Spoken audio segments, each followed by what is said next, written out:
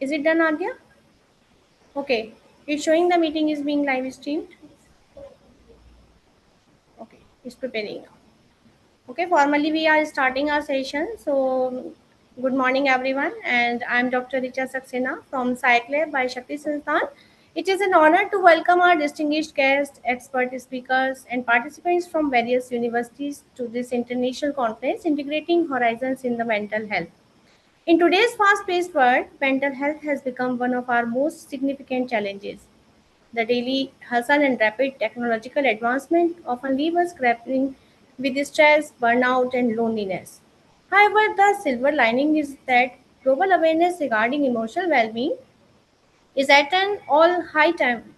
The core challenges has now shifted from awareness to application. And people are often overwhelmed by the sheer variety of paths available, whether it be clinical psychiatry, AI driven tools like ChatGPT, traditional psychotherapy, or holistic practices like yoga and mindfulness. And our global goal today is to bridge that gap, and this is the initiative of that thing that we have done today. And by bringing together diverse techniques and grounding them in the recent research conducted by the experts who are present in our conferences, we aim to provide a truly integrative platform for the benefit of all. My mother used to say always that starting the day with the blessings of the Almighty invites positivity from the universe everywhere. So lead us in that spirit. I would like now to invite our chief patron, Dr. Anupam Shaurevardhan Shastri, to the stage to share a few words and officially begin our sessions. So I would like to call Dr. Anupam Shaurevardhan Shastri. You just start by the Vedic Gayatri Mantra and give a welcome speech to our delegates. Thanks a lot, Dr. Richa Madam. With me, I'm having Dr. Ranjit ji, so we'll together uh, recite the holy mantra of Gayatri Mantra. So let's start with the Om and then we'll recite the Gayatri Mantra. Om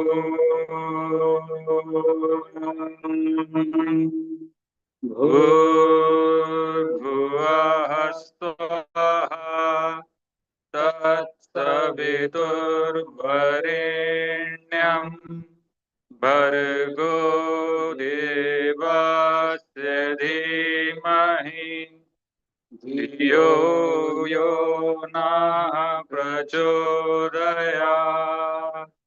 Om सहनाववतु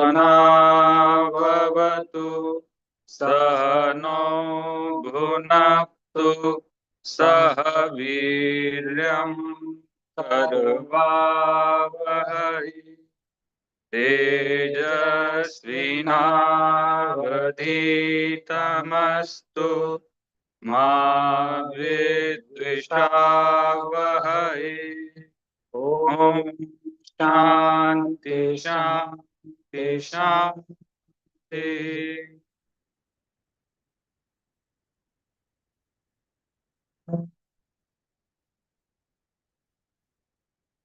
So thanks a lot everyone for joining, and esteemed guests, brilliant speakers, respected professors and students, and all the faculty members. It is a pleasure for me to speak as a chief patron of this conference. Uh, I appreciate everyone's efforts and hard work in organizing this conference, and I would like to thank Dr. Richa ma'am especially for this conference. So I would like to give an overview of who I am and where we are from, what we are specialized in. So I'm Dr. Anupam Shaurevardhan Shastri.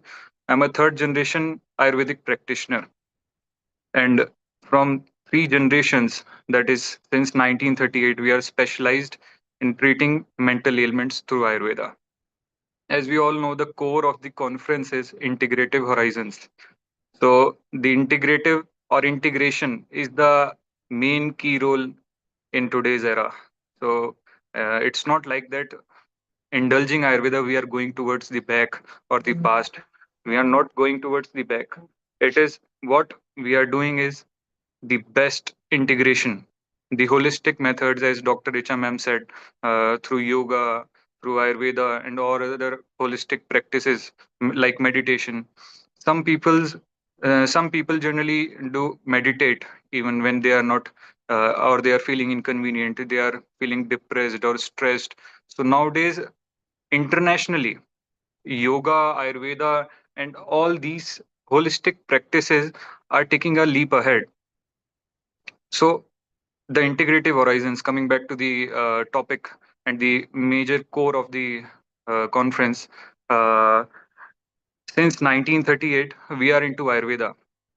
So it was the best time, as there is the big boom coming for mental health, as everyone is facing corporate pressure, peer pressure, and the pressure of studies. Nowadays, youngsters are being covered up by the mental issues. It is the major role, like our surrounding, which is in the background working to that we are not able to cope up with stress. We can say it is our food or the surrounding or the pressure, but somewhere the main issue is mental health. So I would like to thanks everyone for coming to this conference and giving their papers and abstracts to us. And so we have initiated Psych Lab with a new uh, technology, I can say, that holistic methods integrating with modern science, that is psychology. So psychology plays a pivotal role in the treatment, as we have seen since the generations, that without psychology, without changing the psychology or mental state of the patient or the client, it is not able to treat them. So Psych Lab is the bridge. Cyclab is the Cyclab. We are placing it as a bridge which will collaborate with all holistic methods and the modern technologies, modern therapies, modern counseling pathies, modern counseling procedures which we have in current era. So I would again like to thanks everyone for participating in this conference. And after, I would just like to inform you that after Gayatri Mantra, we recited a special mantra. That mantra in Vedic times, if we are inaugurating any class, in any session, any goshti, or any conference, in Vedic time, that mantra used to be recited before the initiation. So we are thankful of Dr. Acharya Ranjit ji for helping me out in the reciting of that Vedic mantra, Om Sehna Bhavatu. With this, I would like to uh, give the mic to Dr. Richa ma'am, and thanks for inviting me and helping us out in the core work of this international conference on integrative horizons in mental health. Thank you, Dr. Richa ma'am. Thanks, Dr. Anupam. And before proceeding the further session, I would just like to inaugurate our souvenir. That is a combined version of the abstracts that all the participants has sent us. So I would like to be inaugurated by our chief patron, Dr. Anupam. So just please take the souvenir, and the other patron, Ms. Diksha, who is the legal advisor also, and Dr. Sunita, and we all are presenting it because it is in online mode, so that's why we are doing it in this way, and we just hope that in the next conference we will do it in a very grand manner. Okay. Definitely, definitely, Ji. Okay. Okay. So, proceeding further, I would like to invite our guest of honor. And before while inviting and before his speech, I would just like to give a brief about the Dr. Khemraj Bhatta. Dr. Khemraj Bhatta is a distinguished academic and researcher currently serving as a lecturer at the Central Department of Psychology, Tribhuvan University, Nepal, where he has also held leadership roles as department head and program coordinator. Holding a PhD in psychology with a specialization in test anxiety and clinical practice, he has spearheaded six major research projects funded by the government of Nepal, focusing on modern challenges like internet addiction and trauma recovery. A prolific scholar, Dr. Bhatta has authored seven books and published over 10 articles in prestigious international journals, establishing himself as a leading authority on stress management and psychological development in the region. There are so many achievements that Dr. Khemraj Bhatta is here, so we are feeling very proud that he has honored us by accepting a request as a guest of honor. I would like to call Dr. Khemraj Bhatta, sir. And I would like to hand over the mic to the Dr. Khemraj Bhatta, sir. Sir, please. Thank you very much, You're ma'am. most welcome, sir. Should I use the PowerPoint presentation? Yeah, you just share the screen, sir. Okay.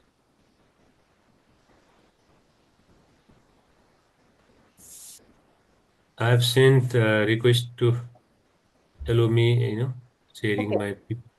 1 second. Okay, now you can share the screen.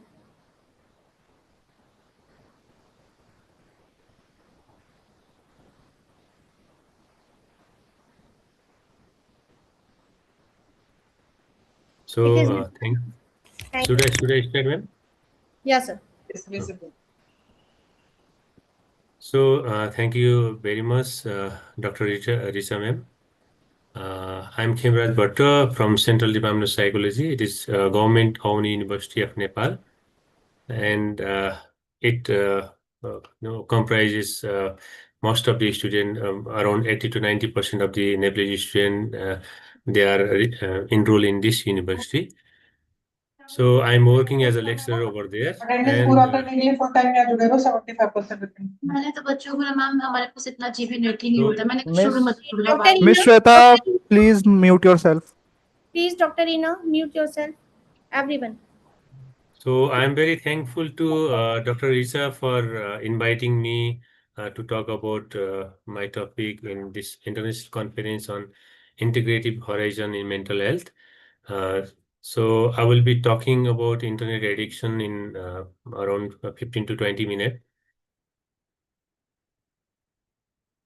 So before we go through internet addiction, recent statistics showed that around three-fourths of the global population, they are actually using internet. So internet use is part of our life, as we have seen. Uh, Without internet, it would not be possible for me to attend this conference. So it is very good thing that we have been privileged to use internet. So beside positive things, many positive things, internet use has been uh, part of headache for community in recent days, especially after COVID-19 pandemic. And we have observed that many of our students and many of the parents of school children, they are actually having complaint of excessive internet use, and many students, they say that they are unable to control their impulse to use internet. So internet addiction is, I think, a global problem. And internet addiction is actually a maladaptive pattern of internet use, in which they use more than intended period of time. They are unable to control their time, and they feel, those who are having issue of internet addiction, they feel very distressed when they are unable to get internet access, and whenever they use internet also. And uh, many of the domain of their relationship, their personal professional life is impaired by the use of internet. Even after that, they are unable to control. So various terms we use for internet addiction, pathological internet use, problematic internet use, compulsive internet use. And recently, some author claimed that this old terminology, they are not very comprehensive to include all form of addiction or dependence. So they use the term problematic use of screen-based devices. And regarding the core symptoms that our students and other people, they say they have maladaptive preoccupation with use of internet. And scholars, they argue that people who are having symptoms of internet addiction, they are actually having symptoms there that are very similar to that of the substance use disorder, like tolerance. So, uh, for example, if they are using for 5 or 6 hours of internet today, maybe in 2 or 3 months, they will be satisfied after they use maybe 6 or 7 hours. So, same amount of internet use doesn't satisfy them in a later part of their life. and they have withdrawal symptom. If they are unable to access their internet, these people uh, they show some aggressive symptoms or so. So they are unable to control their amount of time they spend online, and they continue the use of internet despite they are having negative consequences of their internet use. So, of course, internet addiction, as this is one of the important research part of my life. So, internet addiction, the prevalence is very high and very diverse globally. And global prevalence shows around 7% of the people, they are actually having issue of internet addiction. And the issue of internet addiction is a bit more prevalent in Southeast Asian context. And in India, uh, recent research have shown that around two-thirds of the undergraduate students, they are actually having internet addiction issues. So talking about Nepal, there have been numerous studies about the prevalence of internet addiction.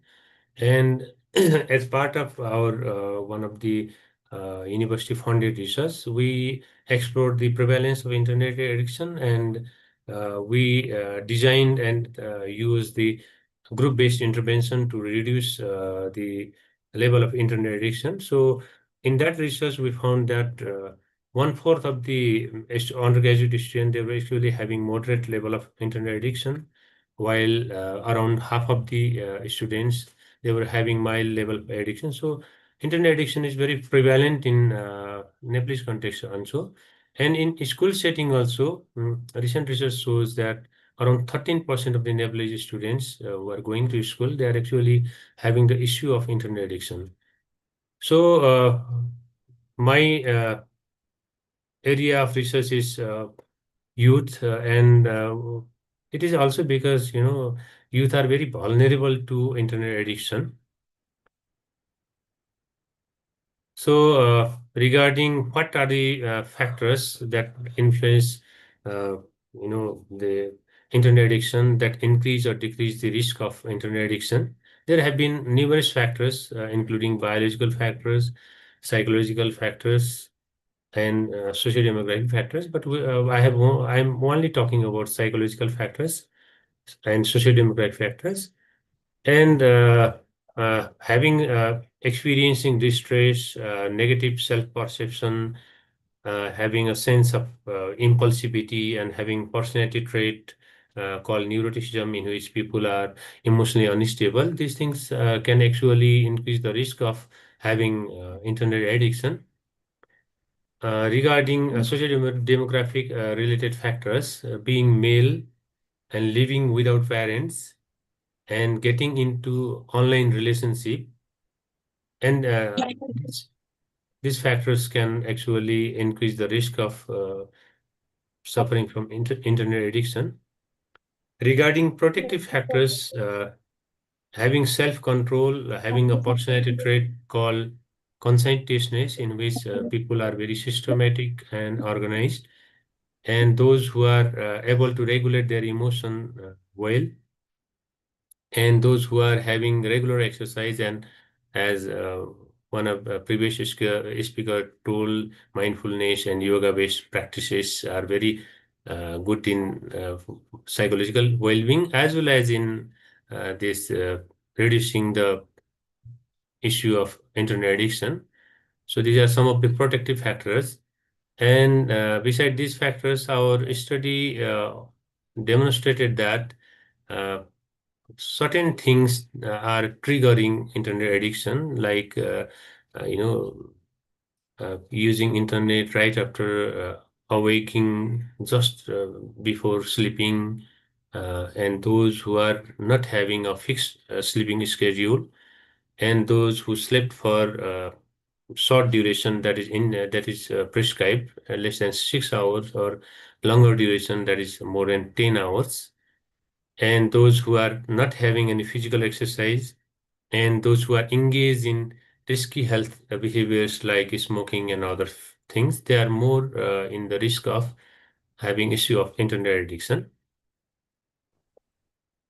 So, of course, there have been good things because internet research have shown that internet addiction can be reduced, even it can be prevented.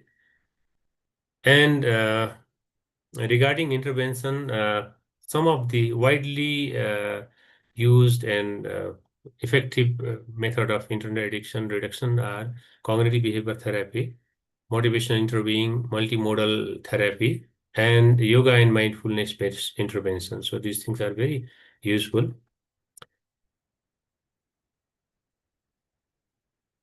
And uh, because internet addiction is a very serious concern in a place context, so we thought we should intervene internet addiction, and we selected college-going students who were enrolled in undergraduate level at several colleges of Tribhuvan University. So in that we examined whether what was the prevalence of internet addiction, which I have already talked about, and uh, whether the education-based group intervention that was primarily based on cognitive behavior therapy intervention protocol. So whether this is useful in reducing internet addiction or not. So we carried out that research. And we selected such group level intervention because there is scarcity of human resources, trained human resources in the field of psychology in Nepal, especially beside the major cities like Kathmandu and Pokhara. So group-based intervention are relatively economic, and these things are very scalable. So we thought if we can produce evidences, so that can be of some use to our community. And as I have already told, we use the cognitive behavioral perspective that focuses on the interplay between cognition and behavior, and that emphasizes the way we think actually contribute in the behavior we show. So for the purpose of intervention, we screened more than 500 students to examine the prevalence and factors that are related with internet addiction. And from these people, we selected 59 undergraduate students, and we divided them into control and intervention group, in which we, in intervention group, we carried out a 6-session intervention group based intervention. So our intervention was primarily focused on Jung's model of cognitive behavior therapy for internet addiction.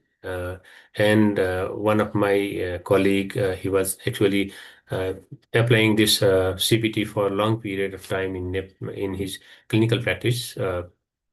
And we devised a 6-session intervention protocol.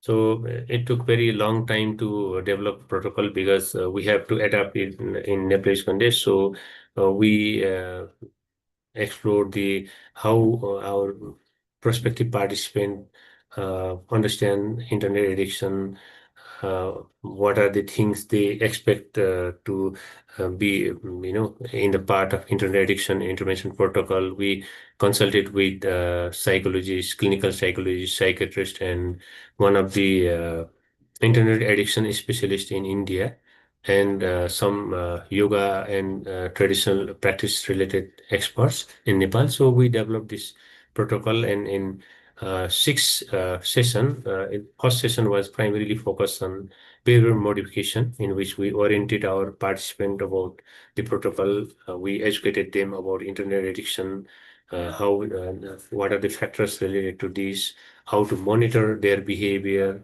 and how to reflect on their usage of internet. So in third session, we introduced the in cognitive restructuring, in which we train them to identify and correct their maladaptive thoughts. And in session 4 and 5, we were focused on reducing harm related to internet addiction. So because many emotional and psychological factors, they can actually trigger and increase internet addiction related issues. So we trained them how to work on those issues. And sixth session was related to relapse prevention, and we reflected learning on that session. So in this way, we did one intervention. And regarding the outcome of intervention, we have found that group-based intervention is very helpful in reducing internet addiction among undergraduate students. So, and one interesting thing was the effect of, intervention was more visible during 1 month post follow-up. So, it took a big time to observe the effect of internet addiction reduction program. So we have explored it for 3 months, and we found that after 3 months also the effect of our intervention was relatively better. So we also examined whether self-efficacy, which is one of the important factor in, preventive factor in internet addiction, whether internet addiction related programs can actually reduce self-efficacy, a sense of self-control. And we found that it was, the self-efficacy was the score was increased after intervention in control group, intervention group, but not in control group. So it indicated that uh, internet addiction related intervention can actually decrease internet addiction as well as they increase their self-efficacy. So this is our finding. As you can see, we have we have assessed their internet addiction related issues in different occasion, baseline, end line, that means immediately after intervention. We also carried out 2-week follow-up. After 2 weeks, we also observed, and you can see these black dots. They are the score of internet addiction in intervention group. We have seen that the internet addiction score was decreasing in intervention group. Of course, it was also decreasing in control group also, but the difference was quite visible in 1 month follow-up. So we can say that any intervention that need self-monitoring or that needs some psychological exercise, the effect may not be instant. So it may take some time to observe the effect of that intervention.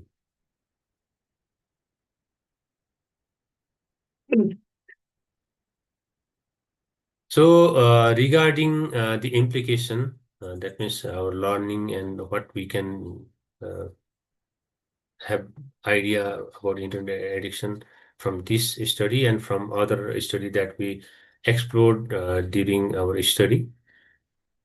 So one thing we learned was to sustain intervention effect over time. Booster session are related. So if some people, maybe you are planning to carry out any form of intervention, maybe it may be yoga, it may be meditation or so. So it may take time, one thing, and because after certain period of time, people may forget. So if we can repeat those session, maybe booster session for maybe 1 or 2 days, that can be actually very helpful in maintaining the effect, long-term effect of your intervention. So that was one learning. So next learning was, because as I have already told, control group people in the control group, they were also the score was also reduced in that particular group. So this reflects that maybe we have assessed the internet addiction in 5 different occasions. So because they were assessing them against internet addiction, so that awareness, because they were having, okay, whether my score is decreased or not, so they were having, so that can actually influence the uh, outcome of internet addiction. So uh, beside intervention, maybe simply being aware about internet addiction can actually reduce internet addiction. So repeated examination of internet addiction can be one of the things that is very low cost intervention that can actually reduce to some extent the internet addiction. So next learning was improving students' sense of control. So increasing self-efficacy can actually decrease the score of internet addiction. So it can be one of the important thing. Also, maybe uh, if we devise program to reduce internet addiction, that can actually help students or other people get benefited in other domain like self-efficacy or self-esteem. So this can, even though we focus on one part of the intervention, maybe it can affect them holistically. So it can affect their other part of life also. Yeah. And next learning was internet addiction based programs and assessment strategies can actually reduce the likelihood and decrease the intensity of internet addiction. So uh, maybe we can think of devising other sort of internet addiction reduction program, like in Nepalese and Indian context, meditation and yoga can be very good option. Actually, we were having thought to include yoga also, and the expert they provided not very strong feedback, in our protocol. So that was not very much included, even though we included the component of self-awareness, but not very much about meditation and yoga. So this can be one of the possible future, intervention we can think of. So next learning is, of course, behavioral and cognitive strategies. If maybe many people, I have seen some people are very expert in therapy, and they're regularly using therapy. So maybe in group setting as well as in individual setting, behavioral and cognitive strategies, because they need some time to get effect. So we should be tolerant. About the time it needs to um, observe the effect. So simply, tracking digital habit can, that can actually increase self-efficacy, and it can actually decrease the risk of having internet addiction. So maybe simply like there have been some program in smartphone like digital well-being also. So simply being aware about their digital behaviors, that can actually reduce the risk of internet addiction. So this can be one of the preventive thing we can do in our daily life, as well as maybe we can tell other people also. And our study and our, the literature review and synthesis that we did before we carry out our study, it showed that internet addiction prevention and reducing programs should be, part of education system. So universities and colleges, they should endorse this sort of program in their universities, uh, so that people can use internet in for their well-being and not for the ill-being. So this is all about my experience and my research, and uh, so it is our responsibility to maybe train people to use internet for their well-being, not for addiction. So thank you very much. Thank you very much, sir. I just hope that all our participants must have benefited from your expertise and the knowledge that you have shared with all of us. So I am extremely thankful to you, sir. So next, I would like to call our chief guest, ma'am. She is Vimla Sarinji from USA. So I would just like to give a brief intro before inviting her about Vimla Sarinji. So it's pleasure to introduce her. She is a strategic learning architect and senior instructional system designer with over 15 years of expertise in engineering high impact performance solutions. Currently, she is working as a consultant as MRCC Solutions and pursuing an MS in Instructional Design and Technology at GSU She specializes in integrating human computer interaction HCI. One second. Yes, HCI and generative AI workflows to accelerate content velocity and improve learner retention. Her extensive background spans highly regulated sectors including healthcare, banking, and pharmas, where she has led the end-to-end design of complex softwares, simulations, and AI-enhanced learning paths. With a foundational career in academia as an assistant professor and a deep mystery of ADDIE and SAM frameworks, Wimla is a recognized leader in transforming intricate business requirements to the scalable, highly fidelity learning experiences that drive measurable organizational excellence. And before inviting her, I would like to thank first of all because as she is in USA and it's late night, still she has agreed to share her views with all of us. So I would like to welcome ma'am. Please, I would like to hand over the mic to you. Thank you, Miss Richa. Such a high introduction, but it's nice to meet you all here. Yeah. A very happy morning to everyone. Thank you so much for having me here, especially to Dr. Reena, especially. It's definitely a privilege and honor to be part of this conference and connect with you virtually. So I don't want to take much of your time. So I before getting into the presentation, I mean, I just wanted to make it the scope of the presentation. So this is all based on my learning, my experience, and the based on what I understand in terms of the learning aspects. So I really don't know how many members would get benefit from this particular session, but this is something which not necessary to apply in the academic life, but this could be applicable for everyone to apply in their personal life as well. Like being mother or father or being a parents, we all have a crucial role in providing the constructive learning experiences to our children, or in fact to learn for us too. So this could be one of the best way for everyone to understand what would be the psychology role in the learning experiences or creating the way we can. Okay, thank you for being patient. Before getting into the okay, let me share my screen. I'm so sorry about it. Yeah, please let me know once you are able to see my screen. Is it visible to everyone? Yes, ma'am. Yes, It ma'am. is. Yes, ma'am. Yeah. Okay, thank you so much for confirming. So before getting into the presentation, I would like to make it very simple fun fact of it.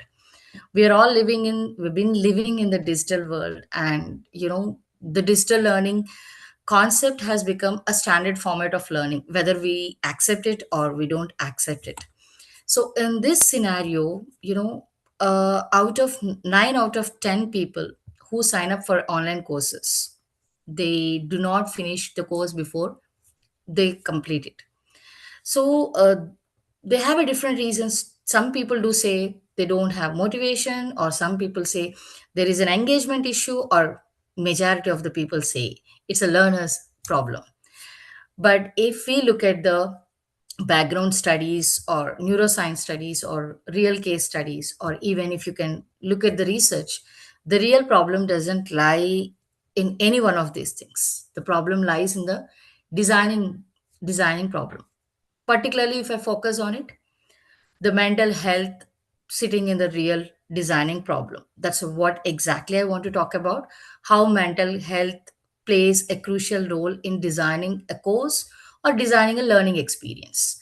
So if you can look at this, sorry, this is what exactly our plan today. So we are going to go through what is a crisis or the learning problem exactly, and why it is happening, how exactly neuroscience connects to psychology and the learning design courses, what is a new paradigm that we are following it, and how exactly AI influences this paradigm, and what are the 5 concrete shifts that we can adopt to design anything. And finally, I would like to show you a case study, or out of all my experiences, I just created one particular sample of the case to show you how it could bring a probable solution and how to take it forward with the action steps. That's how we are going to discuss today.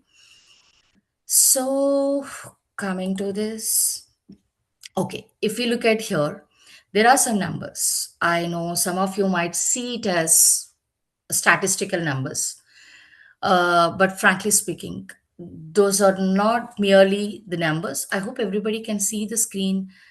Uh, is it visible for everyone? Yes, ma'am. Uh, okay, fine. So when I wanted to I have some problem. Just please let me understand because I'm sharing I have a couple of screens, so I just wanted to understand. So is it visible the screen completely or partially? That's what I wanted to Yes, understand. ma'am. No, no, I'm asking you, is the screen partially visible or completely visible?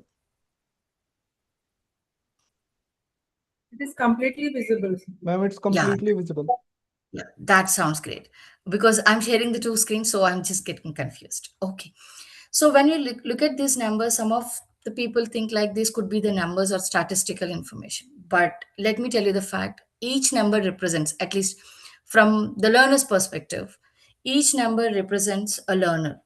So 97% of the people wish to learn something new when they choose any online course. They wanted to learn something. But for different reasons like stress or tiresome or anxiety, make them to stop the course.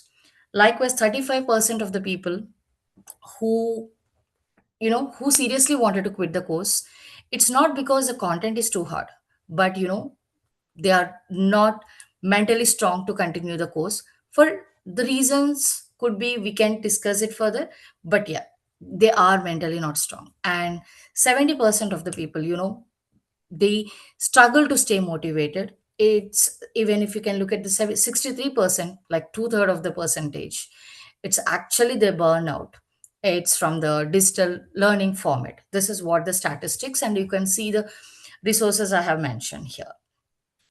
So what would be the reason? What exactly happens to have this kind of a problem when a learner drops out? What are statistics or what kind of research is going on? Whenever the learner drops out, the immediate thing happens like we look at the different scenarios, or so much research goes on to focus on what is the engagement score, how is the motivation level, what could be the learner academic background. So everything, the story runs around the learning perspective, not the learner perspective.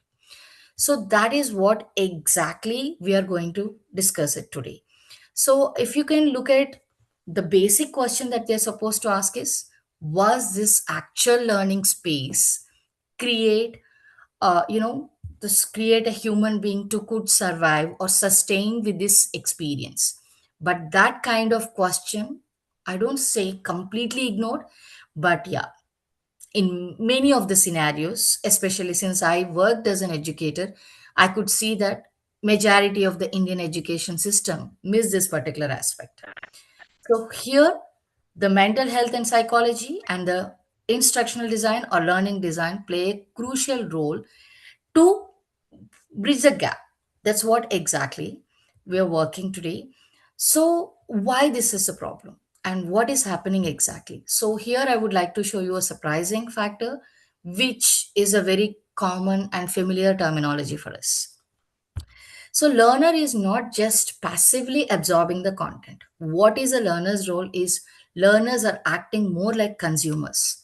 The consumers make the wise decisions and they decide what do they want to learn, what do they want to use it. Exactly. They are making the decision for the whole time. Should I keep going? Or is it worth of my energy? Or do I trust this? So they have their own making choices. So three things drive these decisions. One is a perception. Within seconds of opening course, people decide if it's really for them. Is it confusing or cold or really? I mean, like it's already half gone. The second is about the motivation. And every time they think that we build the motivate, I mean, we expect the people to come with the motivation, but we rarely create that motivation through the course. So we have to design for for it. And if you can see the judgment of it, sorry, the value judgment of it. So value judgment, in the sense, learners learn constantly asking one question like, is it worth going, what it costs, and when the answer says no, they definitely leave. It's not only learner, in the sense, don't assume that somebody else come into this picture. We are all learners. So consumer psychology helps. It's not about marketing, but it's more about understanding and designing for these three criteria. That's what a consumer psychology in designing the course. So if you can look at this chart, and there are 7 course design choices here, and how much psychology harm each one of the choices they make it. If you can look at the first one, so that is a sessions, I mean longer sessions, 45 minutes without a break. We usually see the regular classrooms. So because of this, 92% harm level, we can see that nearly everyone is being cognitively harmed just because of the length of the sessions. Then you can see the cognitive load, too much content or too much of the information, and it's going too fast. You can see punitive assessment language, the way the word feedback we give. Most of the courses, whether I experienced as a learner or some of the courses I created, it simply says your answer is wrong. Your question, I mean, it's incorrect answer, it's correct answer. See, when we provide the feedback, that has to let the learner to think, reflect, and improve it. But we provide the feedback most of the time. This is wrong because we give the answer. So we need to provide an experience for a learner to reflect and learn about it. So no visible progress indicators or no isolation, I mean like social isolation, cold AI content, you know, deadline is always a deadline. So this all impact in terms of the learning experiences, and this could be one of the major reasons to drop out from the courses. So what exactly the brain needs? So here exactly what I wanted to talk about, the neuroscience. Though I'm not very strong, I don't have a strong background to talk about neuroscience based on learning psychology, what I studied. I just brought some insights into it. You guys may have a stronger foundation on it.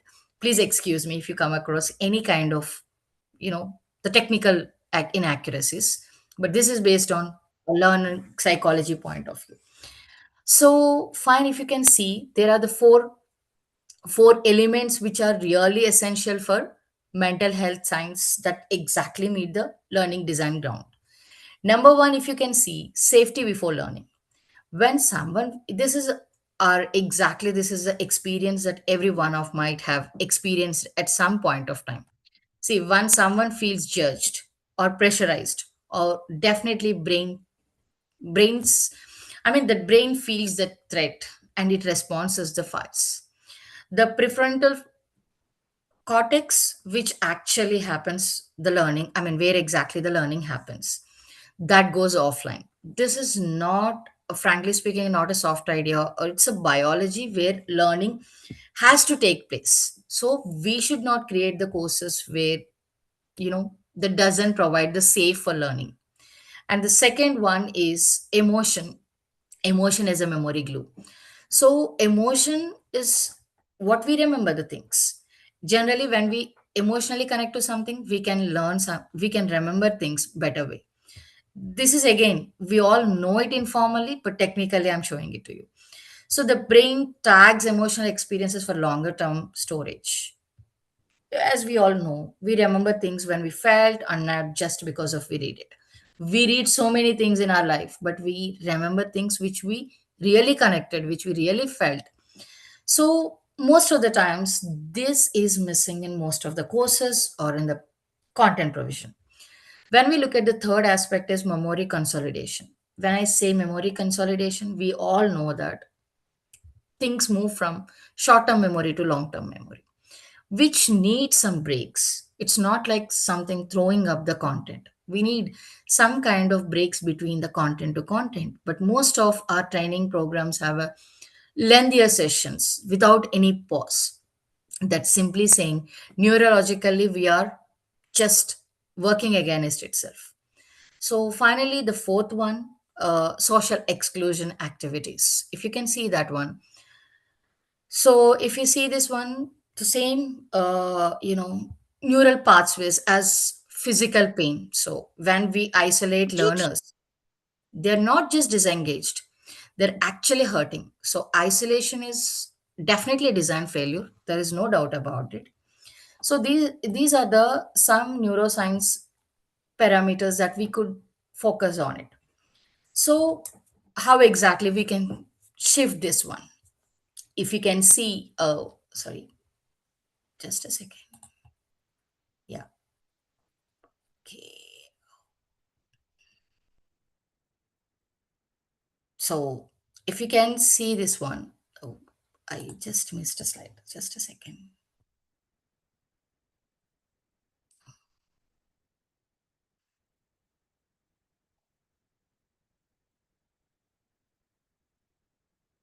Yeah. So what does a shift actually look like? So we are talking about the new paradigm here. So if you can look at the traditional learning pathways, so what it is exactly talking about? It talks about, have we completed the syllabus? Did we measure whether they finished the syllabus or not, or whether they finished the course or not? And assume that motivation is a learner's job. It's not the designer or a teacher or whoever, it must be their job. So what exactly the new paradigm focuses on? New paradigm focuses is more like, the learner has to leave stronger than when they arrived it. And did design help them to learn in the context? And did we measure their well-being rather than just a completion of the course? So these are the things that has to be covered when we say it's a new paradigm or a new shift in learning experience. Rather than understanding whether they completed or not, we have to measure, provide the feedback, to give an opportunity for them to think, reflect, and learn, rather than, okay, this is the answer. It's not like transforming information, it's like providing opportunities to, the process the information. That's what exactly it intend to say. So now I would like to talk about how AI plays a role in this. We all know that now AI made our jobs so easier, and AI is, I'm not against of AI. In fact, I use AI for every now and then. And how this AI really plays a role in creating learning experiences. But now I have a question here. With the advance of technology and with the rapid improvements in using AI, are we using AI as a substitute or a replacement? If I really don't know how many of you really experienced it. Chatbot is something that every teacher is getting replaced. So in that situation, are we not missing any human connection? So do you think really a chatbot can understand? So that's where exactly the question comes. Is AI a problem or not a problem? Are we using without asking? What does this AI do the learner psychologically? So what is it doing for the learner psychological? Because the way human understands, AI cannot understand unless you provide the prompt. So please, this, I mean, as per this AI tools reflection, or based on so much research is going on, I'm part of it. So the human centered learning experiences are more important, and their AI tools are just supporting tools, not as a not as a replacement of it. So coming back to this, so what exactly it's happening, the psychology of learning?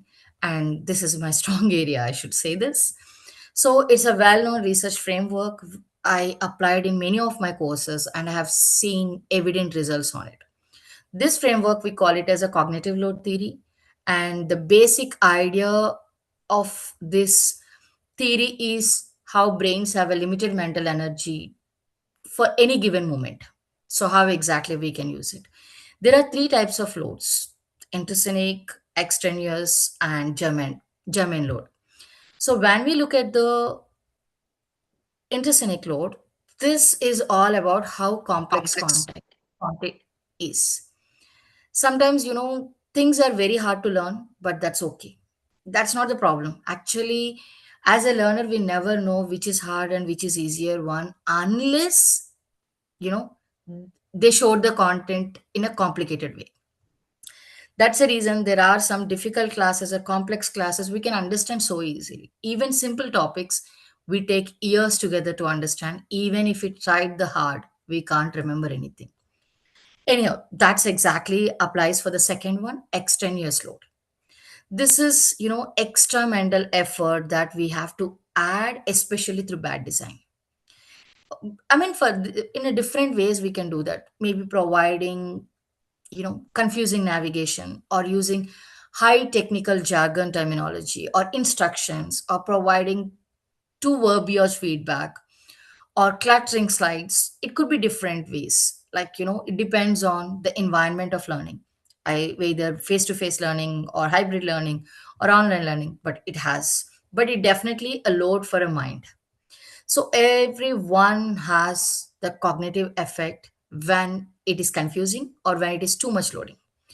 The third, which is an ideal load, German load, which is a productive load. That means it's a mental effort for actual thinking, applying, reflecting, and then learning. So this is what is our job to create human-centered design is eliminating the extraneous load so learner can focus on their energy on the German load. So they can learn in a simple way, you know, simplicity never be a laziness, or it's all about, learning things smoothly. So that's how this theory supports it. And now when we come to this one, so what exactly we need to do to bring this shift? So there are five shifts I would recommend you. This is what actually I've been applying in all my courses too. Evidently, I've seen in many of my courses and even as a research result. The first thing is stop providing a lengthier sessions. You know, the research says that a human brain can concentrate for 8 minutes. I know, excuse me, today I have taken more than 8 minutes, but still, in terms of learning, anybody can concentrate only 8 minutes. Then, in that case, how could we extend the sessions, or how could we create the learning experiences for 45 minutes, 1 hour? And I remember I have created courses even for 2 hours. So, that never be helpful if you really want to see change in learning. The second thing is about how we provide the feedback in the assessment. Why do we conduct the assessment? Are we focusing majorly to measure their score or to see the difference in learning? So, if you're really aiming to see the difference in the learning and the transformation in their behavior, definitely it's not providing what is the answer or what is the, I mean, whether it's right or wrong. Frankly speaking, when somebody is learning, there is no correct and wrong answer. The based on we provide opportunities to them. And the third, as a similar to this, stop measuring the success by finishing the course. Most of the times, yeah, you got 60%, you have done with this, you are completed. So we have to see the measurable growth in their personality. That's how exactly. I completely understand this is really not as easy as I explained, especially in the large classrooms which we experience in India. I'm majorly talking about now the learning has completely moved. I mean, the maximum portion of the learning has moved to the online. So this is more easier. I mean, this is more applicable in online learning setup, but still it needs some adaptable strategies to apply in the face-to-face classroom. So the fourth one, as I told you, AI can be a substitute, but never be a replaceable tool that we can use it. And the last one, which is the most important thing, is never ask learners to adapt to the course. See, I created the course. So one size fits for all. So we can't expect now the world is going with the customization. We all know how much importance we are giving for customization, personalization. If you want a dress, earlier we used to buy one dress and we make it for our fitting, but now we want everything to our needs. Then when accessories, if we are using for our customization, why can't it be learning? The personalization, adaptability are playing a very crucial role in this situation. So let's start designing the courses that adapt to the learners. I know this looks like, for any traditional teachers, it looks like impossible options. See, I worked as an educator where I had a class with a 40 to 50 members. I worked with the classes with I have from 2 to 20 members.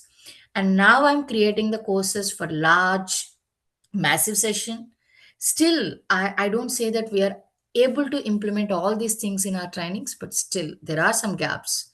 We are working on improvement. So a small change can bring a big change in learning environment or learning experience or in learners. That would be the major, impact of a teacher to create it.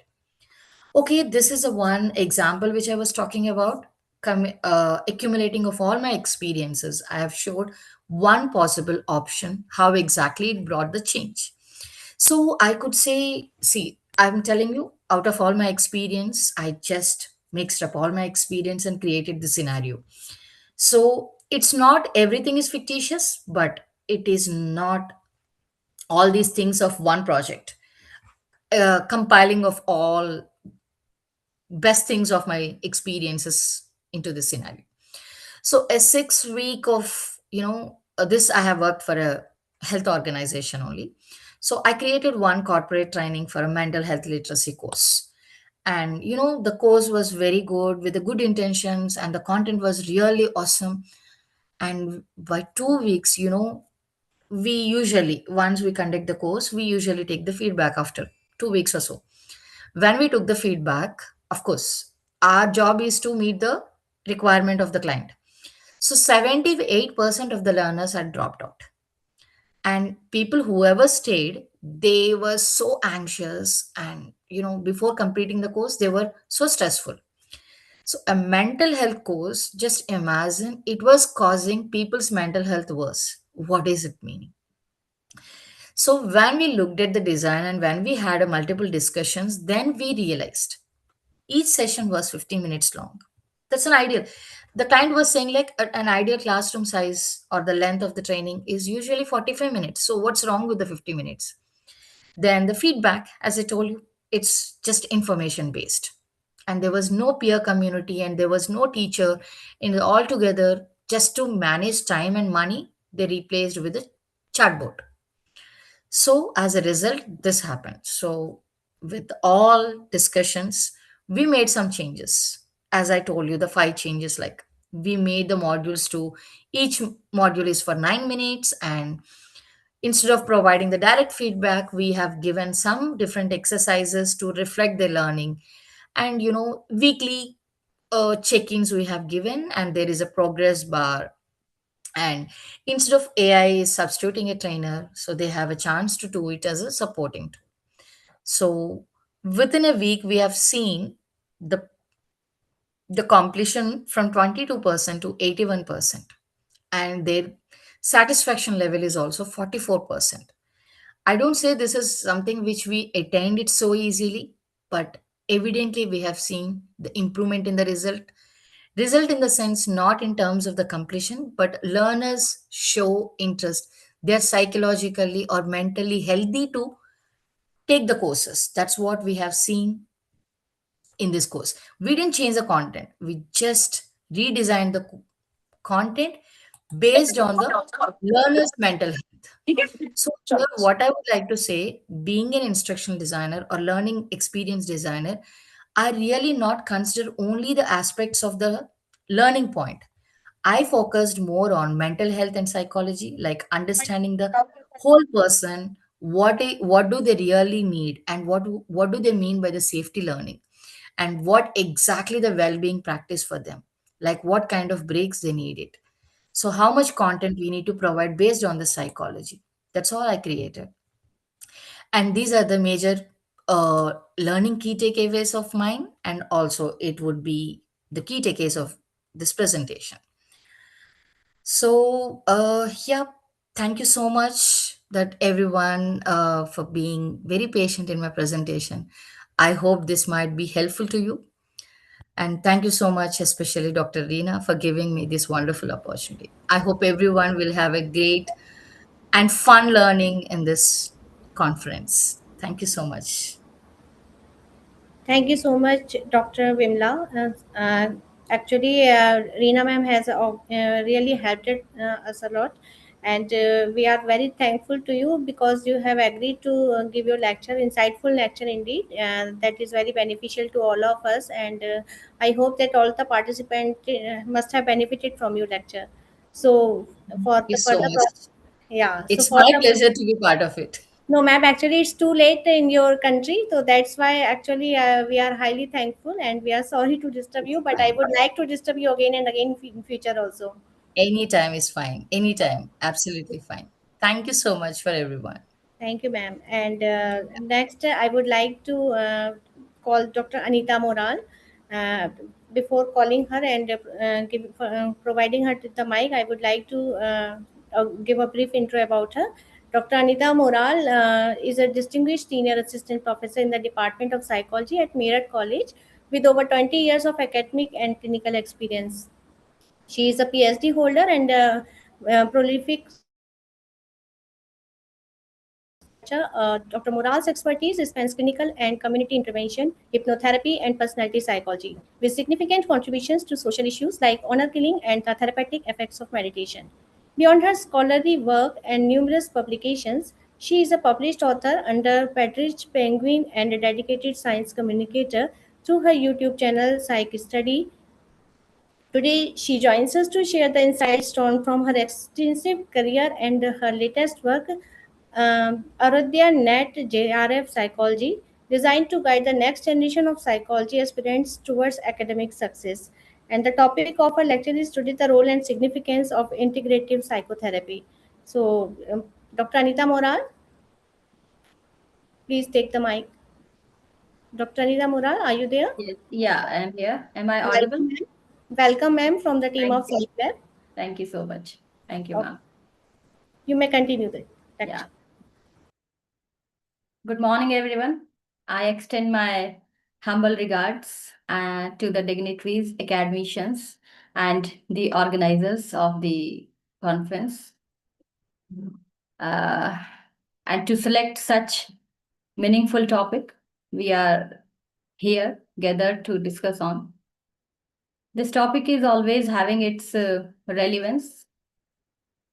It is always worthy, as I was reading some stuff regarding the specific topic I am here to discuss today.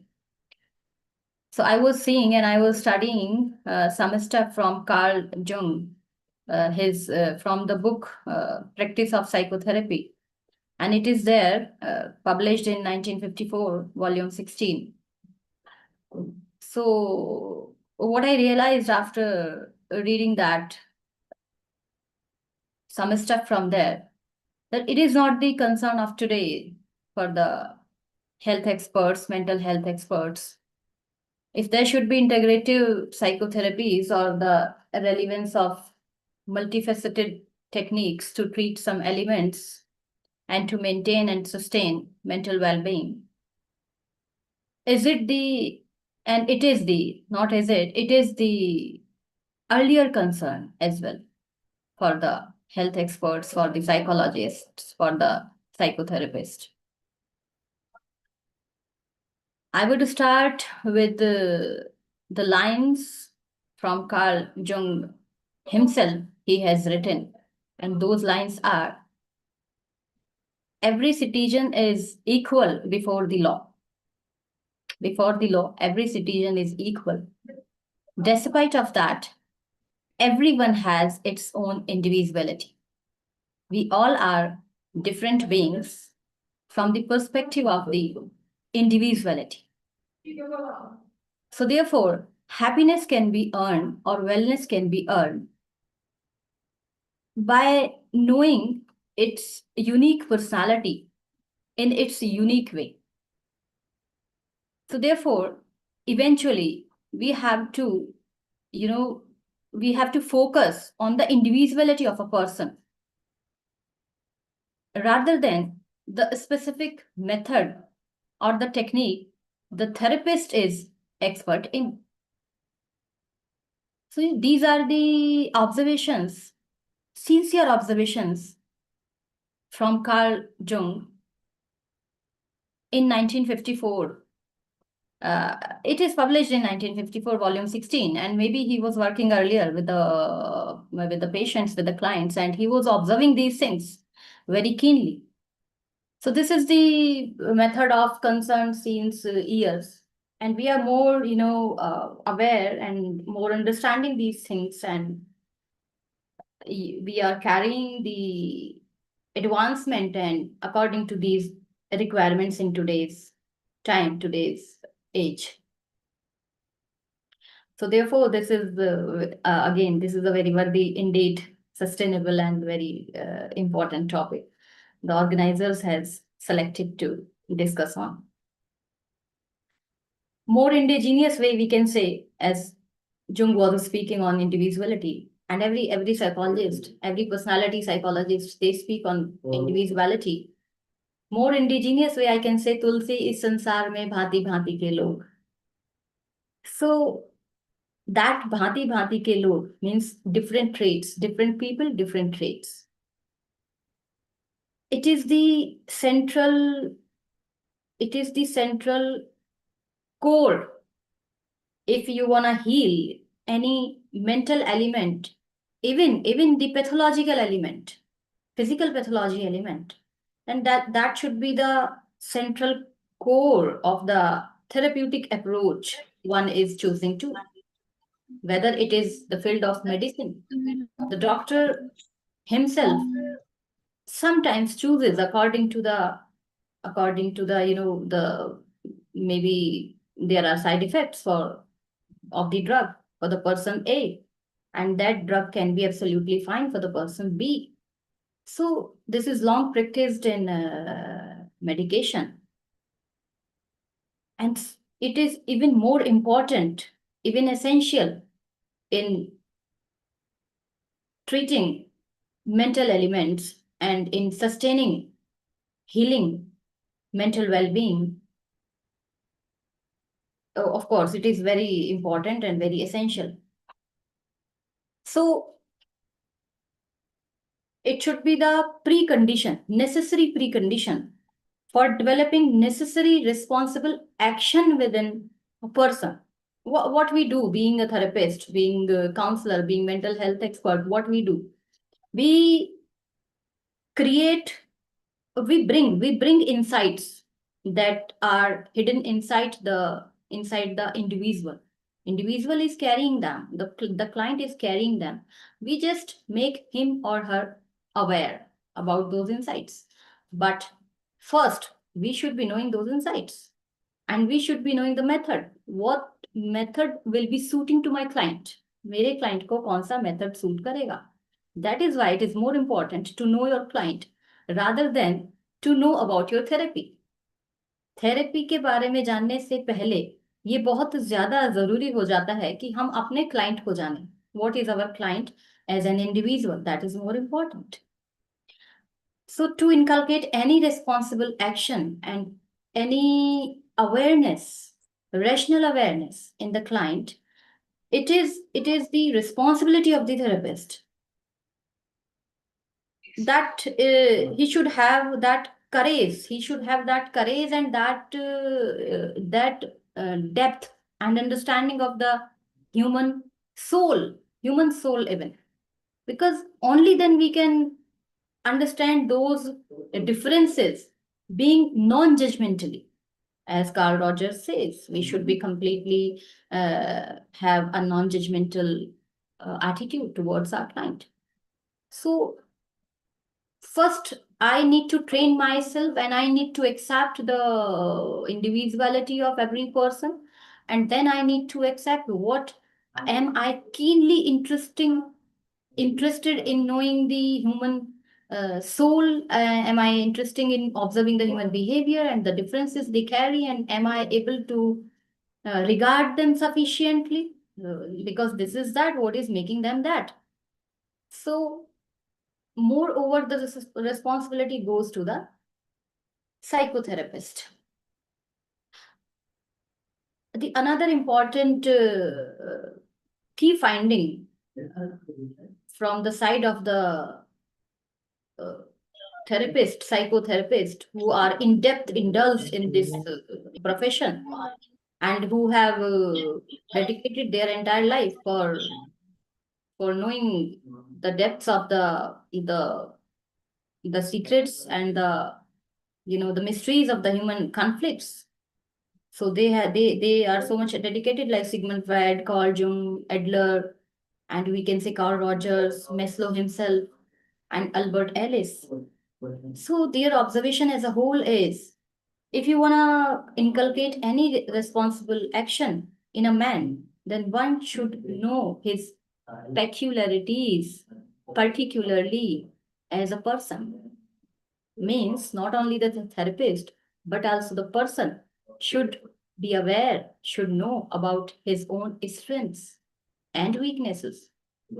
Otherwise, he or she will not be able to receive, to grasp the healing you are trying to provide. So that is why it is important. He should be aware to about his peculiarities, about his strengths, and about his weaknesses. Otherwise, he or she would be like just a hanger-on type of personality, like a follower type of personality, hanger-on type of personality. And the changes a therapist can claim or that person can claim will be superficial. Those changes will not be in depth. वो changes बहुत गहरे और deeper level पर नहीं आ पाएंगे. For the time being, until unless the treatment is going on, he or she will feel okay, and then he or she can back to the same pattern, and sometimes some secondary elements can arise. The whole labor entirely rest to the psychotherapist again, who should not only be grown up simple with, simple with knowledge or education, but an experience and a feeling of embracing life as a doctor, embracing the life of other people as a doctor, and whose concern is the, again, human soul. So this is the responsibility that rests onto the therapist. For example, if one is practicing Freud's psychoanalysis ही मैं practice करती हूँ और उसी का मान लिया मुझको expertization है, and no matter who is the client before me, I am only practicing psychoanalysis. I am only focusing on catharsis. I am only focusing on free association, and I am thinking, okay, my work is done. Free association हो गया है, and that client went into the regression, and while regression reduction, he or she was able to find out the cause of his neurosis in his childhood trauma. ठीक है, इतना मुझे पता चल गया. The cause of that neurosis is known. Now, you know what is the problem here? What therapist and myself also has noted. The client, if the client is intelligent at high, अगर वो बहुत होशियार है, he will now find excuses for his present behavior in his childhood trauma, and he will be rationalizing that behavior by saying, okay, this is happening with me because of that trauma, and it is not my fault. So it is not only, the work is not done. You, of course, need an integrated approach here. And what that integrated approach will be here? You need to change his personal attitude of present scenario. Okay, fine. Through psychoanalysis, you have known that there was the cause of his neurosis. But how to heal that now? Because it is the personal attitude of present time he is carrying. He is seeing everything from that perspective only. That was occurred in childhood. और उसके लिए वो खुद को excuse भी कर देता है ना. वो बोल देता है कि मेरे साथ तो ऐसा इसलिए हो रहा है, मैं तो ऐसा इसलिए हूँ क्योंकि बचपन में इतना सब कुछ मेरे साथ हुआ है. And this is mostly with the intelligent people. Because intelligent people are very much expert in rationalizing their ego, and they rationalize that ego, and therefore they carry those patterns reflexly in their behavior. That is why I need to put another therapeutic method there. And what therapeutic method that would be? Cognitive reconstruction. And cognitive reconstruction would be occurring by using some other alternate methods. That may be, rational emotive therapy, that may be cognitive behavior therapy, that may be human-centered, that Carl Rogers therapy, and that may be hypnotherapy as well. So whatever suits my client, I should have smart enough to observe that. What is suiting to my client? क्या उसको suit कर रहा है? And sometimes we need to, not sometimes, most of the time, we need to ask and probe from the client himself what is working for him in a better way. At that time, I should be higher in knowledge and experience and very much in deep of human behavior liquidity, because human behavior is liquid. Today I'm having different perspective and attitude towards something, and yesterday I was having entirely different. So this liquidity I should be aware of. Therefore I should be very much able, I should be very much expert, and I should have experience, and I should have that flexibility to observe those minute change in my client, whether this technique is working or not. And at the same time, I should not make him feel like that. This is a complex thing. This is a very sensitive thing. I should not make him feel that he is not grasping what I'm trying to render to him. जो मैं उसको समझाने की बताने की कोशिश कर रही हूँ, वो वहां पर उसको नहीं समझ पा रहा है, उसको इनकेपेबल तो फील नहीं हो जाएगा ऐसे ऐसे बताने से, ऐसे सोचने से, ऐसा कुछ भी कह देने से. Every word of mind, every sentence of mind, every suggestion of mind matters for the client. And that is why Freud has put it like in the form of transference, positive transference, negative transference, counter transference. So psychotherapists are always very much keen, very much sincere about all these aspects. If they are, seriously love to know human behavior and everything. So therefore, it was another problem I have observed in my counseling settings, that if the patient is intelligent enough, he will catch you there, and he will get reluctant towards any change, because he will be having some excuses for that. Okay, this is the cause. वहां से आ रहा है. So what I do generally, if I talk about my sessions, what I do generally, first of all, I diagnose, and I then try to know the belief of the patient, what are the belief, and what is the present attitude of him, because personal attitude matters.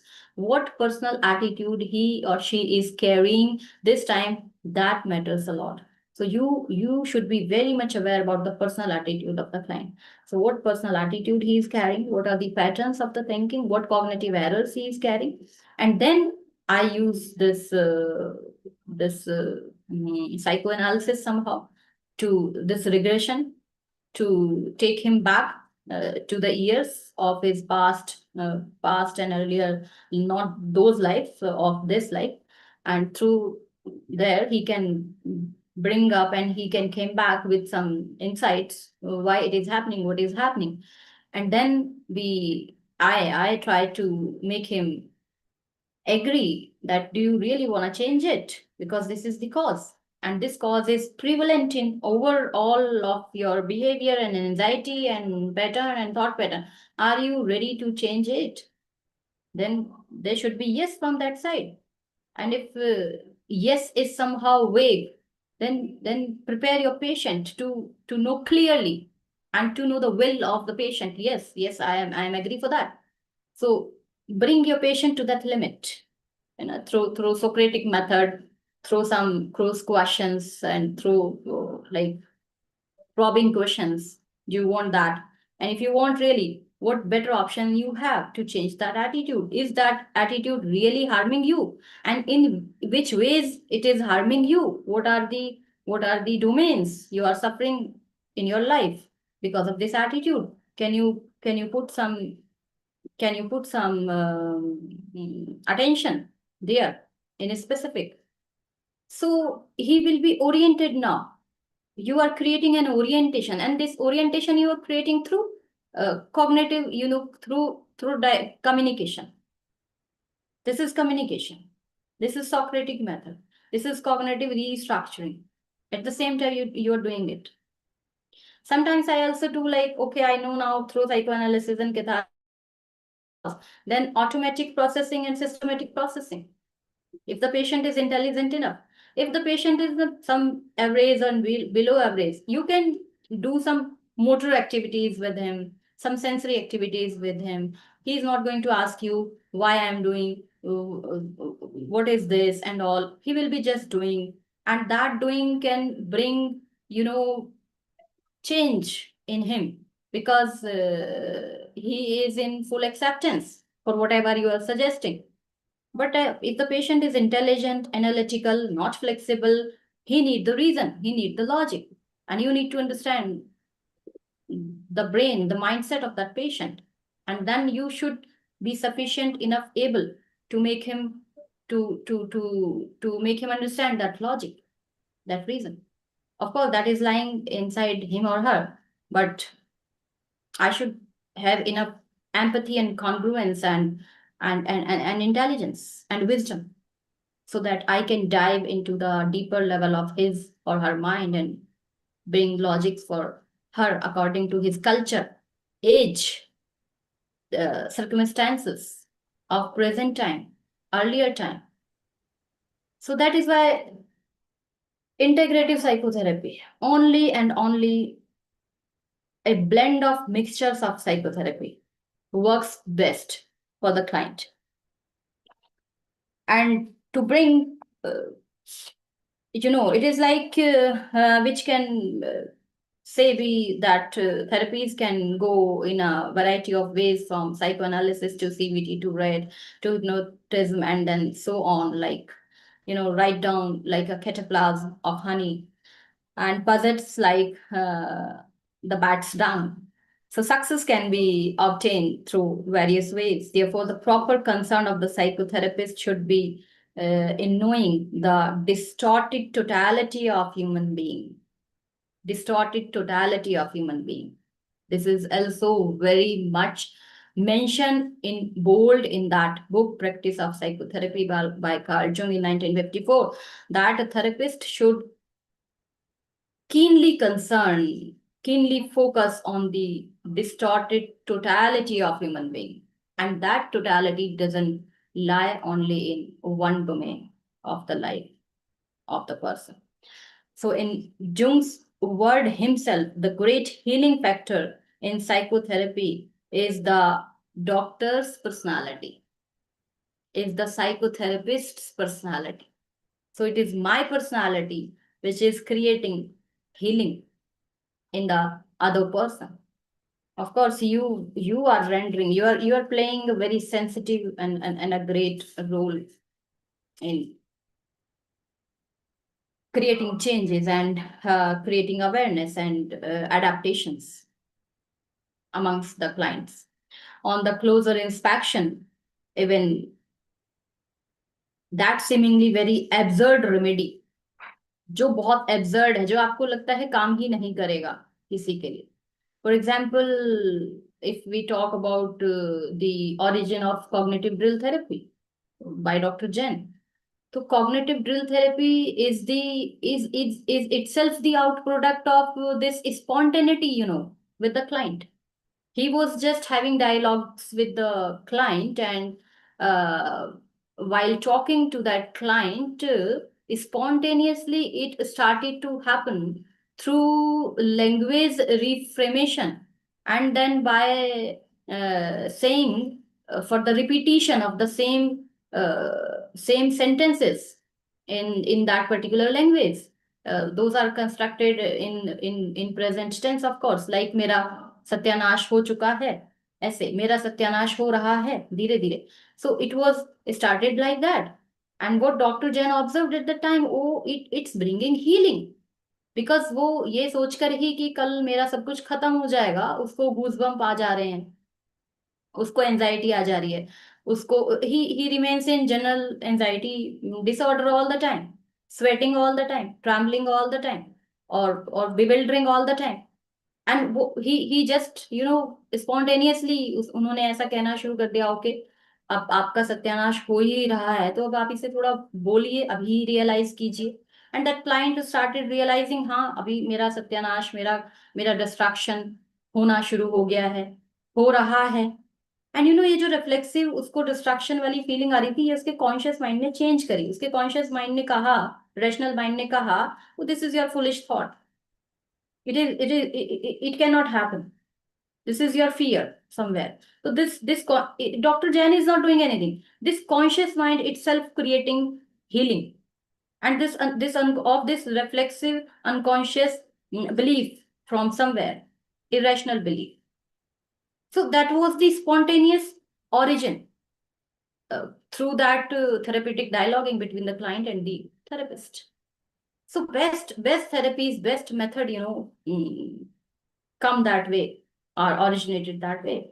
So of course, even the absurd remedy, because that time it was absurd. Today is the therapy. Today इसको हमने बहुत structure किया, find किया सब कैसे कैसे होता है, बट उस समय पर तो ये absurd ही था. तो that absurd remedy can be the best suited treatment for one person, and the same remedy can be the worst for the other person. We need to understand all these things.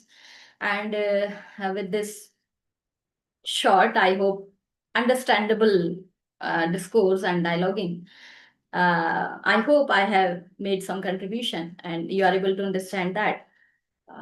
Thank you so much for that patience listening.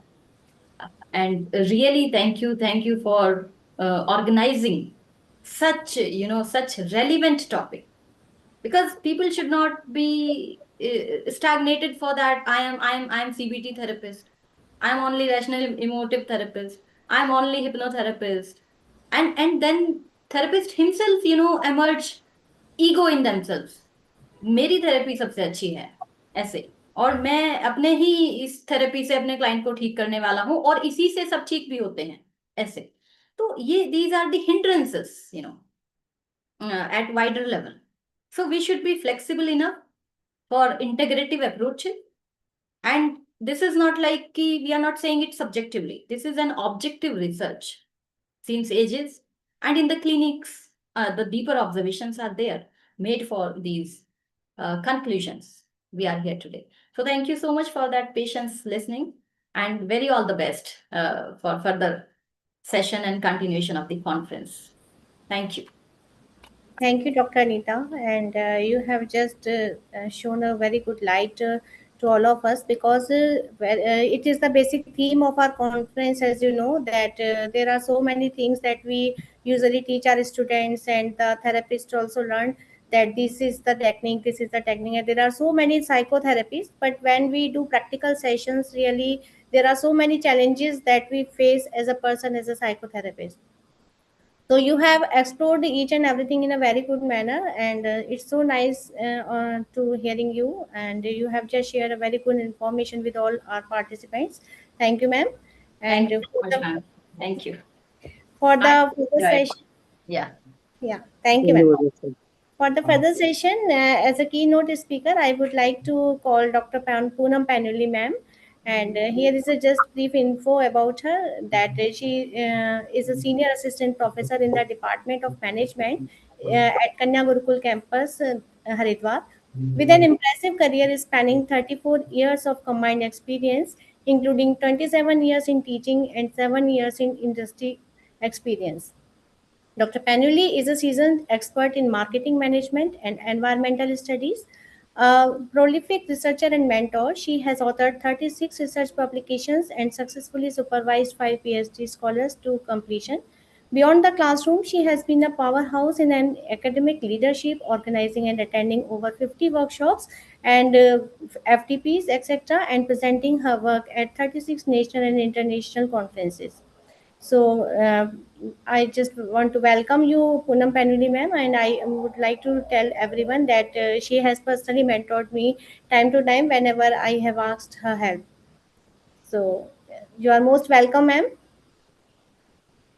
Uh, Thank you so much, Richa, for this wonderful introduction. Sometimes I feel maybe I'm not that No, what you ma'am. have explained. You Okay, are actually anyway, a very wonderful person, as personally I know you. So please continue your session, ma'am. thank you so much. Now, it's a I'm just presenting this topic, which may feel that it's a play of word, right? And I'm so thankful to you, Richa, for inviting me for this great seminar, or you can say Ma'am, international. it's a pleasure to have you as a keynote speaker because so many times I have already heard you. So I just want that every participant should take the benefit from you. Okay, so today I'll be talking on this mind your mind to mind your life. Now, this topic feels very, like play of word, right?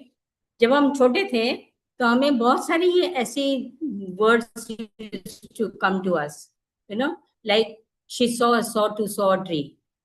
Now, look at this, both these sentences, right?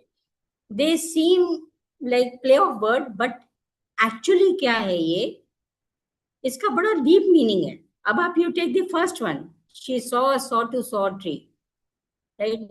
Saw का मतलब क्या हुआ? आरी. और सौ का मतलब क्या होगा? देखा. और जब आप आरी से इसको काटते हो पेड़ को तो उसे कहते हैं सौ. तो 3 meanings, same word, same spelling, right? So this is it. Now we come back to the topic. Mind your mind to mind your life. Mind का मतलब क्या होता है? आपने जब छोटे रहे होंगे तो आपको मॉनिटर बनाया होगा, माइंड द क्लास. माइंड का क्या मतलब हुआ? कि कंट्रोल द क्लास. ठीक है ना? तो कंट्रोल योर माइंड. माइंड मतलब हमारा अपना दिमाग, right? To mind your life मतलब अपनी लाइफ को कंट्रोल करने के लिए आप अपना दिमाग कंट्रोल करिए, right? So this is the deep meaning. हम जब भी घर जाते हैं, या आप जब घर जाते हो तो आपकी मम्मी सबसे पहले क्या पूछती है? अरे बेटा आ गए, थके हुए होंगे, पानी पिएगी, खाना खा ले, गरम हो गया ये. Very few of the mothers' first question will be, how was the day? Right? Now, when you come to this, हम भूल जाते हैं एक चीज को. क्या है वो? वो है हमारा माइंड, मतलब हमारा जो है दिमाग. We all are striving, है ना? We all are striving, right? You have your mind. तुम्हारा अपना स्ट्रगल्स हैं, मेरे अपने हैं. एवरी इवन अ चाइल्ड, वो जो बच्चा स्कूल में जाता है, even that child is struggling, even that has got some problems, and we all are striving endlessly.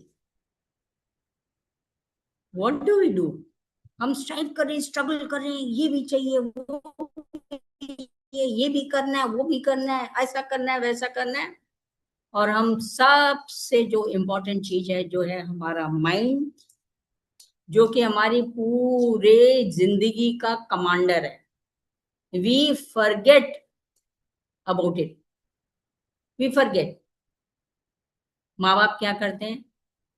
बच्चा जब पढ़ रहा है तो we will all will think that अरे अच्छा ये सब्जेक्ट में ये कम है, चलो इसको ये ट्यूशन लगा दें, वो ये इसमें है, इसको ये कर दें, उसको ये गाड़ी दिला दें, उसको ऐसा कर दें, उसको वैसा कर दें, बट कोई नहीं इस चीज को ध्यान देता है कि मेरे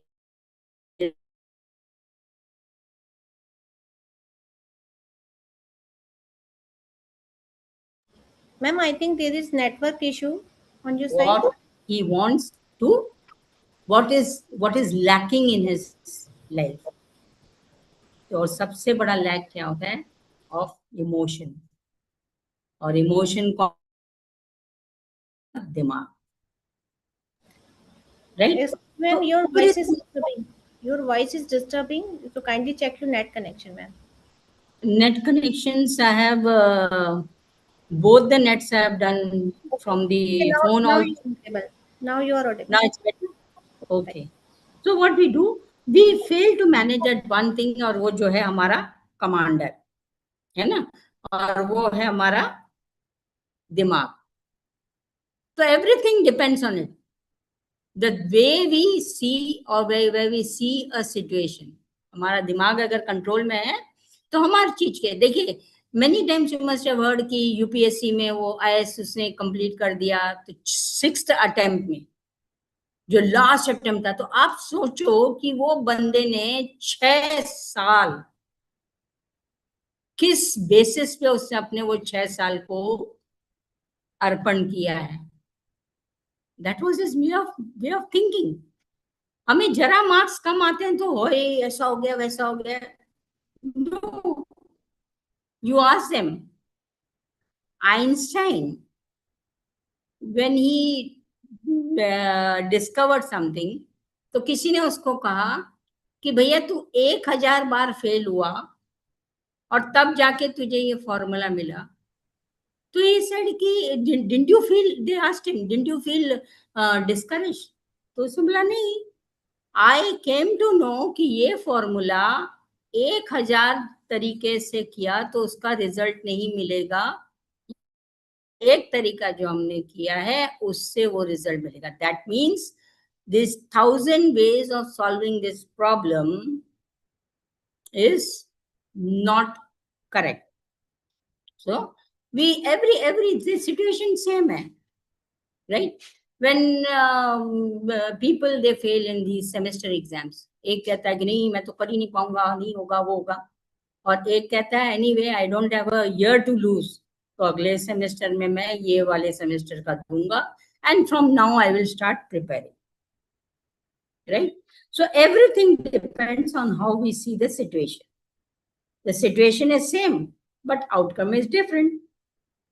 और रिसर्च में ये बताया गया है कि many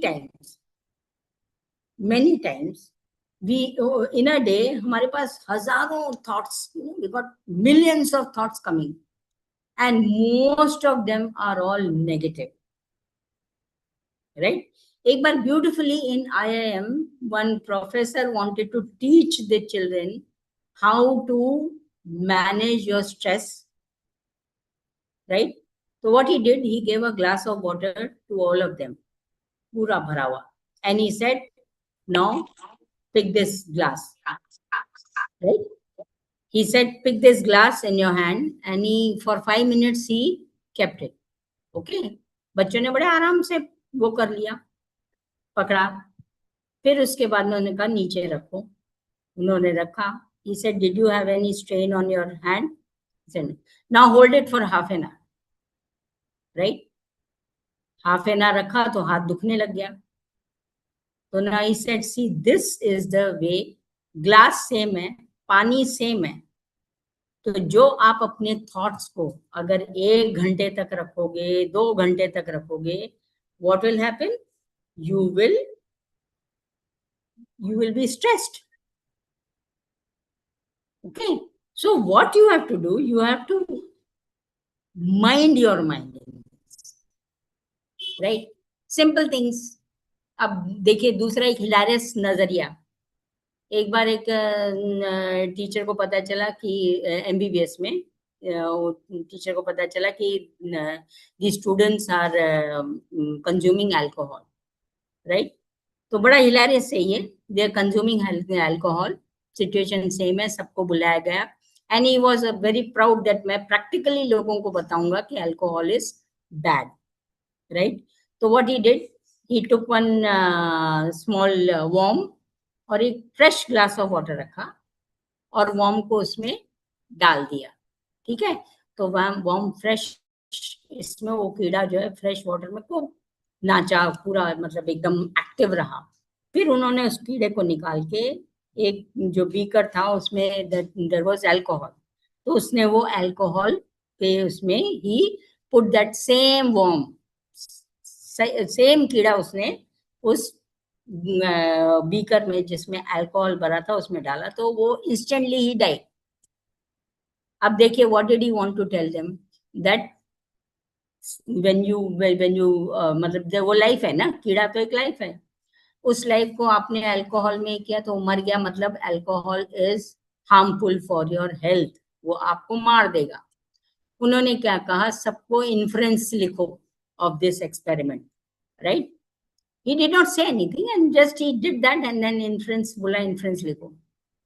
When the inference came to him, you know what people they wrote? Now those who were addicted to alcohol, they said कि अल्कोहल पीने से पेट के कीड़े मर जाते हैं। So wasn't it the same thing? तो ये है। अब दूसरा आप ये जो आप देख रहे हो स्क्रीन में कि किसी को डर है कि ईश्वर देख रहा है और किसी को भरोसा है कि ईश्वर देख रहा है। माइंडसेट है ना, ये माइंडसेट है कि मैं उसको किस तरीके से डर को वो भरोसा कर रहा है, मतलब पॉजिटिव हुआ ना। डर एक नेगेटिव इमोशन है, राइट? और भरोसा क्या है? भरोसा पॉजिटिव। तो अगर आपका mind is calm, focused, balanced, then life is manageable. But अगर अपोजिट है तो क्या होगा? आप पूरा जो है गड़बड़ में रहोगे, राइट? सिचुएशन सेम है। अब जितने मैंने कहा आपको, in a day we get many negative thoughts, और उस नेगेटिव थॉट्स को आप पाइल अप करोगे, उसका रिजल्ट क्या होगा? Anxiety. Overthinking is the most common and it is what? It is anxiety leading to one simple comment।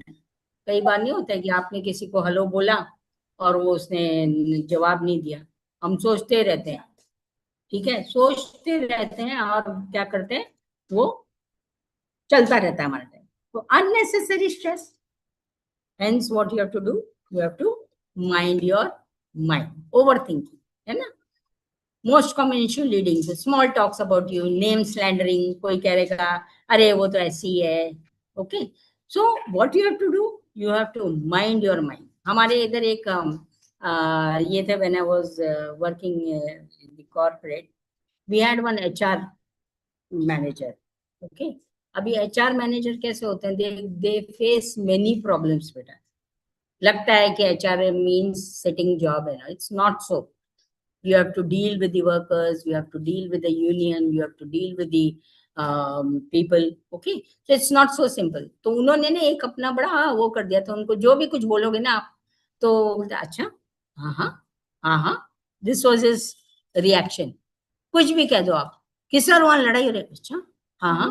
तो हम ना मजाक उड़ाते थे कि अगर इसको कहेंगे ना कि सर सर आपके घर में आग लग गई, तो वो ये कहेगा हाँ हाँ अच्छा। तो that was how he had, trained his mind। तो ये स्ट्रेस, एंजाइटी, बर्नआउट, ये सारा अगर हम वो पालेंगे ना नेगेटिव थॉट्स को, तो ये this gives rise to, this overthinking will give rise to stress, anxiety, burnout and stress। Suicidal, कितने सारे there are so many suicides which are being committed। It's just not statistics। ये क्या indicate करता है? Why are people committing suicide? Because आज हम यहाँ बैठे हैं, believe me, we are sitting here, we are talking about mental health। There are so many people, those who are undergoing these suicidal conditions, okay? Now what does it mean? It means a burdened, unsupported and unheard mind. This is a wake-up call. So if you mind your mind, it not only increases your productivity, but also protects life. We just had an incident yesterday. There was some some seminar which was conducted and all that. कि जैसे seminar में you have people ना, we have people के उसके बाद में seminar के बाद में there are this press release, और आप ये कह सकते हो न्यूज आती है कि ये सेमिनार हुआ था, उसमें ये लोग प्रेजेंट थे, है ना, और वो कुछ लोगों के नाम लिखे बाद में लिख देते हैं इत्यादि, राइट. तो there was one particular person who was very offended कि मेरा नाम नहीं आया, right. And there was a big hue and cry कि नहीं आया, why there is that and all that. तो मुझसे पूछा कि आपका आया, तो मैंने कहा हाँ. तो एकदम tell me where it is, where is your name. तो मैंने कहा आया. तो show me where it is. तो मैंने कहा इत्यादि में, राइट. इत्यादि में आया कि इत्यादि में मैं थी. The whole page will not be filled up with these things, right? Everyone's name. There are thousands of people, right? तो ये आपका जो है नजरिया होता है. How do you manage? Make it a joke, and joke always helps. Always helps. Okay? Yeah, the best part of it. Make it humorous. उसको इतना तूल देने की, ये करने की कोई जरूरत नहीं. So minding your mind not only increases productivity, but also it protects life. कितने हैं यहाँ पर? Why this suicide? Why this फुटा में जाते हैं तो फुटा में? Why do they? Because they have no support. हम कोई माँ बाप ये नहीं कहता है कि बेटा तू चल साइकोलॉजिस्ट के पास, तू चल साइकियाट्रिस्ट के पास, कि वहां दिखाएंगे. अब जहां साइकियाट्रिस्ट की बात होती है तो वहां की अच्छा वो पागलों का डॉक्टर है. This is our mindset, right. हम वहां पर गए हमारे गांव में, तो वहां पर हर जगह वो बना हुआ है, क्या कहते हैं, छोटे छोटे डिस्पेंसरी टाइप के, जो जिसको कहते हैं हेल्थ सेंटर्स, राइट. वो है वहां पर, लेडी डॉक्टर है, everything is there. But girls, ladies, they are suffering. खास करके the teenage girls, they are suffering due to many problems or diseases which occur during this menstrual and all that, can be UTI and all that, but they are not going there. So when we went once, we just asked कि वो doctor है उसके पास जाओ. तो you know what happened? We came to know कि वहां पर लड़कियां नहीं जाती, वहां सिर्फ औरतें जाती हैं, right? So that was very strange कि वो औरतों का है. क्यों? क्योंकि उन्होंने अपने आप में कॉमन एक ये चीज बना दिया था कि ये जच्चा बच्चा केंद्र है.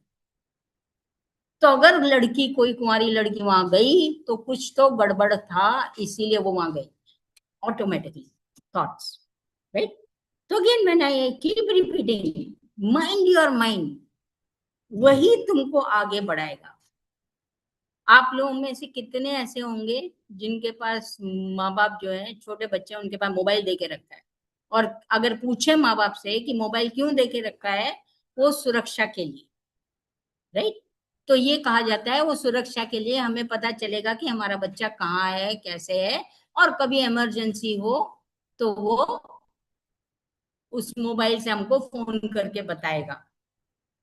तो मैं हमेशा सोचती हूँ एक बात, इनफैक्ट मैं अपने बच्चों को भी कॉलेज में बोलती हूँ कि बेटा एक बात बताओ, आपके पास मोबाइल है, आपके पेरेंट्स कहते हैं वो सुरक्षा के लिए, आप कहीं जा रहे हो, 4 लोग आ गए, आपको घेर लिया, तो क्या आप उनको ये बोलोगे कि भाई साहब जरा रुको, मैं घर में फोन करूं कि 4 गुंडों ने मेरे को घेर लिया है?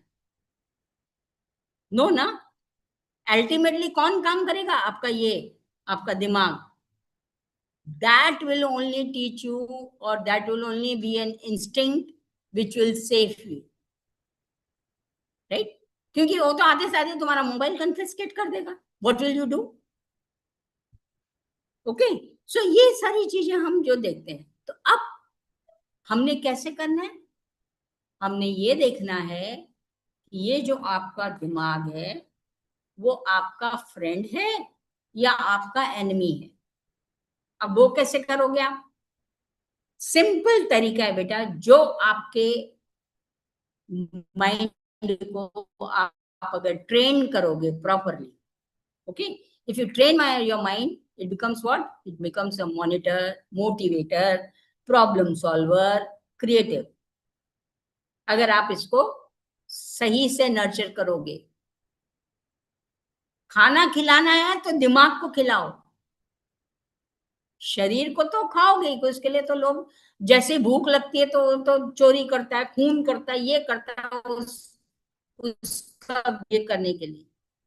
बट अगर उसने अपने माइंड को फीड किया होता तो उसे ना चोरी की जरूरत पड़ती, ना किसी चीज की जरूरत पड़ती, राइट?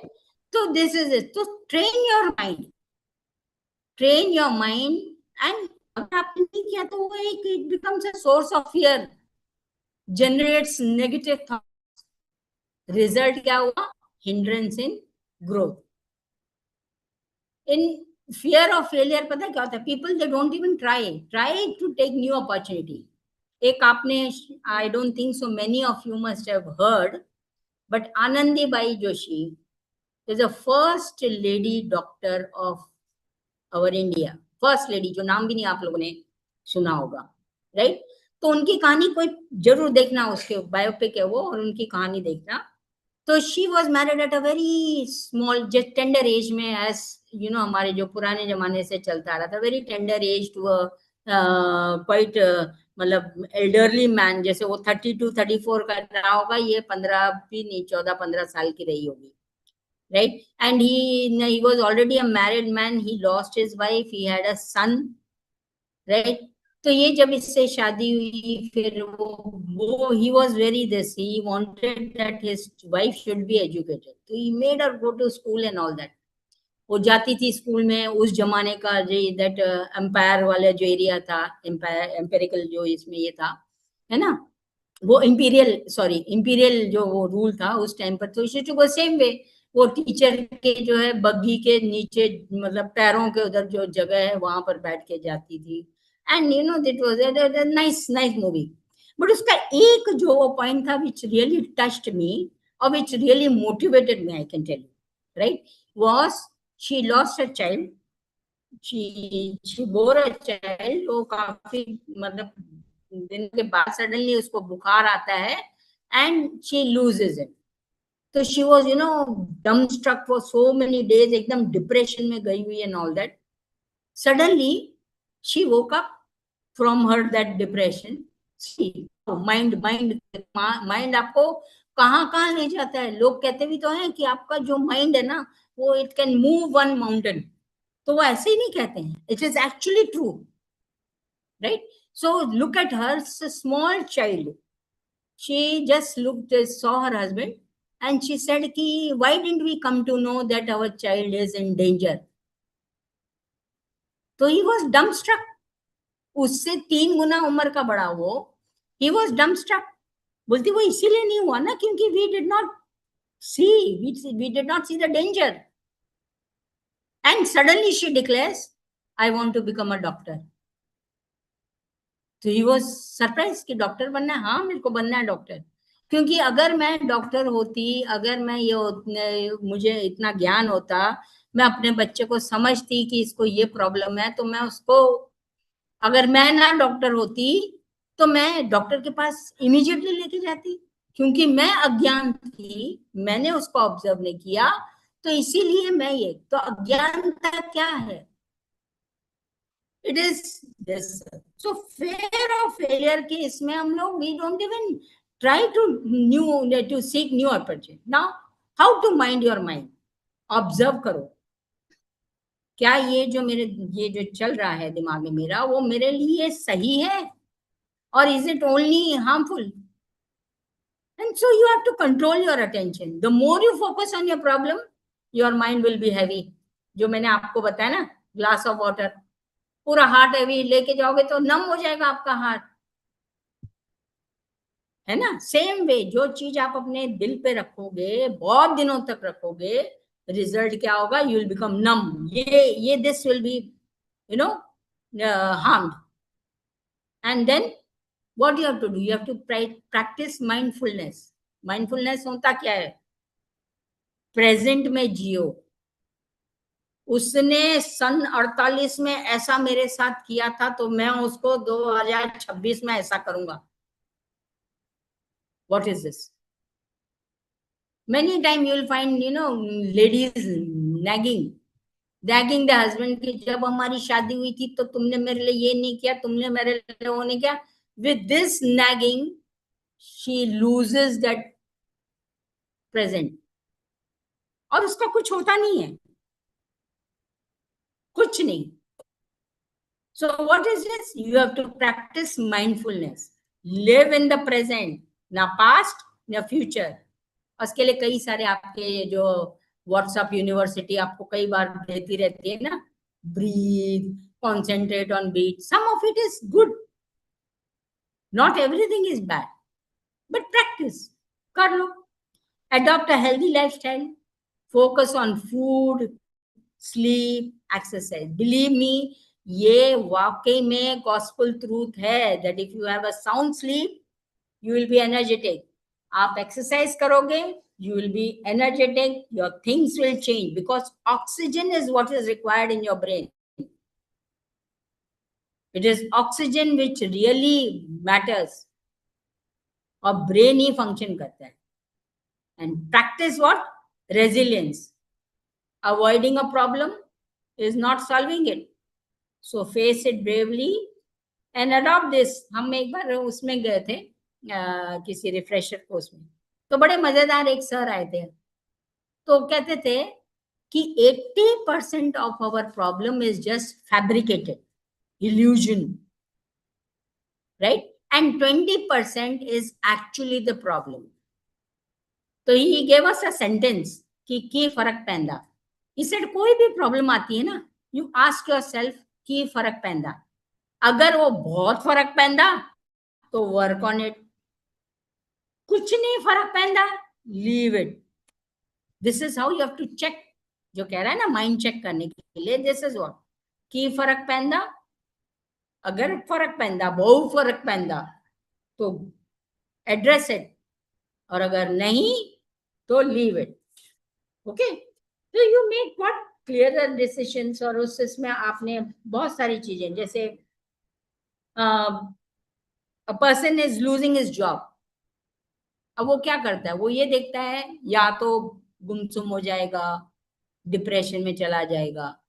बट अगर आप कॉन्फिडेंट हो, आपका माइंड इज क्लियर है ना, आपके माइंड के ऊपर कंट्रोल है, तो वो क्या करेगा? वो सीखेगा, भैया मेरे में क्या कमी थी, let me do it. I know it is very difficult, but वो तो ज्यादा डिफिकल्ट है ना जो तुम और चीजें करोगे और you will start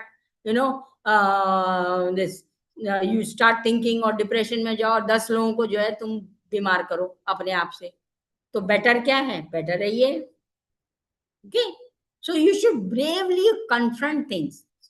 ignoring a problem is not solving a problem. Face it. Next is share. Power of sharing. मैं ये खुद इस चीज से गुजर चुकी हूं.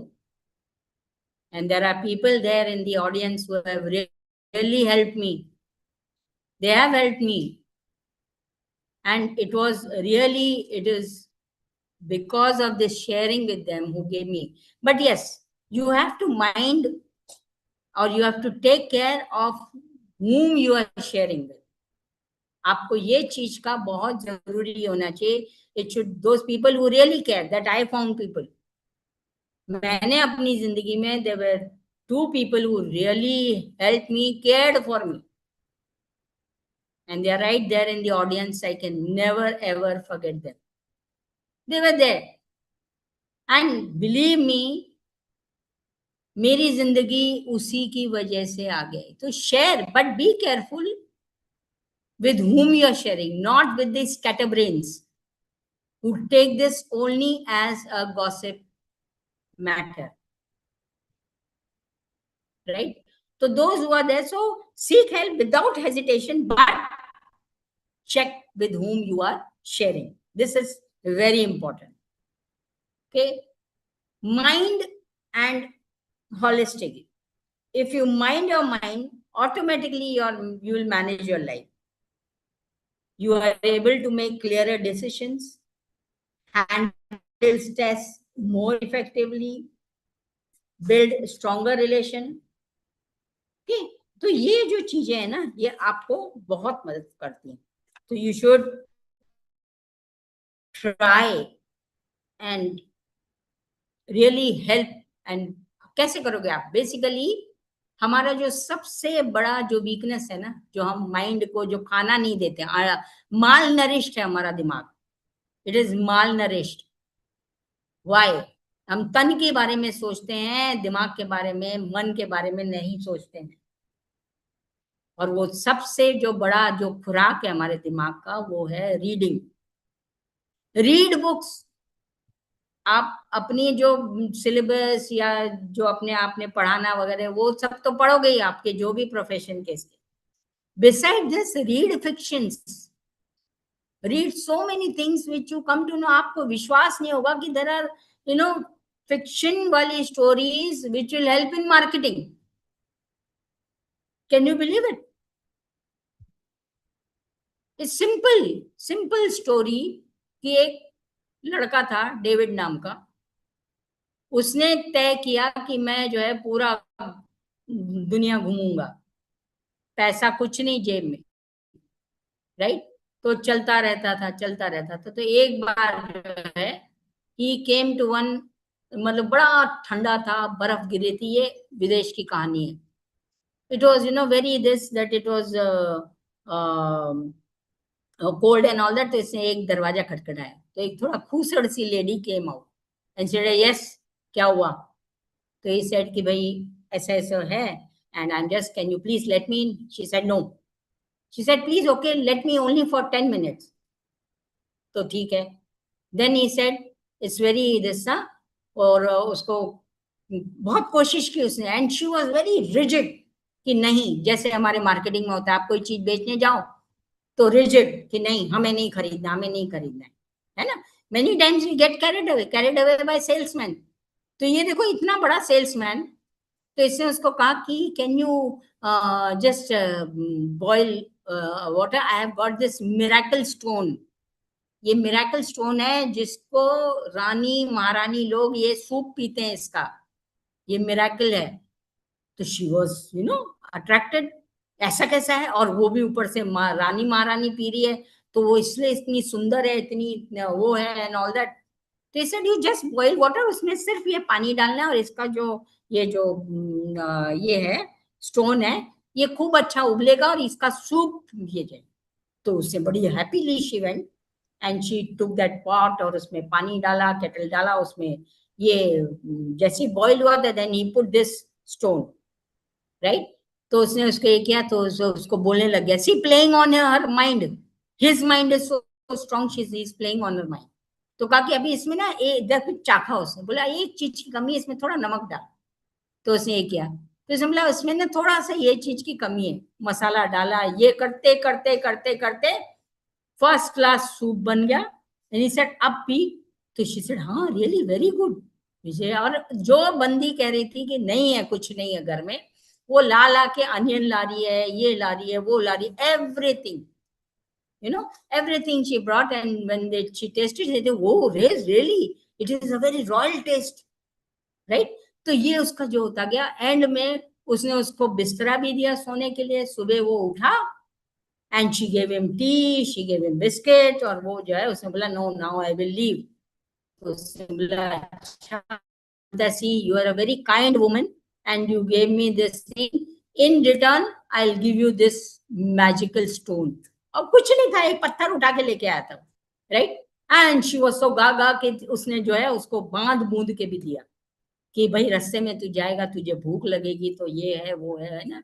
Very happy, very glad. अब आप सोचो वो जाने के बाद में वो पत्थर को कितना भी उसने बॉइल किया होगा तो it would not have given, but it was the way he was playing. तो ये है. So now when talk about mind and holistic life, commander को कमांड करो, वो तुम्हारी जिंदगी को कमांड करे. So mind your mind, mind your life, because mind is the commander. This is all what I have to say for today. I hope I have made some sense. Thank you, ma'am. It was really a very wonderful lecture. There is a query, ma'am, by Satakshi Chauhan, that what about the time when you share, but you are very paranoid about people because of some past events, and sharing becomes a difficult task, so you just keep all that to yourself. I don't think so, because मेरा अपना experience तो यही नहीं रहा. I told you ना, I told you that ये paranoid होना ही तो वो है. आप दिमाग में जो ले रहे हो, ये माइंड को ही तो आपने माइंड नहीं किया. That is why you have become this. जो पैरानॉइड जो दिमाग में होते हैं, जब हो जाता है तो it is that you can't, right. आपको वही तो करना है. आपको नहीं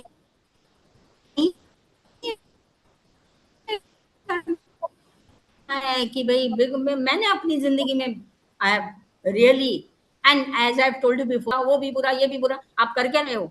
आप नेगेटिविटी को तो बढ़ावा दे रहे हो. हर कोई में आप एक अच्छाई देखो. और यू नो, एक बुक है, जब आप उसको पढ़ोगे ना तो आपको वो बहुत सिंपल लगने लग जाएगा, राइट. सो डोंट, ये अडैप्ट ही नहीं करो. मैं अपने एक्सपीरियंस से कह रही हूँ. I have gone through hell, but when I shared, there were things which I started looking at the other way. आपको, मेरा एक फ्रेंड था, तो उसका अपना बॉस, उसका जो है, was very this about it. He also shared with me. He said कि बॉस बहुत मुझे ये करता था. सुबह 10 बजे, he was a teacher, सुबह 10 बजे से लेके और रात के शाम के 5 बजे तक the whole university, whole colleges were empty and I was the only one who was sitting. बोलते 2-4 दिन तो मेरे को इतना वो लगा, 1 हफ्ते लगा, 1 महीने लगा.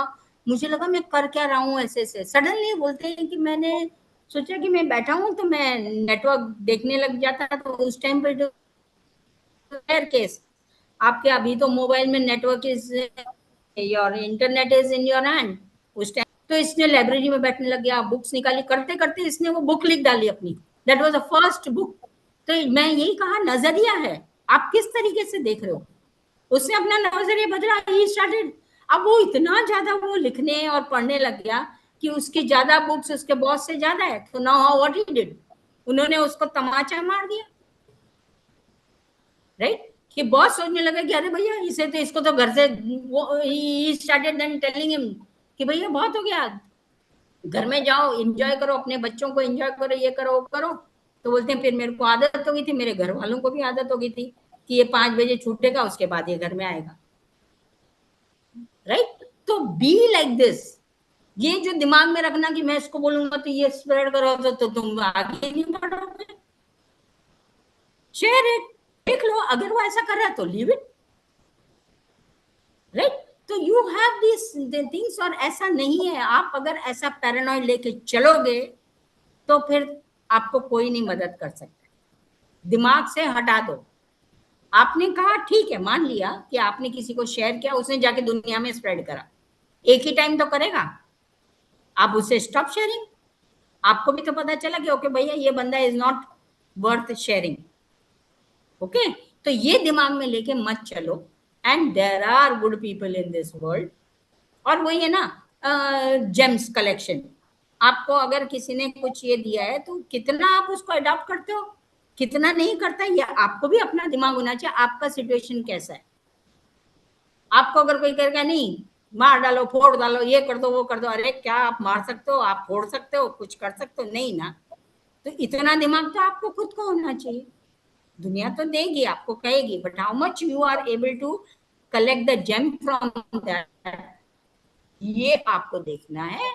इसमें इतना वो नहीं करना है आपको. इतना मतलब you don't have to be so positive और so thinking negative about it. आपको ये करना है, आपको अपने आप को कंट्रोल करना है, सिचुएशन को नहीं. हर situation will remain same. How you do it, that is that. ठीक है. Thank you, ma'am. I hope Shatakshi must have received her answer very well. And literally, ma'am, we are very thankful to you for your wonderful insight that you have given to all of us. And I just hope that in future you will be connected with us in the same manner, and you will mentor me as well as you have always done.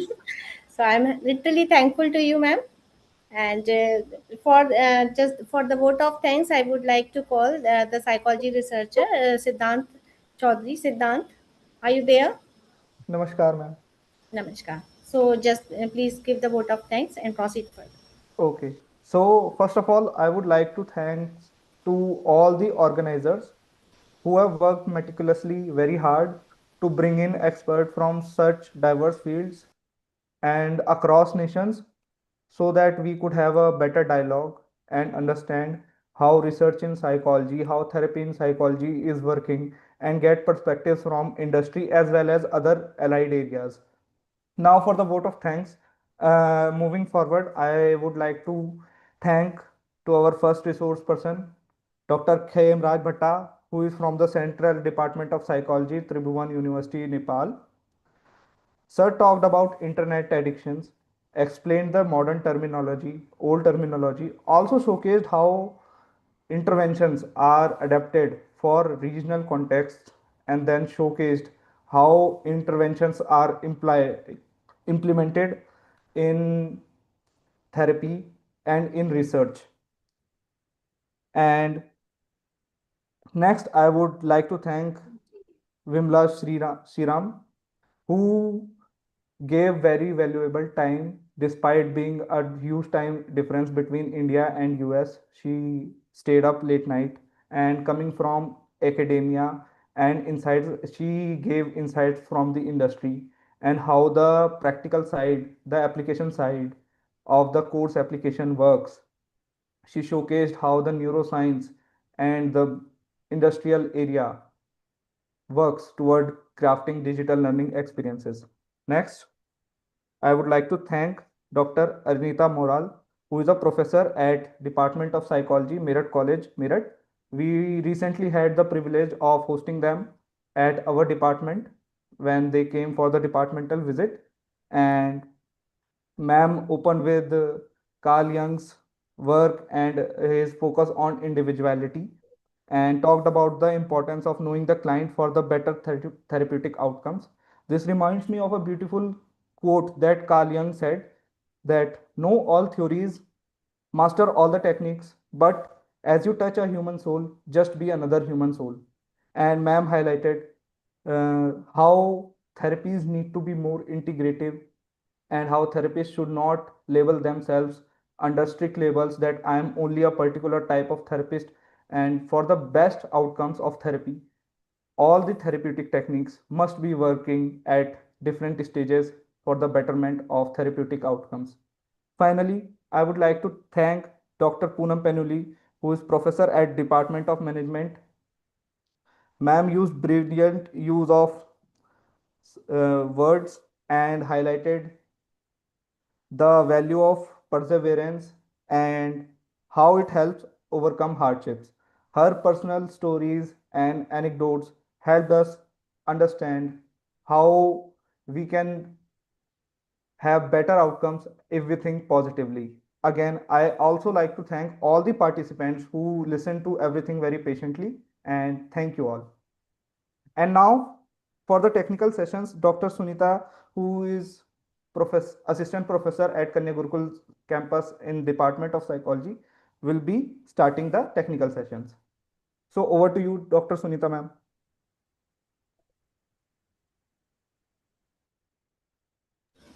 Dr. Sunita, ma'am, are you there? Yes, I'm here.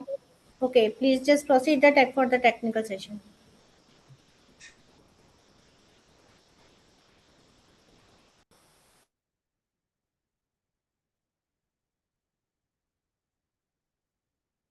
Can we take a 5-minute break?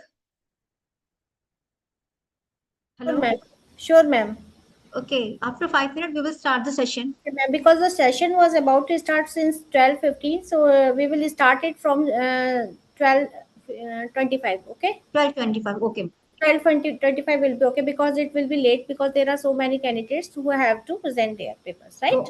Okay, ma'am. Okay.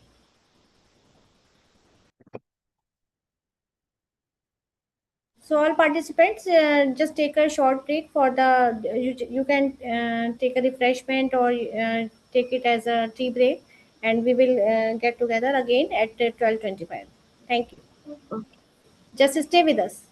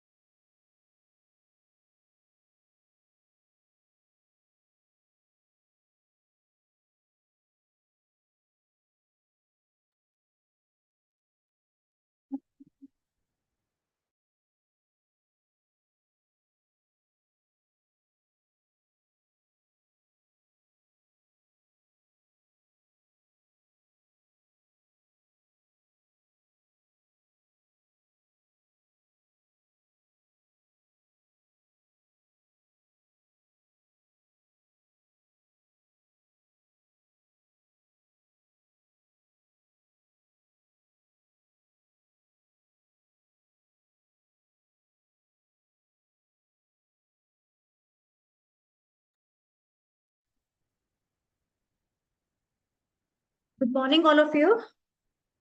So here I begin. Good morning, all of you. Here I begin the technical session 1. The chairperson of this session is Professor Manjusha Kaushik and Professor Shiv Kumar, sir, from Agra College, Agra. Professor Manjusha Kaushik is from the Department of English, and she is very distinguished professor and learned person. Ma'am, are you hearing me?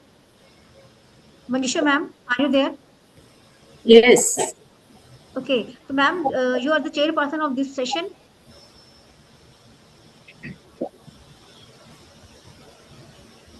Manisha, ma'am. Yes, Sunita. I'm here. You are the chairperson of this session, and there are Yes. 20 papers in this session, and you will have to provide 3 minutes for paper presentation and 2 minutes for queries. Professor Shiv Kumar Singh are your co-partner, and he is co-chair with you. So both of you, please evaluate all the research papers, and after the session, you will provide the summary of all the papers and evaluate it, and also provide the best 3 papers from this session. Ma'am, do you have any query? Thank you very much, Sunita, for such a warm welcome. Yes. Pardon, ma'am, but please open your video because you are not visible to us.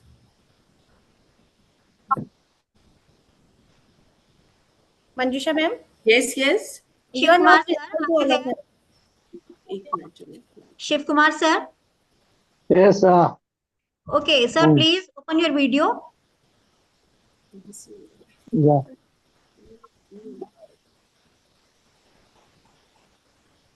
Okay, welcome in our International Conference of Origin in Psychotherapy.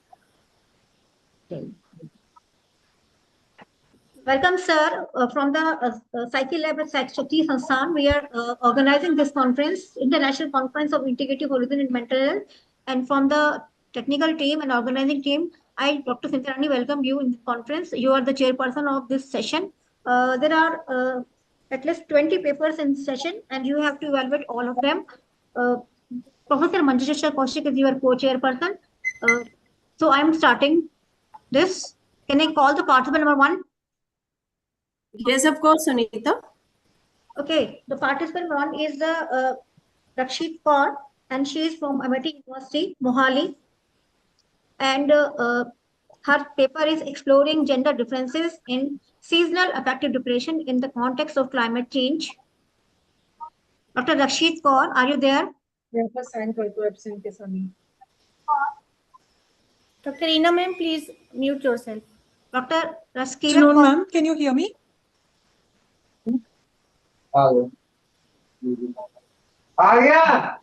Swinta, ma'am, just call the participant. Afternoon, Remind every participant that they will have only 3 to 4 minutes to represent them. Raskira, are you there? Okay, please share your slide and present the paper. Yes, ma'am.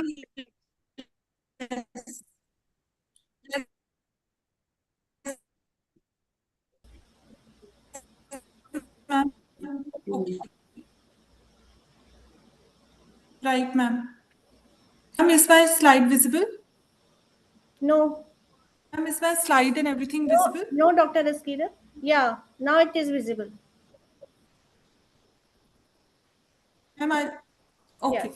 Ma'am, can I start with my presentation?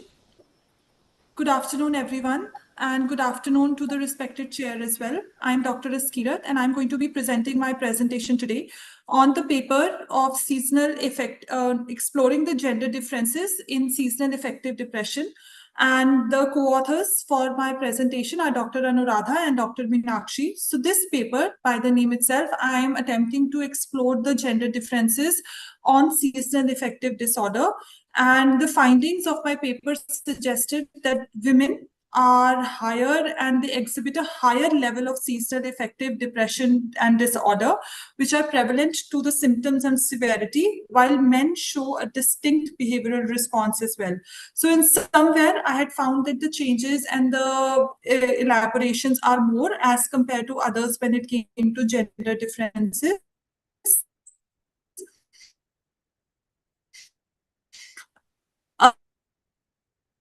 The summary of the literature of review is that reduced daylight is the key trigger of the seasonal affective disorder. The climate changes also intensifies it. The gender differences are very significant in the literature review. When experiencing greater climate anxiety and socioeconomic stress, they lead to higher and heightened depressive outcomes as well. So I had taken up because this was a research paper, and then the research design was between subjects and experimental differences as well. I had taken a total of 200 adults, including 100 females and 100 males at the age of 18 to 25, which were adults as prescribed by the WHO. The procedure it was stratified random sampling with equal representation of males and females. These were the materials and measures seasonal pattern assessment questionnaire, Beck depression inventory, profile of the mood states, and each instrument has a very strong reliability and validity for the same.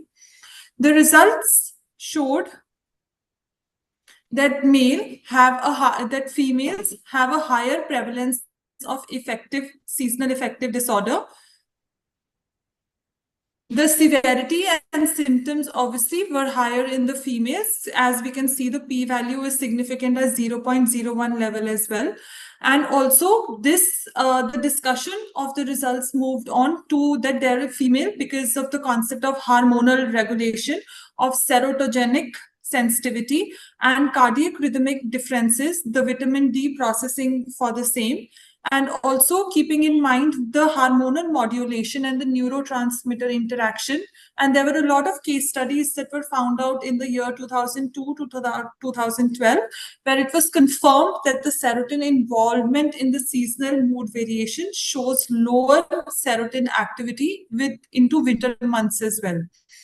And vitamin D metabolism was also there. The psychological and the behavioral effects in these studies of 2001 to 2010 showed behavioral patterns intensify the seasonal symptoms among female as well.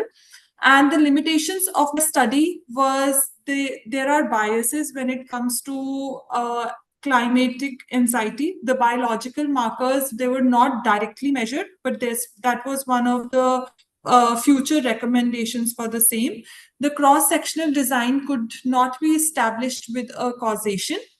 And the future research makes up to conduct a multi-year study investigating biological mechanisms like biomarkers, gender-based SAD research and transgender population as well, and evaluating climate resilient interventions such as smart lighting technology and community warning centers all year round, like the exposures of the program.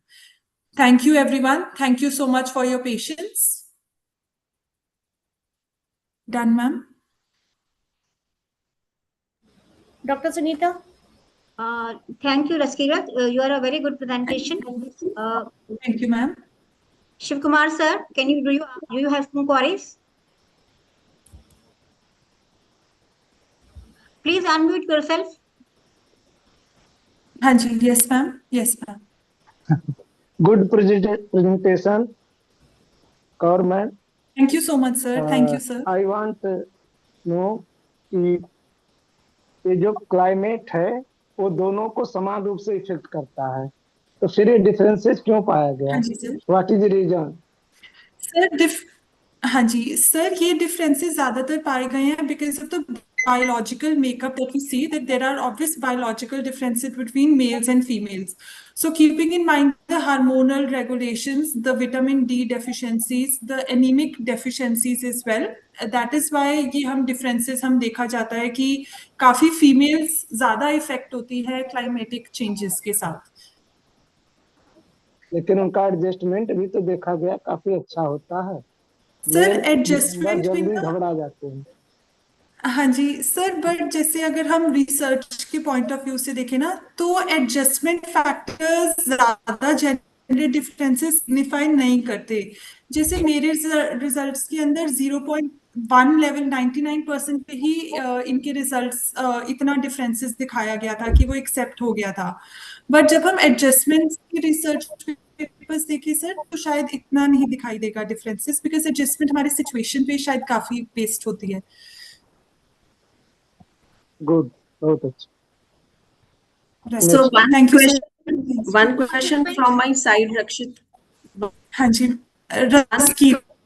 question from my side. हाँ जी ma'am. That you have. So can you suggest? This is only it's not like a typical question that I am asking to you. Can you suggest the solution of it? Okay, because climate change, if you are saying that because of the climate and because of the deficiency of these vitamins, so क्या ऐसा कोई solution आप दे सकते हैं कि इस climate change में क्या करने से उसको positive aspect हम ले जा सकते हैं? ठीक है, और प्रिया आपके राइट पास। मैम, सबसे पहली चीज तो चलो ये जो हमारे साइकोथेरेपीज और इंटरवेंशंस तो ये तो चलो बाद में आती है जब ये चीजें बहुत वो होने लग जाती है, but at the very psychological first aid that we can provide to the females is making them aware कि ऐसी चेंजेस भी बॉडी में आती हैं। मतलब फॉर एग्जाम्पल मैम, जैसे अभी मेरे को पता है कि एकदम से गर्मी होना शुरू हो गया है, अभी बारिश वगैरह नहीं होएगी, so then keeping in mind those things as well, I take care that there are this change is going to be reacted body also. तो I have to be okay and then I have to understand that these change are not changes are normal, then focusing on कि आज ऐसा हो रहा है, आज वैसा हो रहा है, आज ये हो रहा है, आज ये इफेक्ट में शुड अवेयर कि ऐसे चेंजेस होती हैं। Yeah, it means that positive outlook is very necessary, or the awareness previously before that. Chaliye, thank you Yes, so ma'am. much, Rakshita. The next participant is Dr. Meenakshi Chahal. Dr. Meenakshi Chahal is from Amity University, Mohali, Punjab. Her topic is psychosocial correlates of social media exposure, relationship adjustment, and career satisfaction among adults. Meenakshi, are you ready? Yes, ma'am. Good afternoon, ma'am. Please present your slide. You have 3 minutes for presentation. Sure, ma'am.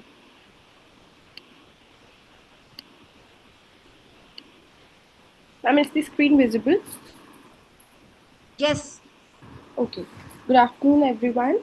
So I am Dr. Meenakshi from Amity University, Mohali, Punjab, and my co-authors are Dr. Raskirat and Dr. Anuradha. So the title of the research is Psychosocial Correlates of Social Media Exposure, Relationship Adjustment, and Career Satisfaction Among Young Adults. So basically, I wanted to study the psychological factors such as thoughts, emotions, self-esteem, along with the relationship and family environment or the relationship dynamics, peer influence, and the correlates, the relationship between or the association between these variables on the basis of social media exposure, that for how long, how actively or how passively the participants are using or have the exposure of social media in their life and its impact on their relationship. So my research objectives mainly focuses on the association between individual use and social media and Actually, how well your screen is not visible to us. the screen is not visible. Oh, just share your screen. Just 1 minute.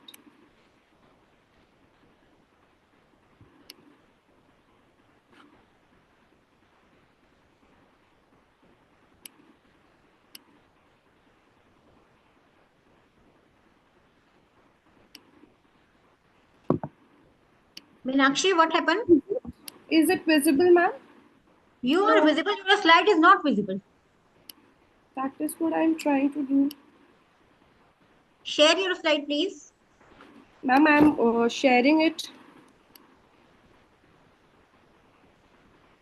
Siddhant, are you there? Yes, ma'am. Ma'am, you can try making her a co-host. वैसे तो ये दिक्कत नहीं हो रही है, but if possible, try making her a co-host. Maybe then she will be able to share her slide. Richa ma'am will have to make her Yes. co-host. Meenakshi, can you present without slide? Yes, ma'am. Okay, please be present. Present Okay. it. From the beginning or from where I have left it? Meenakshi, now you can try. 1 minute.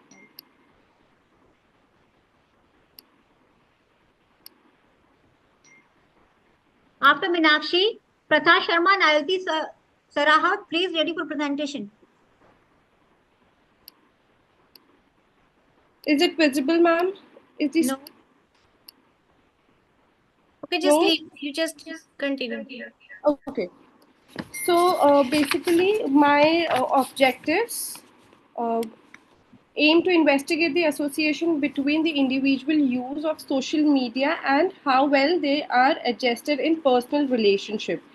Second objective focuses on exploring the relationship between social media usage and how satisfied individual feel with their careers or jobs they are in. And the third objective is aims to explain whether male and female differ significantly, their level of social media exposure, is it active or passive, their relationship adjustment, and their career satisfaction. So, ma'am, mainly the methodology I used was the sample was of 200 males and females, in which 100 were males and 100 were females of the age group of 18 to 25 years as young adults, denoted by WHO.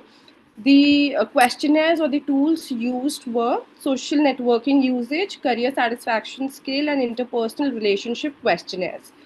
The hypothesis of the tests were that there will be no significant relationship between social media exposure and career satisfaction. Second, there will be no significant relationship between social media exposure and uh, a relationship adjustment, and there will be no significant exposure of social media. There will be no significant gender differences in social media exposure, relationship adjustment, and career satisfaction. So the result which were presented after the data collection and the analysis, it indicated that there was weak but positive and positive significance of social media exposure and relationship adjustment. So which means there is no meaningful association between relationship adjustment and uh, social media exposure. Second, findings revealed a positive and significant relationship between social media exposure and career satisfaction. That jitna exposure, the higher the social media exposure, the higher the career satisfaction. And third is on the relationship adjustment and career satisfaction, which shows that there is no statistically significant relationship between relationship adjustment and career satisfaction. When we come to gender differences, ma'am, so it shows that social media exposure may, when female uses or are more exposed to uh, social media as compared to the males. In career satisfaction, females have higher satisfaction than males, and in relationship adjustment, there was no as such gender differences in relationship adjustments. The implications of the theory was, ma'am, that it supports the active and passive use, कि जितना ज़्यादा use होगा उतना उसका impact आएगा, जितना कम use होगा उतना उसका impact होएगा. And the models of digital behavior जो है उसको भी justify किया है. That's all from my side, ma'am. Thank you so much. Thank you, Meenakshi. Any queries? Social media का यूज, बहुत अच्छा प्रेजेंटेशन रहा मीनाक्षी चहल चहल सोशल मीडिया का यूज मेल और फीमेल में आपने ये नहीं बताया कि मेल ज्यादा करता है कि फीमेल, और कितने घंटे का करता है, टाइमिंग क्या है उसका? Female are more users of social media as compared to males. ये Why? अभी मैंने ये Why? एंड में, हाँ जी. Why?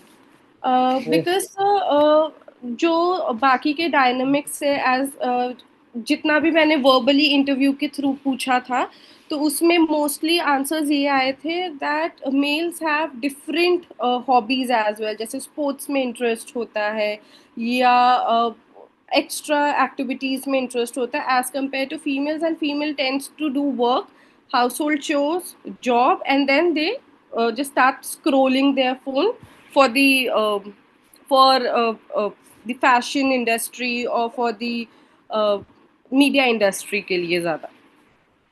तो सोशल मीडिया करियर सेटिस्फेक्शन को पॉजिटिवली इफेक्ट कर रहा है कि negatively? Sir positively. Why? Negatively भी तो है. नेगेटिवली है, बट सर मेरे सैंपल से जो रिजल्ट्स आया है उसमें पॉजिटिव सिग्निफिकेंट रिलेशनशिप है सोशल मीडिया एक्सपोजर का और करियर सेटिस्फैक्शन का.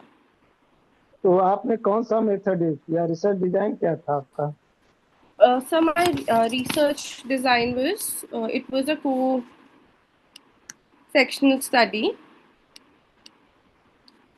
डेटा बस इसमें मैंने क्वांटिटेटिव क्रॉस सेक्शनल कोरिलेशन किया है सर, पियर्सन कोरिलेशन किया है और टी टेस्ट किया है. Good, very good.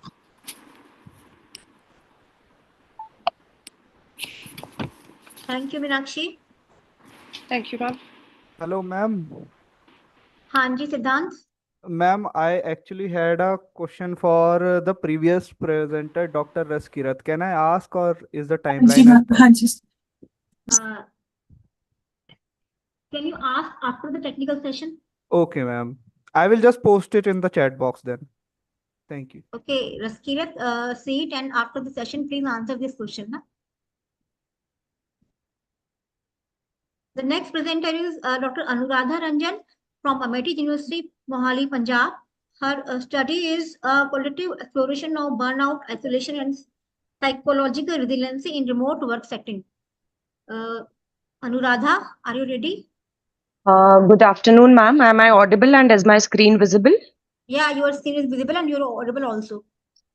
So good afternoon to all the dignitaries and the participants of this conference. It is a great इसके opportunity. साथ फोटो नहीं आ जाएगी? एक भी रहे, एक भी रहे. वो भी. आपके साथ नहीं है, ये आया. Dr. Shiv Kumar sir, are you visible? हाँ, yes, yes. Okay, okay. So the topic of my study is a qualitative exploration of burnout, isolation, and psychological resilience in remote work settings. So as we know these days that remote work settings is the most in thing after the COVID-19 crisis had happened. Right, and there are a lot of quantitative analysis which have been studied on this particular topic, but the qualitative analysis was quite limited in nature. So that was one of the reasons that I tried to explore the personal viewpoints and the personal perceptions of the individuals who are working in these remote work settings. So the remote work shift, as we all know, that it has rapidly evolved from a contingency approach to a standard work model across the global industries. And there are the major drawbacks of the remote work shift is the blurred boundaries, which means the distinct lines separating professional life from the private life have completely merged. Now there are increased hours that remote employees are consistently reporting an increase in hours worked and an inability to disconnect with their office. And moreover, there is a kind of a social disconnection which includes the shared informal moments like the corridor chats. They have disappeared, and it has eroded the vital emotional support systems that we get in a real world setting. So the core psychological impacts that it actually has is, first is the digital burnout, which means that it is characterized by emotional depletion, and there is an uninterrupted digital workflow and a toxic presentism which is always there. The workers feels compelled to be constantly online, and they need to respond as soon as any query is there. So invisible isolation is there, that it includes an objective which lack the social contacts, which lead to subjective loneliness, reduced self-worth, and severe erosion of established emotional support frameworks. And the last one is the adaptive resilience, which means the psychological capacity to thrive by actively establishing structured routines, and moreover prioritizing digital wellness and drawing strict work-life boundaries. So these are the three main core psychological impacts that I had studied while I was doing a basic review of literature for this research. And the research gap that I could find was that despite the growing awareness, the academic literature, it is underrepresenting the qualitative explorations. And the quantitative surveys, they often miss the intricate personal narratives, emotional textures, and the behaviors that illuminate why and how burnout and isolation manifest in the virtual settings.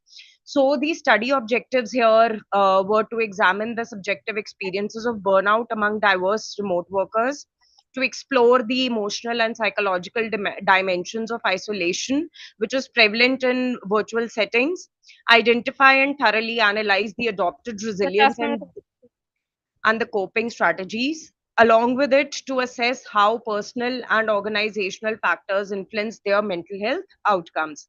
So the methodology here was the research design was a qualitative phenomenological framework which targeted the subjective emotional realities over any kind of linear causation.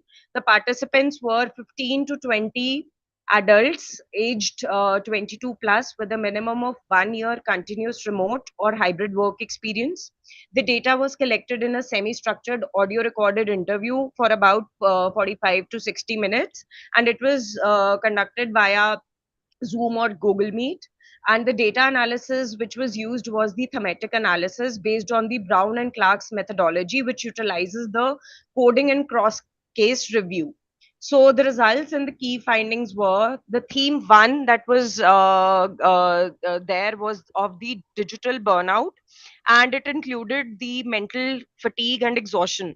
So the participants frequently described mental fatigue which stemmed from prolonged screen time and the dissolved boundaries. So there was basically a hyper connectivity pressure in which there was a kind of a cognitive drain as well, which led to the difficulty in concentrating.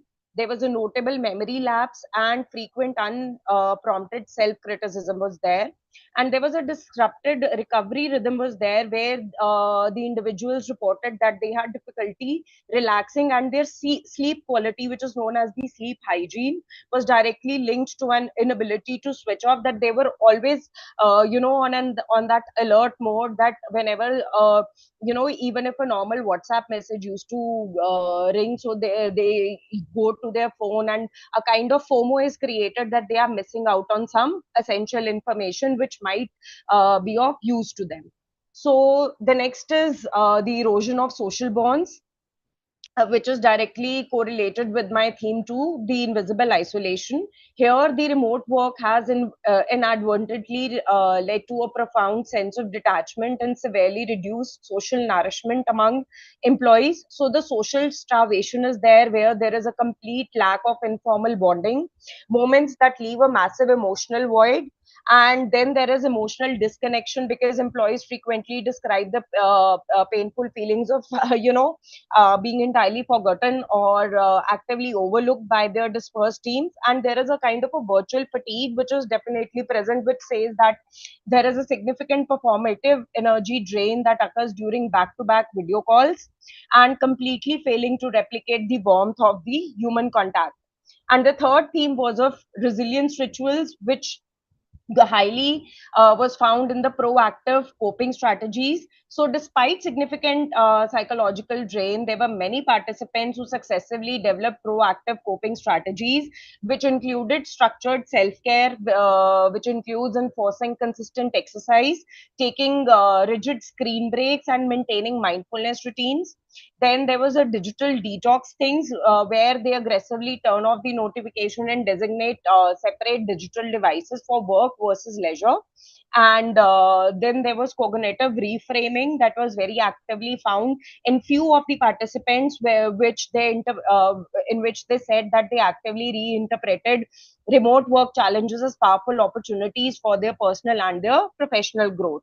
So this is just a small sample of a voice from the field of a 34-year-old IT consultant, and he says that some days it feels like I'm living in my inbox. I woke up, check messages, and by night I'm still replying. There's no off button anymore.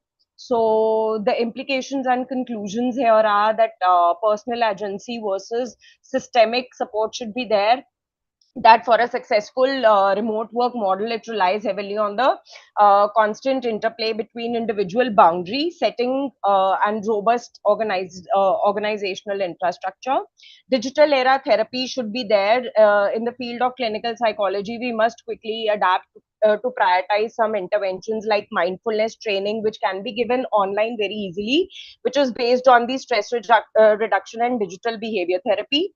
Next is compassionate leadership should be implemented, where the organizations must actively create emotionally intelligent work cultures through proactive check-ins, flexible policies, and some high empathy is also required here. So next is the psychological safety, which cultivates a fundamentally safe environment where employees feel empowered to articulate their emotional needs, which is essential for preventing an invisible isolation. So this means that they should feel that even if we are not connected in a physical way, at least I am connected with somebody virtually and somebody is there to care for me. So that is it from my end. Thank you for exploring the psychological landscape of remote work, and I am open for questions now. Thank you all.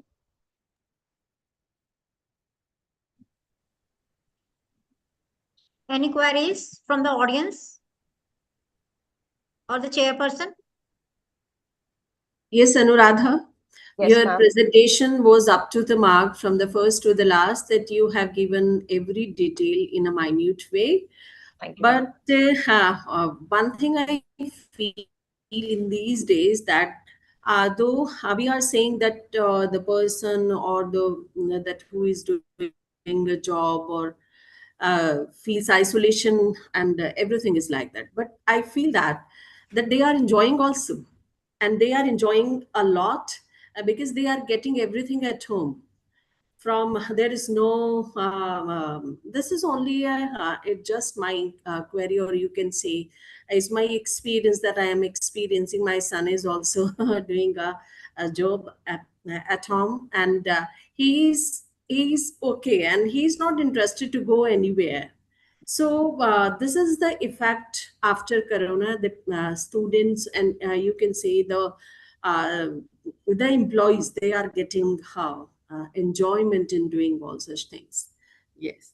So, Thank you. ma'am, Thank you. like I just want to add something here, that in my presentation, my third theme, which was the proactive coping strategies. So, Yeah. yeah, that was also reported because, people have started developing different kind of resilience rituals, and they have started enjoying this kind of an atmosphere. But ma'am, here actually the personality differences are there, that there are some individuals who love to work in isolation, and they like their own space or their own zone is there. But if I talk about ambiverts or people who are high on extroversion, they really require some kind of social stimulation, although there are now other means and methods to stimulate themselves, go out, meet their friends, or there are so many now other even single trips are being organized, and all these Yes, solo trips are definitely, there. definitely. Yeah. So, Okay. but at times such things happen. Thank Yeah. Yes, ma'am. Thank you, ma'am. Our next participant is Pratha Sharma and Aditi Sherawat. Are you there? Please share your slide. I'm here. We're sharing the slide. Okay. Pratha Sharma is from Bharati College, University of Delhi, and her topic is relationship between PTSD and grief, a brief study. Is the slide visible? Yes, Pratha, it is visible. Okay. Present. Okay. Good afternoon, respected ma'am and sir, and my fellow presenters. I am Aditi Sherawat from Bharati College, University of Delhi. My co-authors are Pratha Sharma and Gauri Bhola, and we are pursuing bachelor's in psychology honors and currently in our fourth year. We have worked under the supervision of Dr. Seema Sharma and Miss Elegbam Rebecca Devi, and I'll be presenting our academic project titled Relationship Between PTSD and Grief, a brief study.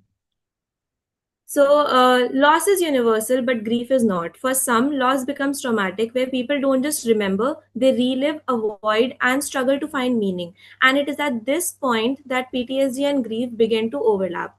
Although grief is natural, research shows that in cases of sudden traumatic loss, it can lead to PTSD and prolonged grief disorder. So the aim of our study was to examine relationship between PTSD and grief and to understand the relationship through key qualitative themes in traumatic loss experiences. For this, we used a mixed method design. The sample for the same was 65 participants consisting of 49 females and 16 males aged 13 to 35 and had experienced different forms of losses. These were selected through non-probability sampling method, and out of all 65, 18 were included in qualitative part of the research, 9 males and 9 females, with whom we conducted semi-structured interviews followed by doing a thematic analysis. Before we move on to analysis, assumptions for parametric tests were checked. The data was normally distributed, and therefore we decided to move ahead with Pearson correlation.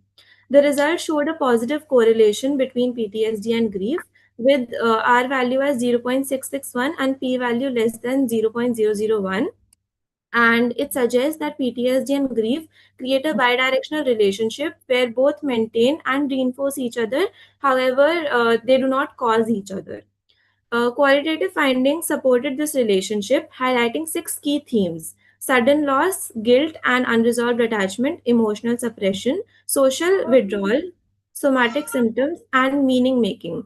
They show that trauma and grief operate together across emotional, cognitive, behavioral, and physical levels.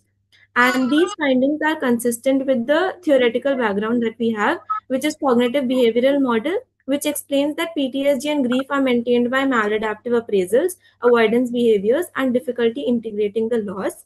And along with that, it also aligns with cognitive appraisal theory by Lazarus and Folkman, which suggests that how individuals interpret the loss determines the intensity of their emotional distress.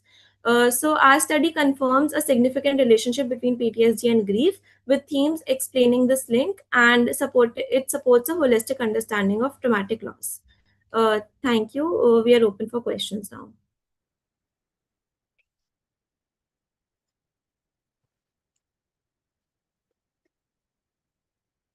Ma'am, do you have any queries?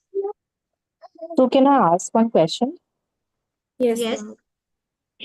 So I have a question like, how does traumatic grief differ from normal grief, and in what ways can it lead to development of post-traumatic stress disorder? Ma'am, it depends on the severity of the situation or the experience.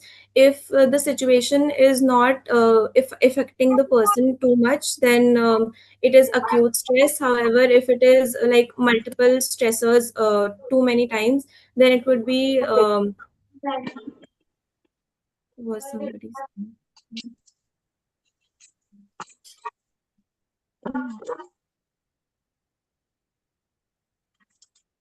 Yeah, then it would be. Okay, I thought somebody was saying something. Sorry. So then it would be more severe and complex, and it would be difficult for the person to cope with it. Like if there are various overlaps and there are a lot of issues like attachment-based separation, distress, hyperarousal, absent, and identity disruption, then if all of those things happen at a very severe level, then it would be more complex and difficult for the person to cope with. Okay, yeah, it does. I mean, overwhelm the individual's coping mechanism, I think. Thank you so much. It was a wonderful presentation. Thank you, ma'am. Kumar sir, do you have any queries?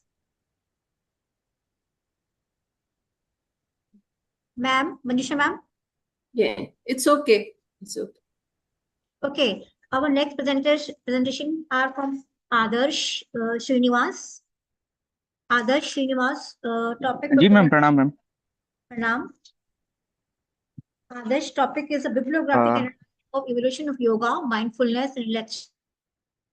Ji ma'am सभी को ma'am प्रणाम Please present your research. You yes can ma'am share your PPT.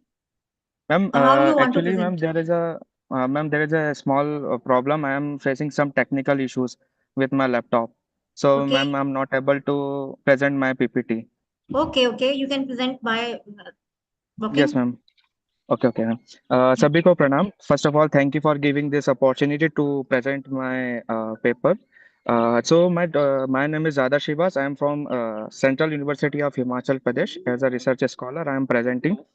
So my topic is a bibliometric analysis of the evolution of the yoga, mindfulness, and relaxation. तो first of all मैं आपको ये बता दूं कि जो मेरा टॉपिक लेने का ये क्राइटेरिया था क्योंकि हमारा जो योगा सब्जेक्ट में बिब्लोमेट्रिक एनालिसिस का जो टूल यूज किया गया है वो बहुत कम यूज किया गया है एज अ स्ट्रक्चर डाटा के लिए या फिर किसी मेथड या किसी रिसर्च को प्रूव करने के लिए तो मैंने ये बहुत सर्च करा था उसके बाद मुझे ये पता चला कि मैनेजमेंट या टूरिज्म या अदर डिपार्टमेंट्स में ये टूल ज़्यादा यूज़ किया जाता है तो उसी के कोलैबोरेट करके मैंने ये एक पेपर रेडी करा। सबसे पहले मैंने इस पेपर में ये देखा कि 2011 से लेकर 2025 तक के कितने पेपर योगा, माइंडफुलनेस, रिलैक्सेशन के पब्लिश हो चुके हैं on the Scopus database, only Scopus database, क्योंकि ये एक रिव्यू पेपर है। देन आफ्टर मैंने 2011 टू 2025 के मिड में मैंने 2206 2206 पेपर मैंने उसको डाटा को रिटाइव करा। देन आफ्टर मैंने इंक्लूजन क्राइटेरिया डाला। उसके थ्रू मैंने इंक्लूजन क्राइटेरिया में कुछ सब टॉपिक्स रखे, जैसे योगा, पतंजलि योग सूत्र, हठ योगा, योगा थेरेपी।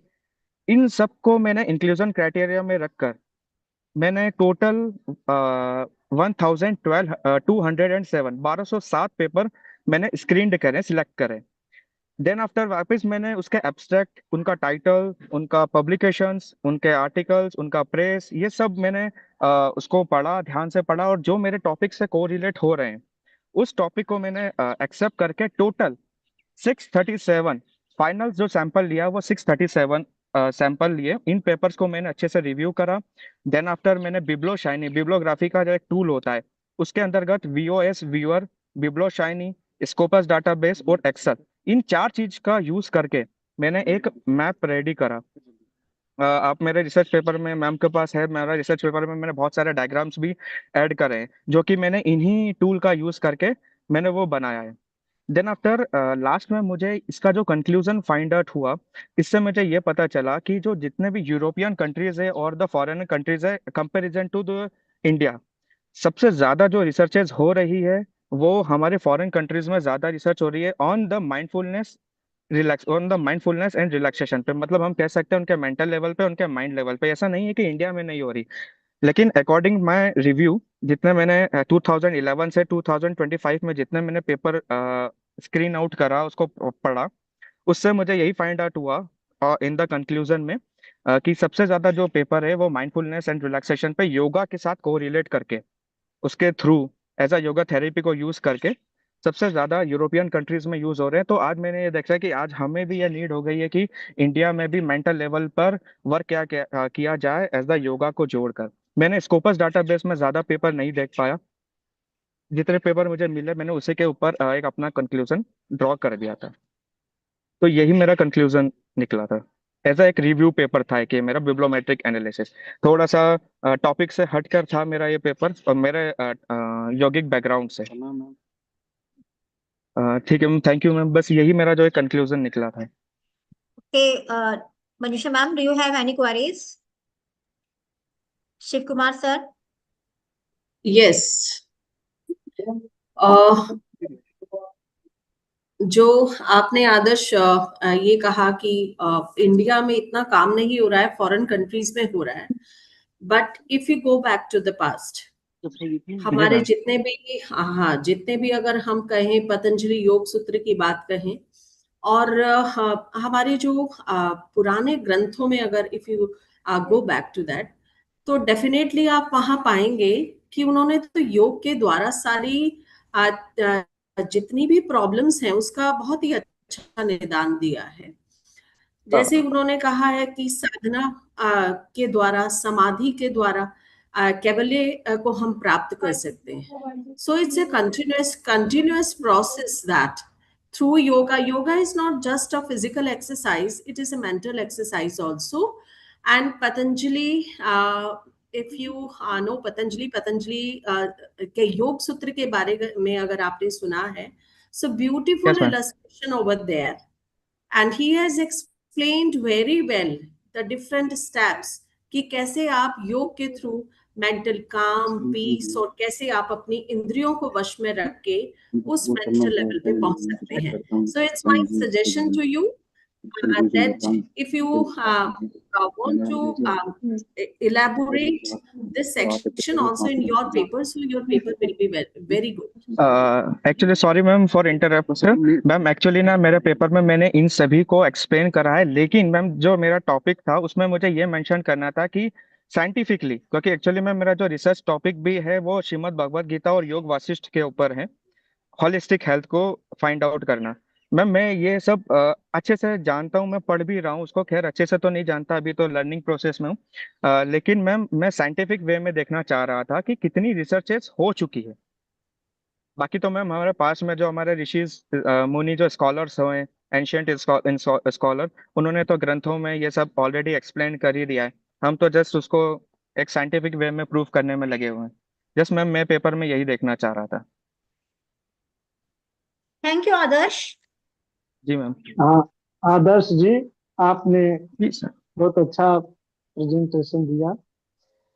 सिर्फ इसमें मैं एक बात और करना चाहता हूँ कि इंडिया में काम पहले से जो होते रहे हैं, भगवान बुद्ध ने जो ज्ञान प्राप्त किया वह एक माइंडफुलनेस का ही पार्ट था। उस पर नाम बदलकर विदेशों में काम हो रहे हैं, बस नाम का अंतर है। काम तो हमारे यहाँ ही हुआ है हाँ और सर, लोग उसी बीज को तो अपने यहाँ एक, हाँ लोग उसी को अपने यहाँ एक नाम बदलकर लेटेस्ट फॉर्म में दे रहे हैं, लेकिन अपने यहाँ काम कम नहीं हुआ है। हो सकता है कि पेपर्स में कम इमिटेशन हुए हाँ सर, हों, पेपर बहुत कम है काम सर अपने ये। यहाँ ज्यादा हुआ है। सर क्योंकि और बीज तो आजकल हमारा वहीं से ही आया है। योग शब्द भी जोगी से बना हुआ है। मैं आपको बता दूं, जोग से जोगी और जोगी से जोग फिर योग। तो हमारे यहाँ गांव गांव में पहले जोगी लोग जाते थे तो एक मेडिटेशन का ही पार्ट हुआ करता था। तो ठीक है, सोसाइटी में एक अवेयरनेस लाइए और मेंटल हेल्थ के लिए अच्छा रहेगा। Good. Thank you sir. Thank you, sir. Thank you. Our next presenter is Devanshi from Shahid Rajguru College of Applied Sciences, Women, University of Delhi. Her topic is challenges and coping strategy among adolescent girls in the early post-monarchy phase. A qualitative study across different regions of India. Devanshi, are you ready? Are you there? Devanshi? Am I visible now? Am I audible? Yes, you are audible and visible also. Please present your slides. Yes, ma'am.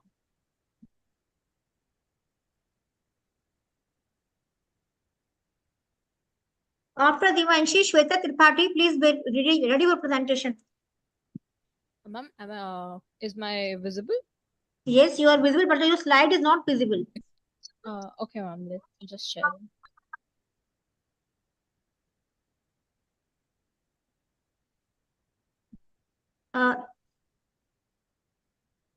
Is it visible now? Yes. Yes, Devanshi. Please start. Is it visible now? Yes. Okay. Good afternoon, everybody. I'm a fourth year Shahid Rajguru student. This is my academic project. My topic is challenges and coping strategies. Excuse me, Devanshi. Yes, ma'am. Actually, I think you have signed in through the two devices because your voice is being echoed. Okay, ma'am. If you have logged in through two devices, just make one mute. No, ma'am, it's login through one device only. Okay. So just mute the other participants yourselves. Okay, Devanshi, carry on. Sure, ma'am. So my topic is challenges and coping strategies among the adolescent girls in the Please early. share your slide. Share your slide. Okay. It's sharing from my side. Is it not visible? Okay. I'm just checking. I'm just checking. Yeah, it is visible now. Right. Okay. I'm doing a qualitative study across different regions of India. The reason, as we all know, menstruation is a critical developmental transition that is accompanied by psychological, social, and environmental changes that influence our daily functioning.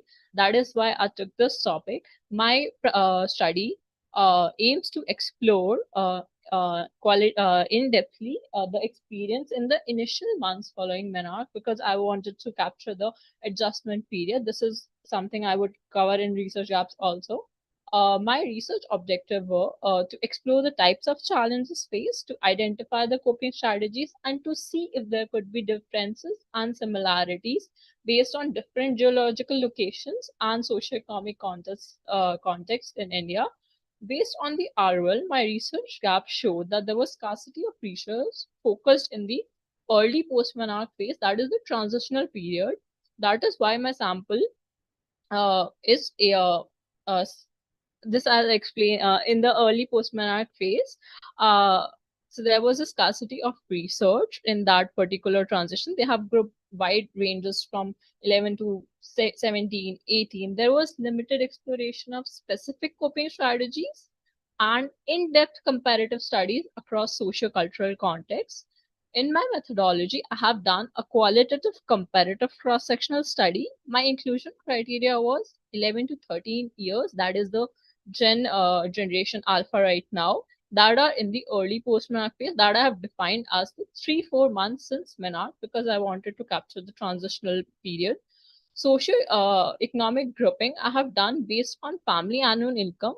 Why I've taken low SCS is 3 to 5 is one thing that I wanted to consider what that there wasn't a scarcity of basic resources that acted as a issue in that. So that was why I took 3 to 5 lakhs. Sample size was 15. I did purposive sampling. Semi-structured interviews was done because it was from the 3 different regions. Delhi NCR regions was done physically. Others were done through online meetings, and it was recorded with their consent. Tuition analysis, thematic analysis only. That is by Braun and Clark. This is the demographic details of my participant distribution. Now, on the result analysis, 6 themes resulted. Firstly, there was differentiation of sources of knowledge. In many participants, it was informal learning. In many, it was familial guidance. In many, it was institutional guidance and a mix of all. Many participants said that due to informal learning, there was a very lot of confusion. There was a lot of confusion that happened to them. Secondly, there was variations in preparedness, that there was very informed awareness and there was an unanticipated onset in many cases as well, which led to a bad experience to them, as they said in the interviews. Themes that impact on sport participation was another theme due to body consciousness, though that was there in many participants. One theme is there was a gap in the belief that there's a normalcy that they could act that they could participate in the sports participation normally and in the practice that they were doing as showed by some verbatims. Fourthly, psychological and emotional impact. Mood related challenges was observed in quite the adolescent girls. Anxiety related to anxiety in social backgrounds was quite visible in some participants as well. This medication as a coping resource was a theme that surprised me, but which was quite prominent in most of the participants, that they were very reliant on medication as a source of coping. But there was particular sample from Rajasthan that showed a resistance, somewhat resistance to that resistance to uses of medication. Familial supporting as a coping skills was another theme. So basically, what my research highlighted that administration, my conclusion, administration is a multifaceted transition that is shaped by varying levels of knowledge, fairness, emotional responses, availability of support systems, and that persistent gaps in communication and information continue to result in confusion and anxiety and participation. One thing that was the reliance in medication and was another theme that was quite prominent. So yeah, the one other point was that although some variations were there, but they were not sufficiently enough to say that this particular regional context made that different. The interview answers were quite similar. That there wasn't consistent, definitive difference patterns. So yeah, limitations is limited generalizability of findings due to small sample size, as it was 15 only. And even though I took 3 regions, Delhi, Karnataka, and Rajasthan, but that is still limited representation of the population of India and the socioeconomic status. Divanshi? Yes, ma'am. Okay, your presentation is very good. Because we just have we have number of participants. Yeah, sure, ma'am. It's just the end. These were the limitations and the scope. We could do larger samples and longitudinal studies and as such. Thank you, ma'am. Okay. Thank you, Dimanshi. You have a very thought-provoking lecture on how we manage the menstrual cycle and menstrual pain also. It provided insight into this. Professor Shiv Kumar, Professor Manjushya ma'am. Devanshi, one question, different region की जो girls थी वो उनकी coping strategy different different coping strategy adopt किया कि same coping strategy adopt किया? Sir, support, familial support was across all population. Differences were there that in some populations it was a supportive environment, in some populations there was a culture of silence. But this medication coping strategy as a response was quite prominent in the Delhi and Karnataka region population, but it was in the Rajasthan population I observed, no matter the economic status, it was still a bit more of a resilience to it that we would rather do something else than take a medication, or we'd rather waste the whole day with not being able to do anything instead of taking a medicine and trying to work. This was the differentiation that I could observe from the interviews. Okay. Okay. Thank you, Divanshi. Our next presenter is Shweta Tripathi. Shweta Tripathi, are you ready? Shweta, please start with presentation. Yes, ma'am. Start with presentation. Am I visible, ma'am? Yes, you are visible. Okay. Ma'am, is my screen visible? No. Now, ma'am? Divyanshi? No. Screen, now we will Shweta? Shweta, we are trying to make you co-host, then you again try to share your. Shweta, you have 3 minutes for presentation. Ma'am, my screen is visible or not? Your screen is visible, but your slide is not visible. Slide is not visible, only you are visible, Shweta. Just try to share again.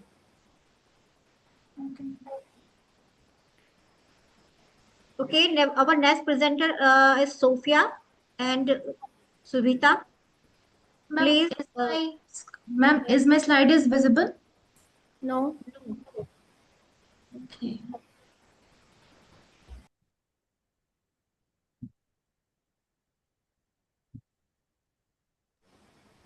It's okay, just present it yourself.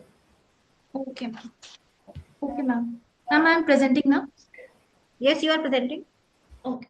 Good afternoon, ma'am. Good afternoon to all the eminent dignitaries, distinguished guests, and fellow researchers present over. I'm Shweta Tripathi from Department of Psychology from Kanya Gurukul campus, Dehradun. I'm feeling honored to present my paper on the topic Mind-Machine Relationship, AI-Assisted Mental Health Assessment and Therapy. As my topic is mind-machine relationship, it explains the mind and the machine bond. In today's digital era, the relationship between the human mind and intelligence machine is rapidly evolving.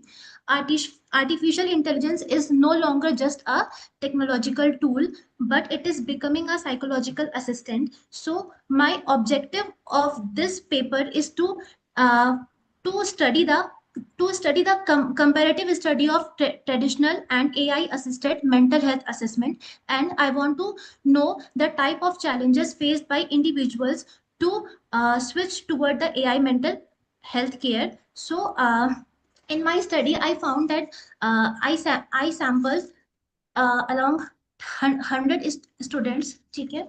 तो जो मैंने study वहां पे की थी उसमें मैंने data collect किया था अराउंड 200 पर्सन्स के, जिसमें मैंने सैंपल रैंडम सैम्पलिंग करी थी 18 टू 40 एज के लोगों की, जिसमें मेल और फीमेल बोथ थे, जिसमें मैंने ये पाया कि लोग अपनी बातों को किसी प्रोफेशनल या किसी साइकोलॉजिस्ट या साइकियाट्रिस्ट से ज्यादा एआई को शेयर करने में करने में कंफर्टेबल हो रहे थे, जिसमें मैंने पाया कि जो बहुत सारे फिलहाल के एनएलपी एंड चैटबॉट्स हैं, जो नेचुरल लैंग्वेज प्रोसेसिंग और जो चैटबॉट्स होते हैं, उनके थ्रू लोग अपनी बातों को ज्यादा कम्युनिकेट कर पा रहे थे एज कंपेयर टू किसी साइकोलॉजिस्ट या किसी साइकियाट्रिस्ट से मिल करके, जिसमें जो एनएलपीस थे वो मशीन लर्निंग के थ्रू, वो एनएलपी के थ्रू हमारी जो डेटा थे, हमारे जो सोशल मीडिया की एक्टिविटी है, स्पीच पैटर्न्स हैं, जो हमारे वियरेबल्स मशीन्स हैं, चाहे स्मार्टफोन्स हैं, चाहे हमारे स्मार्ट वॉचेस हैं,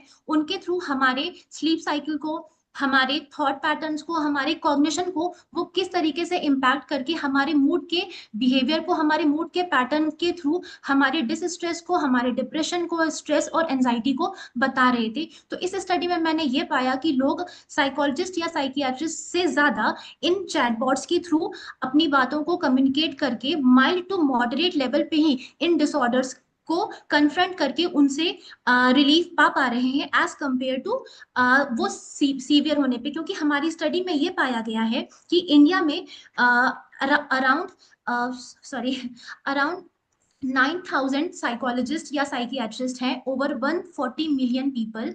तो अगर हम इसको डिवाइड करें तो 1 लाख पीपल पे ओनली 0.75 साइकियाट्रिस्ट होते हैं, जो कि बहुत कम है। इसलिए इंडिया में प्रमोट भी किया जा रहा है कि हम एआई चैटबॉट या फिर इन एनएलपीस का यूज करके या मशीन लर्निंग का यूज करके माइल्ड टू मॉडरेट लेवल पे ही हम कैसे अपने पेशेंट्स को नॉर्मलाइज कर सकें, ना कि उनकी बीमारी ज्यादा सीवियर या मॉडरेट और सीवियर हो सके।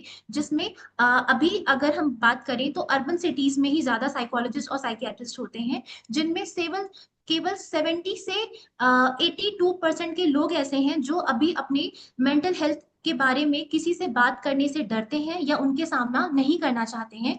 ठीक है, तो इसमें ये देखा गया है कि अर्बन सिटीज में जो साइकियाट्रिस्ट होते हैं वो 1,000 रुपीज से 2,500 तक पर सेशन का वो चार्जेस लेते हैं, जिसके कंपैरिजन में ये जो एआई चैटबॉट्स हैं या एनएलपीज हैं, जैसे कि गवर्नमेंट की किरण नाम की भी एक चैटबॉट है, वाइसा ऐप है जो कि बैंगलोर में डेवलप किया गया है, किरण ऐप है जो कि डेवलप किया गया है, टेलीमानस ऐप है जो इंडियन गवर्नमेंट के थ्रू जिसको लॉन्च किया गया है, जिसके थ्रू हम ये देखते हैं कि लोग अपने बातों को ज्यादा इजिली और मॉडिफाइड वे में सामने से डिस्कस कर सकते हैं। Okay Shweta, thank you very much. तो आप ये कहना चाहती हैं कि एआई ज्यादा हेल्पफुल है साइकोलॉजिकल पीस के लिए, लेकिन मुझे तो लगता है कि एआई बहुत कभी कई बार जो है रॉन्ग आंसर देता है, और वो उतना लॉजिकली नहीं सोच पाता है जितना मैम ह्यूमन मुझे सोच पाते हैं। Sorry ma'am, sorry to interrupt you, पर मुझे ऐसा लगता है कि जो इसकी इमोशनल इंटेलिजेंस होता है उसको थोड़ा और मॉडिफाई करना चाहिए। क्योंकि चैट जो हमारे चैटबॉट्स हैं वो सिर्फ वही है जो हम उनको इंफॉर्मेशन दे रहे हैं, उन्हीं इंफॉर्मेशन के अकॉर्डिंग वो हमें वहां से फीडबैक दिया करते हैं। हाँ, आपने जैसा कहा ये सच है कि जितनी इम्पैथी ह्यूमंस में होती है उतनी किसी मशीन में तो नहीं हो सकती। बट या अगर लेकिन किसी moderate, mild to moderate level के साइकोलॉजिकल डिसऑर्डर को अगर हम ट्रीट करना चाहें तो हम उस लेवल पे कर सकते हैं। क्योंकि जितनी अभी शॉर्टेज है फिलहाल इंडिया में साइकियाट्रिस्ट की, और जितने मेंटल केसेस फिलहाल आ रहे हैं इसको कंट्रोल करने के लिए ये एक मौका हो सकता है, ये एक चांस हो सकता है। Okay, thank you Shweta. हाँ श्वेता जी, जी ए एआई मेंटल हेल्थ को भी इफेक्ट कर रहा है। अभी 2-4 दिन पहले हिंदुस्तान में निकला था कि एआई गर्ल्स के कारण किसी व्यक्ति ने सुसाइड कर लिया। तो इसके लिए आप क्या सुझाव देना चाहेंगे? सर, जैसा कि आपने बोला, हाँ ऐसे बहुत सारे केसेस आते हैं, पर हमें इसका कहते हैं ना, इंटेलिजेंस के साथ हमें यूज करना चाहिए कि हमें एआई से कब और कितनी क्वांटिटी में हेल्प लेनी है, और अगर हमें लेनी है तो किन चीजों में हमें उसका इस्तेमाल करना है। फिलहाल के ट्रेंड में जो हमारे जेंजीज हैं वो हर एक चीज के लिए एआई पे डिपेंडेंट हो चुके हैं। हमें उस चीज को रिस्ट्रिक्ट कर हमें करना पड़ेगा कि हम हर एक चीज के लिए हम एआई पे ना जाएं। जब जो चीजें हम खुद कहीं से पढ़ के सुन के हम कर सकते हैं उन्हें हमें खुद करनी चाहिए। जब हमें लगे कि एक लेवल हमसे नहीं हो रहा, हमें इसके लिए चीजें नहीं मिल रही, तो शायद हमें सपोर्ट लेना चाहिए। ठीक, good. Okay, thank you Shweta. Okay, thank you ma'am. Ma'am, do you have a queries, or may I call the next presenter? Ma'am मेरा एक क्वेश्चन था मैम से एआई से रिलेटेड।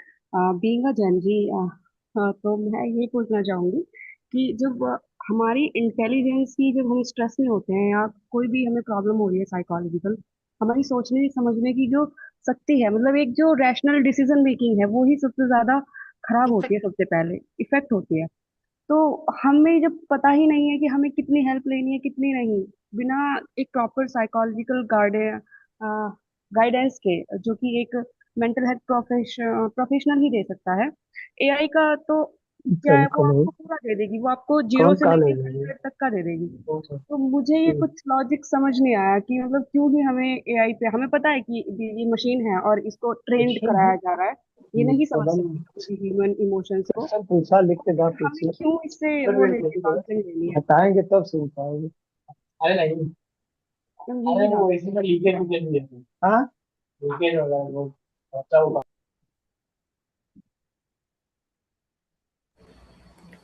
अरे निक May I answer, ma'am? या श्योर। हाँ, जैसा कि मैं कह रही थी, मैं प्रॉपरली एआई को सपोर्ट तो नहीं करती, मैं हाइब्रिड मोड की बात करती हूँ कि हाइब्रिड मोड में हमें एआई का असिस्टेंस चाहिए, लेकिन हमें ह्यूमन प्लस एआई चाहिए। हमें सिर्फ एआई गवर्नेंस में मेंटल हेल्थ असेसमेंट या उसकी थेरेपीज की बात मैं नहीं करती, मैं हाइब्रिड मोड की बात कर रही हूँ कि जिसमें हमें ह्यूमन का असिस्टेंस एआई के साथ हो। अभी तक क्या था कि ह्यूमन मशीन को एक तरीके से ऑपरेट कर रहा था, पर आज के टाइम पे मशीन और ह्यूमन का एक, कहते हैं ना, कोलैबोरेटिव अप्रोच आ चुका है, जिसकी मैं बात कर रही हूँ। मैं यही कह रही थी कि बस अगर हम असिस्टेंट्स लें मशीन का, तो वो ज्यादा हेल्पफुल होगा, ना कि कंप्लीटली डिपेंडेंट हो मशीन के ऊपर। Okay, thank you, Shweta. Our next presenter is Sophia and Subita. Sophia, Yes, ma'am. please present yourself. Yeah, ma'am. Sophia, please be quick. Yeah, ma'am.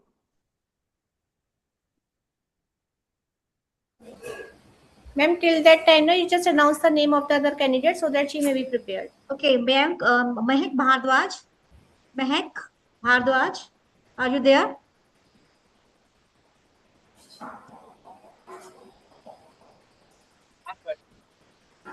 I'm actually not able to present my. Okay, you can present by talking. You present orally. Sophia, you can present Yeah, ma'am. orally. Orally. Yes. Because we have a number of participants, Okay. Wait a second.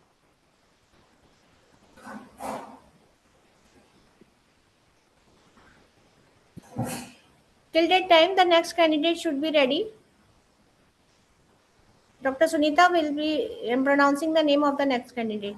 The next candidate is Okay, Mahek ma'am. Bhardwaj. Okay. I start presenting orally. I'm not able to present my screen.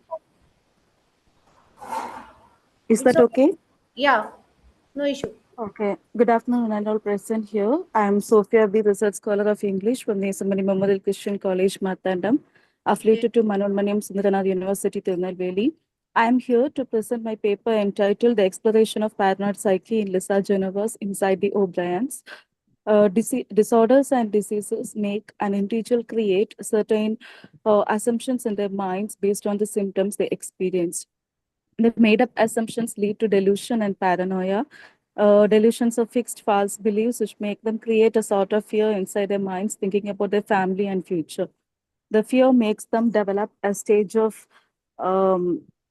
paranoia as it creates an illusion in their minds about their loss, personality changes. Personality changes as a symptoms of a disease or a disorder changes the total behavior of a person. It makes the symptoms of a disease and then build a sort of paranoid psyche in their minds. The paranoid psyche leads an individual to lose their self-esteem, confidence, own hope, and further life.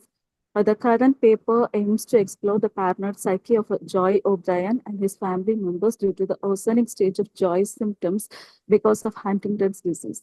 The paranoid psyche, which made him lose his self-control, confidence, his passionate profession, happiness, and self-respect are highlighted in this paper.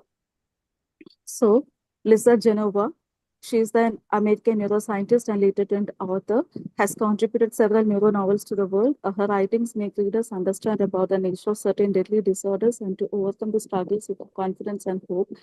Lisa set the readers in the track of the transformation process through her writings. Selected work for study. The novel selected for study is Inside the O'Briens, which explores the various emotional, psychological, and physiological problems of the people with Huntington's disease, as well as about the mindset of their caregivers and family. Huntington's disease is an inherited neurological condition which leads to chorea, involuntary bodily movements, cognitive decline, and psychological problems. Joy O'Brien is a person who is diagnosed with Huntington's disease when he is nearing his mid 40s. The novel portrays how paranoia serves as a byproduct of Huntington's disease, which damages the brain lobes, leads to involuntary movements, sudden anchor, and paranoid psyche. The paranoia experienced by Joy O'Brien and his daughter Katie are explored in this paper. Paranoia, according to a thinker, Jasmine Sanchez, sometimes the best thing you can do is not think, not wonder, not imagine, not obsess, just breathe and have faith that everything will work out for the best. Humans face many struggles in their life which ultimately make them feel obsessed and tense about it. The fear in their minds leads them to a state of paranoia. Paranoia is a sort of fear which is intense, which makes a person feel fear on seeing the people around them as they may cause harm to them. According to the Cleveland Clinic, paranoia is a way of thinking that involves feelings of distrust and suspicion about others without a good reason. It often involves thoughts that others are out to get you or looking to harm you in some way. Paranoia leads to a person to create delusion. It makes them manifest certain characteristics like misinterpretation of reality and suspicion. According to the fiction writer Philip K. Dick, who is considered the forefather of modern paranoid fiction, says about paranoia that I say paranoia is an atavistic sense, it's a lingering sense that we had long ago, tells them they are being watched. People with paranoid thoughts start to assume that people around them are watching and making false notions about them, which makes them fear of losing their self-esteem and integrity. This intense fear results in developing a paranoid psyche. The psychological and physical disturbances force people to develop paranoia. So my study is made using the systematic analysis of anomalous experience model proposed by Brenton Maher. The anomalous experience model is propagated by the prominent Harvard psychologist Brendan Maher. According to Brendan Maher, the anomalous experiences of individuals make them undergo a state Sophia, I of think your time is paranoia. over. Sophia, I think your time Okay. is over. Can I make a concluding point, ma'am? Yes, please conclude it. Okay. So due to various similar conditions like losing social status and family losing family love and connection made people to think a lot about paranoia. Thinking will not, according to W. Clemens Stone, thinking will not overcome fear, but action will. So to conclude, action is the only way to dismantle fear. It is our obligation to fight back the challenges, leaving away the fear and paranoid thoughts, which keeps on triggering our mind to several psychological and physical conditions. So that's all about my presentation. Thank you. Thank you, Sophia. Professor Manjusha, ma'am. It's okay, Sunita. Okay, thank you, ma'am. Our next presenter is Mehak Bhardwaj from Galgotia University, Greater Noida. And her topic for presentation is study on the relationship between working parental trust, communication, and alienation, and child. Mehak, are you there? Yes, ma'am. Am I audible? Yes, you are audible. Please present your slides. Okay, ma'am. Wait. Mehak, you have 3 minutes for presentation and 2 minutes for queries. Ma'am, is the Our next slide presenter. visible? No, your slide is not visible. Our next presenter is Nidhi Agarwal. After Mehak, please be ready.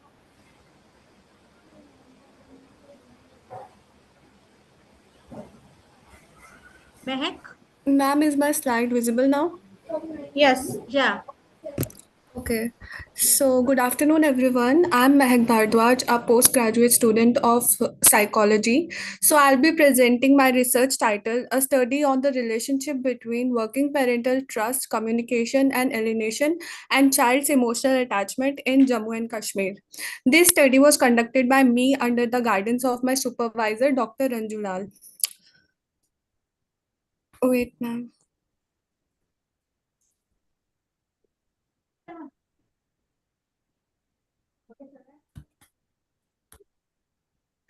So here is an overview of my presentation. I will begin with the introduction part first.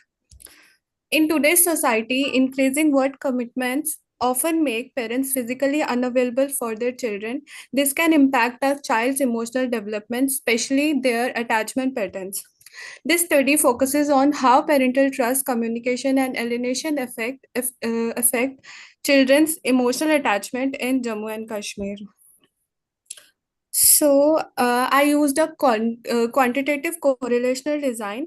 The sample included around 86 to 87 children aged 6 to 18 years from Jammu and Kashmir. Participants were selected using purposive sampling and all belonged to the families where at least one parent is working. The main objectives were to examine the relationship between parental absence and emotional attachment and to understand how interaction quality affects it. The null hypothesis states that there is no significant relationship, while the alternative hypothesis suggests that longer parental absence leads to lower emotional attachment. To measure variables, standardized tools were used. The IPPS scale assessed trust, communication, and alienation, while the ASQ measured emotional attachment styles. Data was collected through Google Forms. Participants were informed about confidentiality, and responses were analyzed using Excel and SPSS.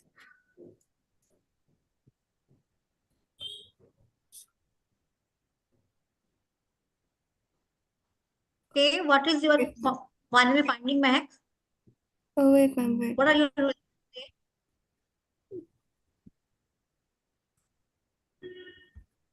So the results showed that the correlation between parental attachment variables and children's emotional attachment was weak and not statistically significant.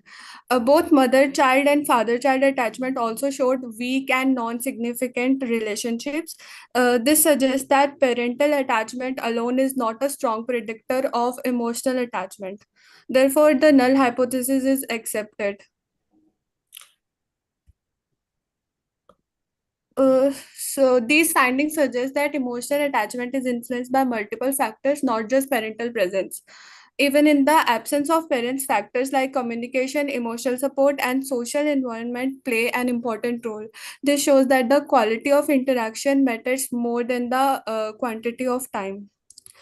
So, this study highlights the importance of improving the quality of parent-child relationships. Parents, educators should focus on communication, emotional support, and creating a positive environment in children. The study had some limitations such as small sample size and limited region. Future research can include larger samples, longitudinal studies, and qualitative methods for deeper understanding.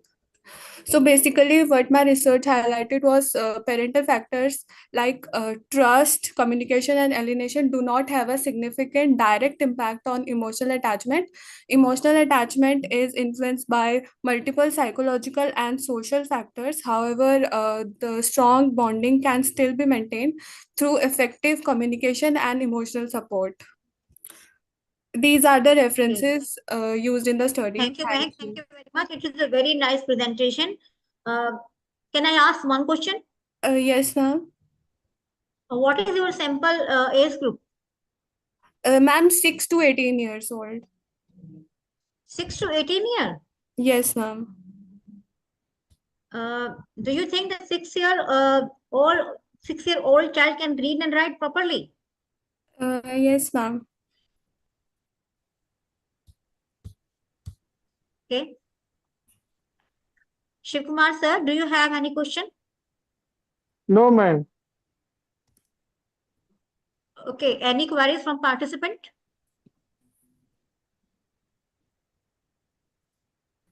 Mehak, I think you have to revise your research and evaluate it once more. Okay, ma'am. Sure. Okay. Thank you, Mehak. Thank you, ma'am. Okay. Our next presenter is Nidhi Agarwal from MIT University, Noida. Nidhi, are you ready? Are you there? Yes, ma'am. Okay. Please present your slide. Nidhi, topic is study of relationship between working parental. No, it is use of humor as an emotional defense and its relationship with emotional avoidance. Ma'am, is my screen visible? Nidhi, your screen is not visible. No, it is visible. Ma'am, please check it. Okay. It is visible, beta. Okay.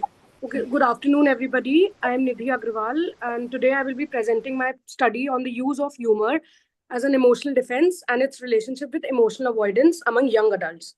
Now, as we all know, emotions play a fundamental role in psychological functioning, influencing how individuals think, behave, and interact. Young adulthood involves significant emotional challenge, as cited by Arnett 2000.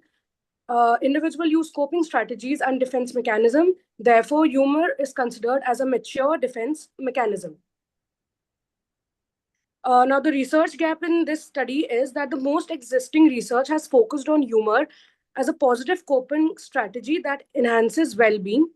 However, there's a limited research examining whether humor can also function as a form of emotional avoidance, especially when different humor styles are considered. Therefore, this study attempts to bridge this gap by examining how different humor styles related to emotional avoidance. The aim of this study is to examine relationship between humor styles and emotional avoidance and to determine whether humor style significantly predicts emotional avoidance. The sample consisted of 100 young adults aged between 18 to 25 years. The tools were used were HSQ given by Martin et al. And acceptance and action questionnaire. The findings revealed that self-defeating humor had a significant positive correlation with emotional avoidance, with a correlation coefficient of 0.488. Sorry. Affiliative humor also showed a significant positive correlation. In contrast, self-enhancing or aggressive humor were not considered related to emotional avoidance. Further regression analysis indicated that humor styles collectively explained variance of 29.6% in emotional avoidance, with self-defeating humor emerging as the strongest predictor. This finding is particularly important because it highlights that humor is not always adaptive. Self-defeating humor involves making oneself the target of jokes, often to gain social approval or to reduce interpersonal tension. Instead of directly confronting distressing emotions such as sadness or insecurity, individuals may convert these emotions into humor. In contrast, self-enhancing humor did not show a significant relationship with emotional avoidance, indicating that it may reflect healthier emotional regulation through cognitive reappraisal rather than suppression. Thus, the function of humor appear to depend not just on its presence, but on its style and underlying psychological purpose. The conclusion of this is the present study demonstrates that humor is not inherently adaptive. Its psychological impact depends on how and why it is used. From a clinical perspective, these findings highlight the importance of assessing humor style as a part of psychological evaluation. Persistent use of self-defeating humor may indicate underlying emotional avoidance, vulnerability, or unmet emotional needs. Overall, the study contributes to a more nuanced understanding of humor, emphasizing that it can function both as a tool for emotional regulation and as a mechanism for emotional avoidance. Thus, humor is not just a coping strategy, it can also be a subtle form of emotional avoidance. Thank you. Thank you, Nidhi. Yeah. It's a really a very good presentation. Thank you. Do you have any queries? Shiv Kumar sir? Shiv Kumar sir? Nidhi, stop sharing your slide. Sample process बता दीजिए ma'am sample process बताइए Okay, the sampling was convenient sampling. It was young adults, 100 students were there, 18 to 25, age 18 to 25. Nidhi? Yes. You are not audible. Ma'am, she is audible. She has replied. I think there is network issue. Okay, it can be.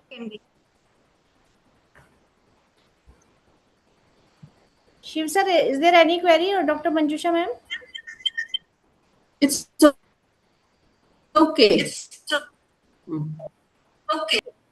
Okay. Okay. Mehak, are you there? You are still sharing your screen, Mehak. Please stop sharing this. Okay, ma'am. Our next presenter is Daksha, Vashne, and Moni Singh. She's from DIT University, Solam. Daksha, are you there?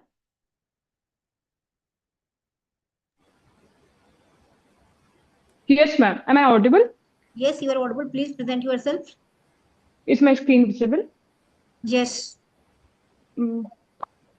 Every individual's perception of life is different. What if I say these perception is different because of the high influence of the early environment in which our child is being raised? The environment created by the parents does more than just teach lessons. It actually shapes the physical architect of a child's brain.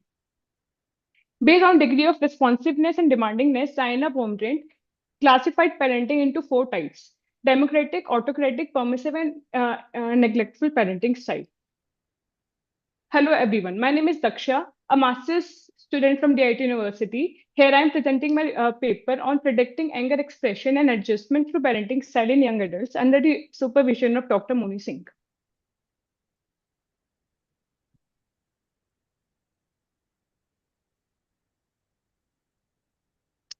We have 3 variables: parenting style, under which democratic, autocratic, permissive, and uninvolved parenting styles are included. Second variable is anger expression, in which state anger, trait anger, anger expression in, anger expression out, anger control in, and anger control out are included.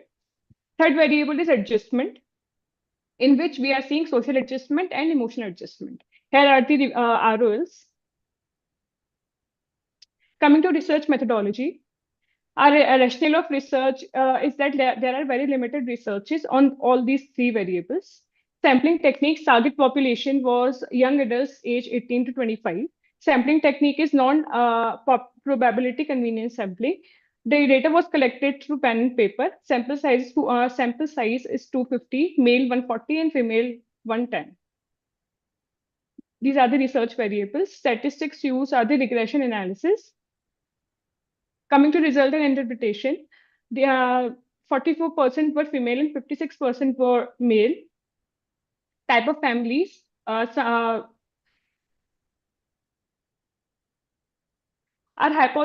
2 hypotheses. First hypothesis says there will be significant prediction of anger expression based on parenting style.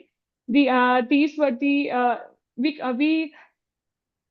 are predicting anger expression on the basis of parenting style.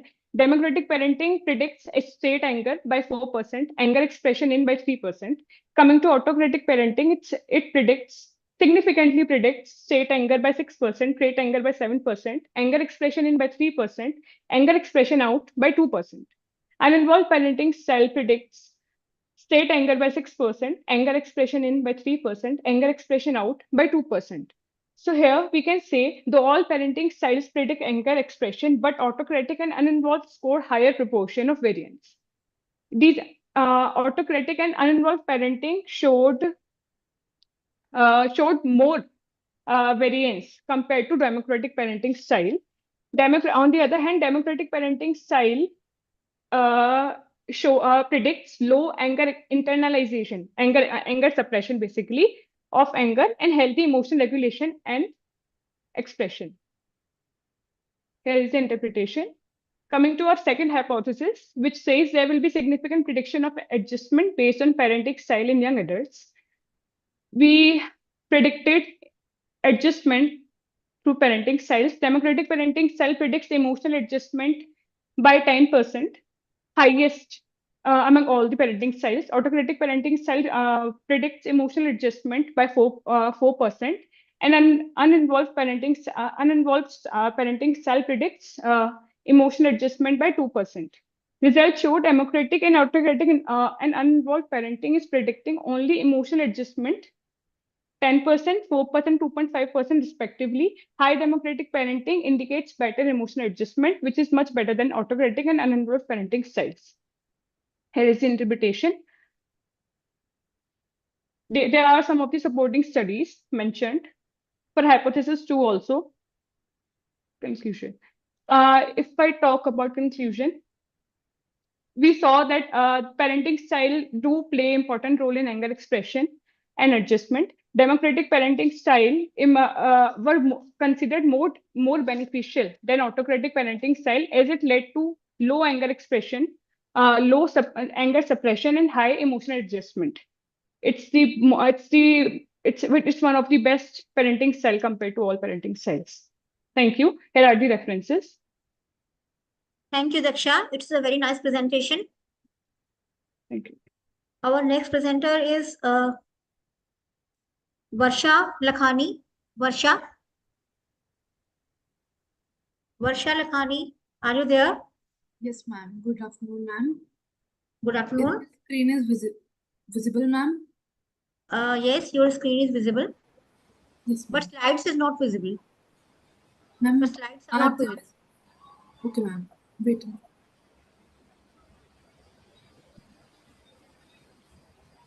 Till the time, Dr. Sunita, you just share the name of the other participant, no? So that she will be ready. Okay, after Varsha, Manjari Tiwari and Shefali Chandra from Kumaon University. Please be ready with your presentations. Ma'am, my slide is visible now? Yes, your slide is visible. Okay. Good afternoon, everyone. I'm pleased to see you all. My name is Varsha Lakhani, and I'm presenting on the study of cognitive behavior theory through movie Tare Zameen Par. Okay. Basically, first we will study what is cognitive behavioral therapy. So, if we'll say cognitive behavior therapy is structural technique which is used to treat mental health problem. So, basically, what cognitive therapy works, basically they work on the thoughts of a person, where the thoughts are coming from, and their feelings, like what the thoughts, what is the origin of their thoughts and where they are coming, and from their feeling to their behavior. We behave according to what we feel. So basically, in cognitive behavior therapy, they work on the thoughts of the person, and they work and they change the thoughts. In this way, they change their behavior. So we can see, like, if a person has dim, cloudy mindset, and now with the therapy, they work on their thoughts and make them a gloomy, good person. So why this therapy is done, to cope a specific problem with a person is having, like their emotional regulation and all. Next, we are going to study, like what are the, like what is, why it is done. So to better, like in CBT, anxiety, phobia, they works on this. So because of lack of time, we will move on the slide what is important, why I am here. I want to do with Tare Zameen Par movie. We all have seen Tare Zameen Par movie, which excuse me, ma'am, can I stop for a minute, please? Sure, no issue. Didi?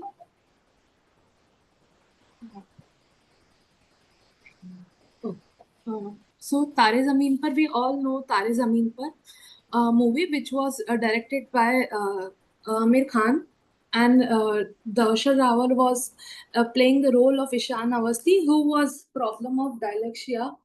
So he was unable to read and write like his peers. So he was scolded, and he was uh, like his peers do not treat him right. He was scolded by his teachers and parents. Due to that, because he was not performing well in his academics, so he was sent to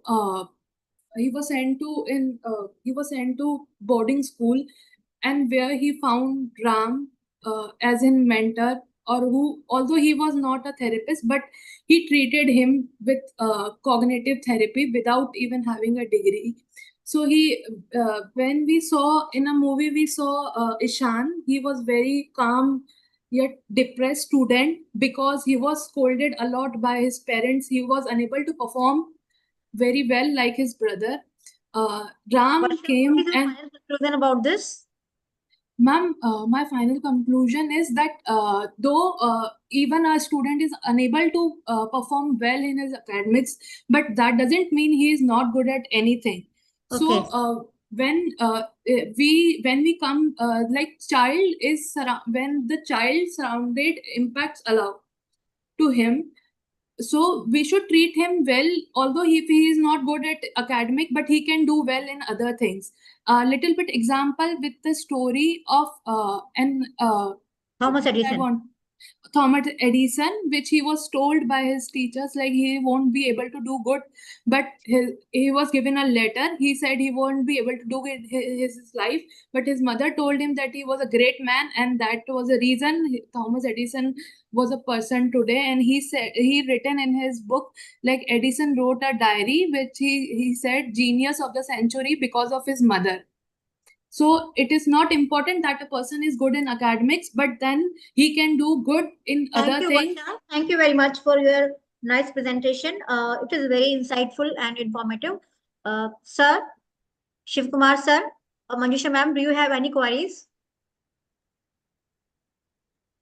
The conclusion is that every problem can be handled with emotions and how a child is treated by his parents. The gist of your presentation is that emotionally, that if the child is treated by the parents in such a way, so he can handle every situation well. Thank you so much, Varsha, that you elaborate the story in a very well manner and given the example of the Edison. So, yeah, thank you very much. The well explained. Thank you, ma'am. Thank you very much. Our next presenter is Manjari Tiwari and Shefali Chandra. Manjari and Shefali, please present your slide. Present your presentation. 1 second, Dr. Manjusha ma'am. Am I audible to you? I think you have logged in through 2 devices, so your voice is being echoed. So just mute from one device and just speak from the other one, right? I think then you will be clearly audible. Manjari Tiwari and Shefali Chandra.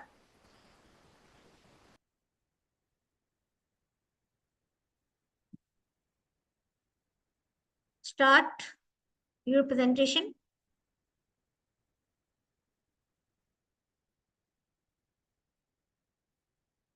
Aistha Shehwan, please be ready after Manjari.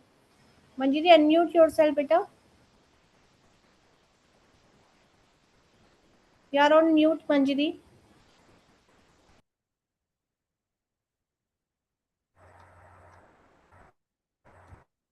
Okay.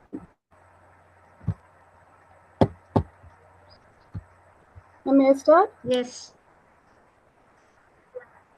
Okay. So the topic is the influence of home environment on mental health status among female secondary school students, presented by Manjari Tiwari, Shefali Chandra, and Dr. Sangeeta Pawar. So about the introduction. According to Mola, the term home environment refers to all the objects, forces, and conditions in the home which influence the child physically, intellectually, and emotionally.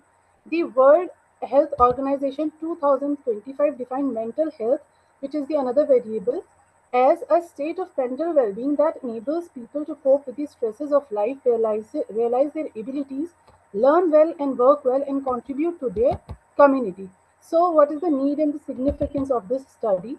As we all know, that a supportive and caring home environment is crucial for an individual's overall development, especially for female students facing social, academic, and biological challenges. In India, such an environment helps girls feel emotionally secure and better cope with pressures during their transition to adulthood.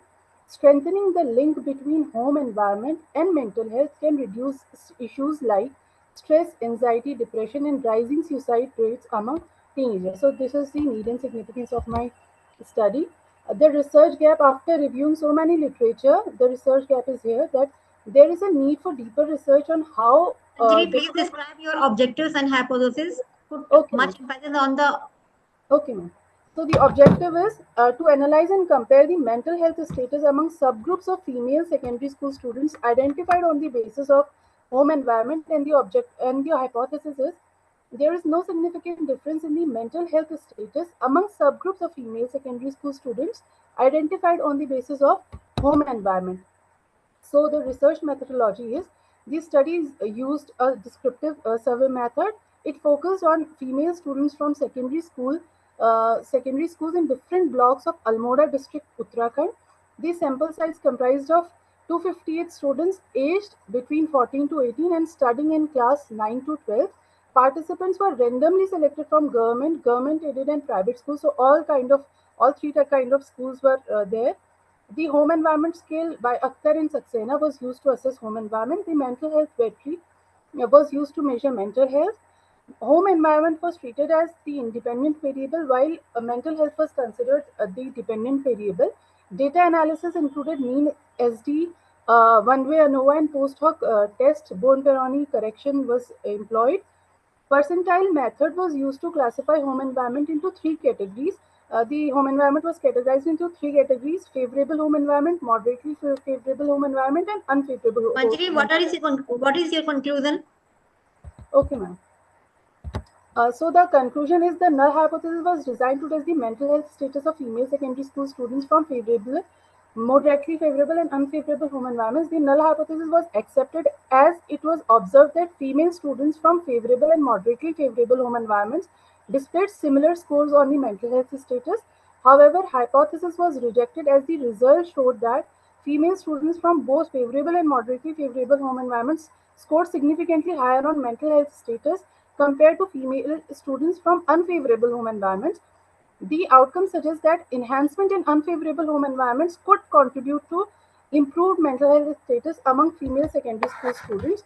So the policy suggestions are just health programs, educational orientation, awareness, counseling of parents on developing girl-child help to lessen inequality in society and can support girls to become more independent and create better future for herself as well as for her family.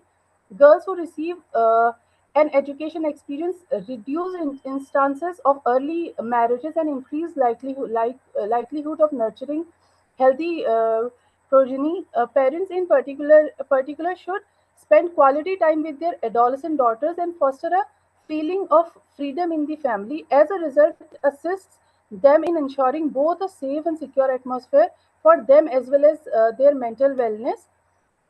Additionally, schools can encourage healthy social interaction among female students, which has the potential to foster a sense of inclusion and reduce emotion to solitude and isolation. Government and non-governmental organizations should take the initiative to encourage social guidance to parents and educators on effective ways to engage with teenage students and bolster their mental health. If possible, a specific body for guiding and counseling the female students should be established at the school level to help them handle their individual challenges, though through a peer support under the direction of experts. In sum, by creating a supportive and nurturing environment and by offering resources and guidance, government and parents, schools and teachers can help to promote the mental well-being of female secondary school students. Thank Okay. you, ma'am. Thank you, Manjari. Why didn't you take boys in your sample? Ma'am, I've also taken boys, but वो एक दूसरी study में मैंने लिया है, सो मैंने केवल 10 पर स्टडी किया। और एक्चुअली हम जिस रीजन से मैं हूँ, मैं उत्तराखंड रीजन से, और वो भी अल्मोड़ा ब्लॉक से, जो हिली रीजन है। यहाँ पर जैसे देखा जाता है कि फीमेल जो स्टूडेंट्स हैं उन पर जो प्रेशर है वो अपना एकेडमिक प्रेशर भी, और जो घर में मदर्स को हेल्प करने का प्रेशर भी उन पर रहता है, क्योंकि ये यहाँ पर जो ग्रामीण क्षेत्र से बच्चियाँ ज़्यादा आती हैं। और वहाँ पर जब मैंने स्टडी की तो देखा कि बच्चियों पे ऑलरेडी ज़्यादा प्रेशर होता है, उनको अकेडमिकली भी सही मतलब प्रेजेंट रहना है और घर में भी हेल्प करना है। तो मैंने उनके प्रेशर को देखते हुए देखा कि कैसे उनके होम एनवायरनमेंट उनकी मेंटल हेल्थ को अफेक्ट कर रहा है, मैम। तो that's why I took female students. Thank you. हाँ, Manish Tiwari Tiwari ma'am, one question. जो ग्रामीण क्षेत्र की लड़कियां थी उनके और जो शहरी क्षेत्र की लड़कियां थी उनके होम एनवायरनमेंट में कोई डिफरेंट आपको मिला है? सर एक्चुअली जो रूरल मैंने जो एरियाज मेरी की गर्ल्स थी, जी सर जो मेरी स्टडी एरिया जो है अल्मोड़ा डिस्ट्रिक्ट, इसमें सर केवल जो 9% एरिया है वो अर्बन है। बाकी सर जो 91% एरिया है वो रूरल है। और इसमें मैंने गवर्नमेंट एडेड और प्राइवेट तीनों टाइप के स्कूल्स की बच्चियों को लिया है। उसका रीज़न यही है सर कि फिर अगर सर ज़्यादा जो पॉपुलेशन है वो रूरल एरिया में रह रही है तो कहीं ना कहीं डिफ्रेंशिएट हो जाता है। तो मैंने जो सारी गर्ल्स हैं उन पर मैंने स्टडी की है sir. Thank you, Manjari. Our next presenter is Thank you, Shewan Astha. Astha, are you there? Sorry, ma'am. Isn't it Aishat? Yes, Ashit. Yeah, okay.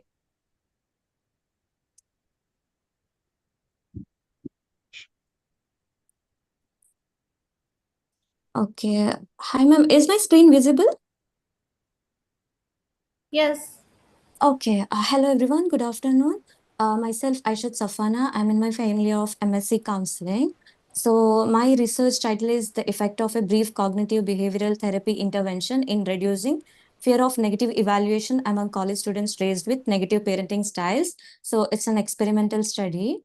And yeah, fear of negative evaluation is something where individuals feel that people are judging them and they always look into how people perceive them. So they always have this tendency of trying to please the people. All right. So, how it is linked with negative parenting styles is that people who were raised in negative parenting styles, they are more sensitive towards fear of negative evaluation because the kind of component that is in the negative parenting style makes them to strive for the perfectionism, makes them to avoid judgment from the people. So that is how fear of negative evaluation is comparatively higher in those who are raised with negative parenting styles.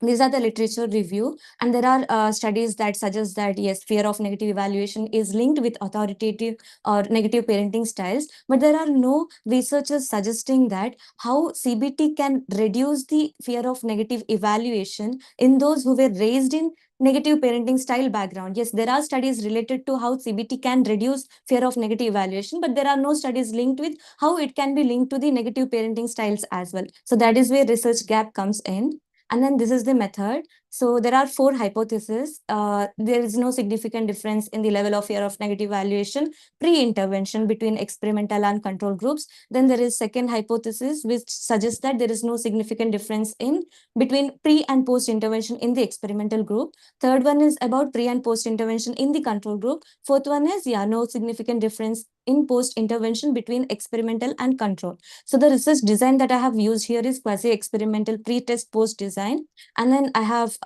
taken 30 students as a sample, and 15 are goes to like experimental study and 15 are in control group. And the tools I have used to collect the samples are the scale of parenting style to assess the negative parenting style, and then brief fear of negative evaluation scale to assess the fear of level of fear of negative evaluation.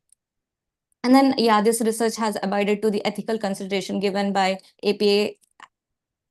And yeah, this is the descriptive analysis of the level of fear of negative evaluation. And we can see that 56.67% of students are having medium level of fear of negative evaluation, which then suggests that, yeah, there are people in the sample who are having medium level of fear of negative evaluation, and there are no students having low fear of negative evaluation. And then this is the table.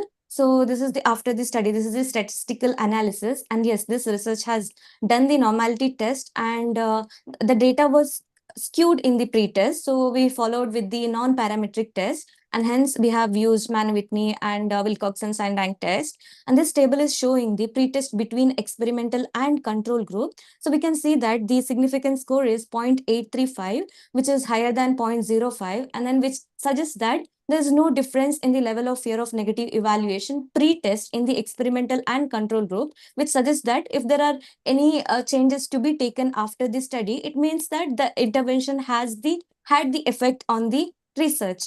And this table is showing Wilcoxon sign rank test. So this is experimental group pre and post test. And we can see that 0.001 is a significance value, which is lesser than 0.05.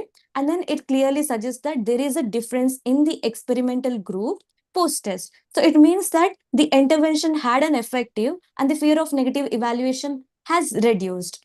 And this is the table where it shows Mann-Whitney U test in pre-test between, sorry, yeah, this is the Wilcoxon sign rest. This is the control group in pre and post test. So when we see the result, the significance value is 0.102, which suggests that there is no significance difference in the level of fear of negative evaluation in Ayush, what is in the your control final, group.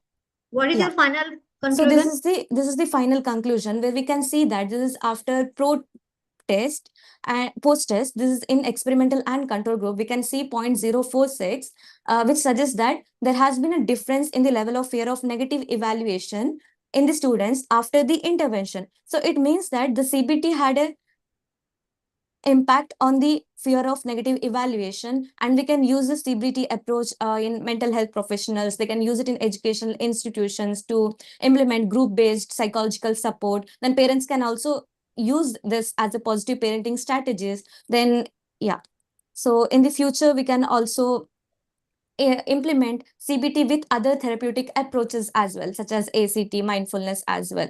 So yeah, the conclusion is that the fear of negative evaluation has been reduced in the experimental group after the intervention, whereas in the control group, the fear of negative evaluation level has remained the same. So it means that CBT had an impact on the fear of negative evaluation, and in the future, we can use CBT for these students who are raised in authoritative or negative parenting style background and are having fear of negative evaluation. So that is the conclusion. Thank you. Thank you. Ayest?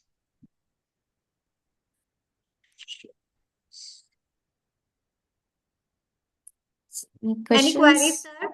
Shiv Kumar, sir? Any query?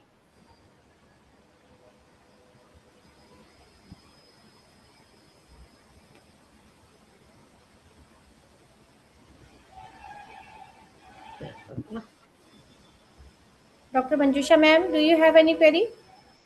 No, it's okay, Richa. Okay. Okay, our next presenter is Dr. Sharon from St. Joseph College for Women Convent. Dr. Sharon? Dr. Sharon D. Puna. Dr. Sharon, are you there? After it, Sangeeta Meher is presenting. Dr. Sharon? Ma'am, kindly call the other candidate till the Dr. Sharon connects with us. The next presenter is Sangeeta Meher from DSVB Haridwar. Sangeeta, are you there? Ma'am, my voice is audible. Yes, your voice is audible. Who are you? Ma'am, Sangeeta. Sangeeta. Okay, present yourself. Yes, ma'am. Present your paper. Yes, ma'am. Ma'am, my screen is visible. Yes, your screen is visible. Good afternoon, everyone. My name is Sangeeta, and the title of my topic is a study of impact of positive affirmation on body image of adolescents, a theoretical study. Adolescence is a phase of major physical, emotional, and psychological changes. During this time, body image becomes a very important for self-worth. Due to media or social media exposure, adolescents constantly see unrealistic beauty standard, which leads them to comparison, body dissatisfaction, anxiety, and self-esteem. Next, the problem here in researches, it is shown that both boys and girls experiences body dissatisfaction during adolescence, which negatively impacts their mental health, increasing risk of anxiety, depression, and unhealthy behavior. Therefore, it is a strong need Sangeeta, please for come on simple. research methodology. Sangeeta, please Uh, come on research ma'am, methodology. yes, ma'am. Now comes this positive affirmation, which I have taken as the intervention for dealing with the body image issues. For this, I have proposed this conceptual model of a positive affirmation in which there is first the media exposure, which leads to social comparison, which leads to negative automatic thoughts and belief, which then leads to poor body image. Then, if we use positive affirmation as an intervention, which with the help of positive emotion, cognitive change, self-compassion, and self-efficacy, researchers have shown that it can improve the emotional well-being and it eventually gives the positive body image. And at the end conclusion is that positive affirmation are simple, low cost and accessible intervention which can help adolescents develop a healthy and positive relationship with their body images, and it can also improve their confidence, emotional stability and mental well-being. And these are easy to integrate in the daily routine educational program, and which can be also offered for long-term psychological benefits if practiced regularly. Thank you.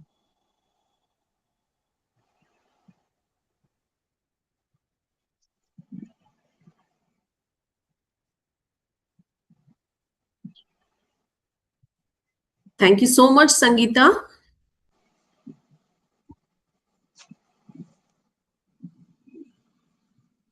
एक minute. Sangeeta, are you there, beta? Sangeeta Mehar?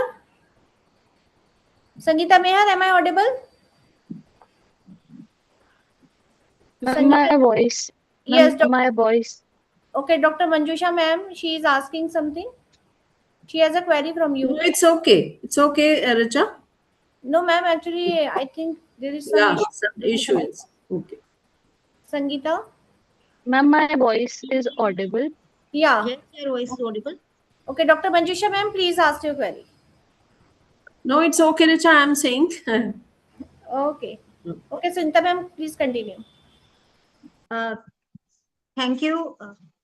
Thank you, Sangeeta. It was a very nice and balanced presentation. Our next presenter is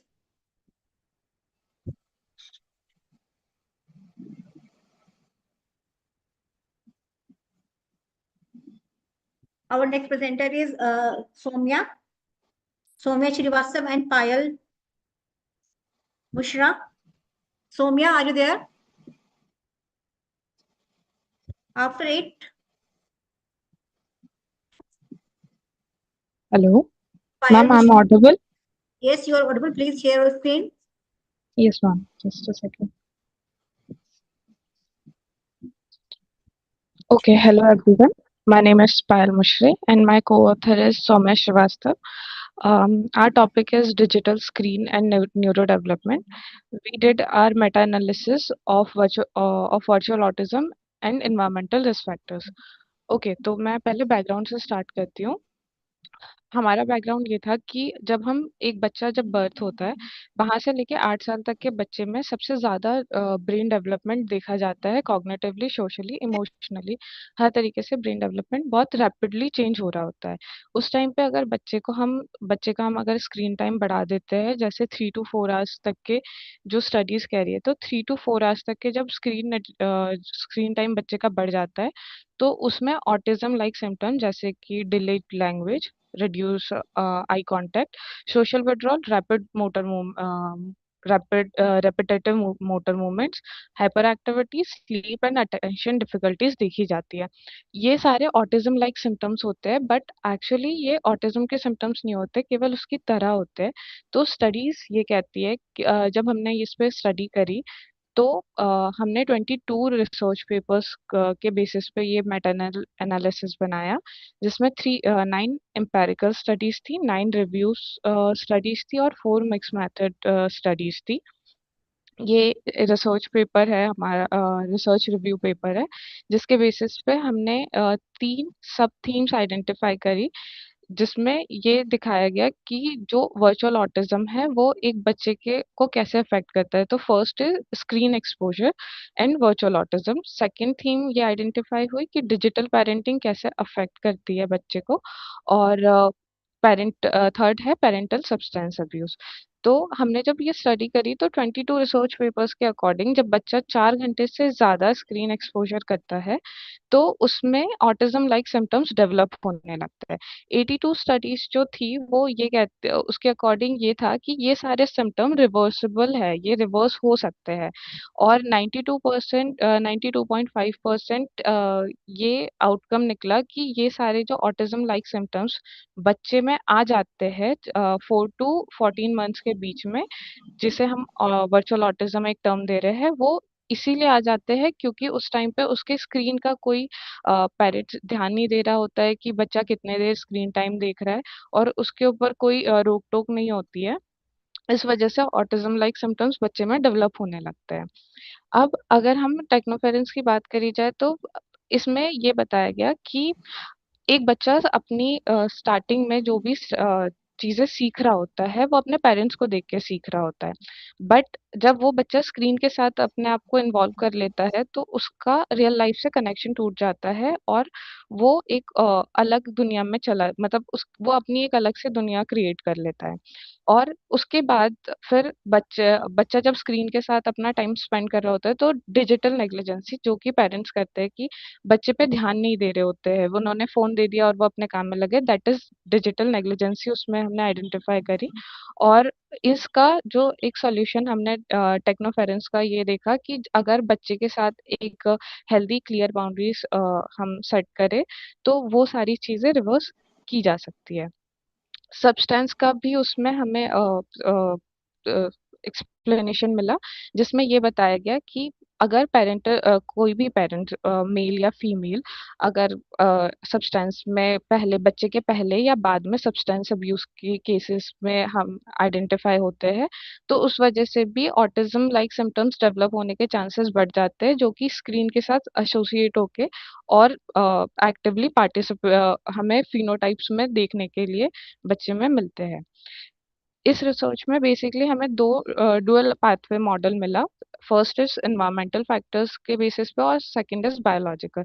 तो environmental pathways क्या होते हैं कि बच्चा screen के साथ बहुत ज़्यादा एक्सपोजर कर रहा है जिसका कोई किसी भी तरीके के उसको रोक टोक नहीं मिल रही है, तो डेवलपमेंटल इश्यूज आते हैं, सोशली इश्यूज आते हैं और बच्चे का एक सोशल एनवायरनमेंट से कनेक्शन कट आउट हो जाता है। बायोलॉजिकल पाथवे हमें ये बता रहा होता है कि कैसे बच्चे में न्यूरोटॉक्सिसिटी आ जाती है और ब्रेन डेवलपमेंट जो होता है वो अफेक्ट होता है और बच्चे Payal, को what is the conclusion?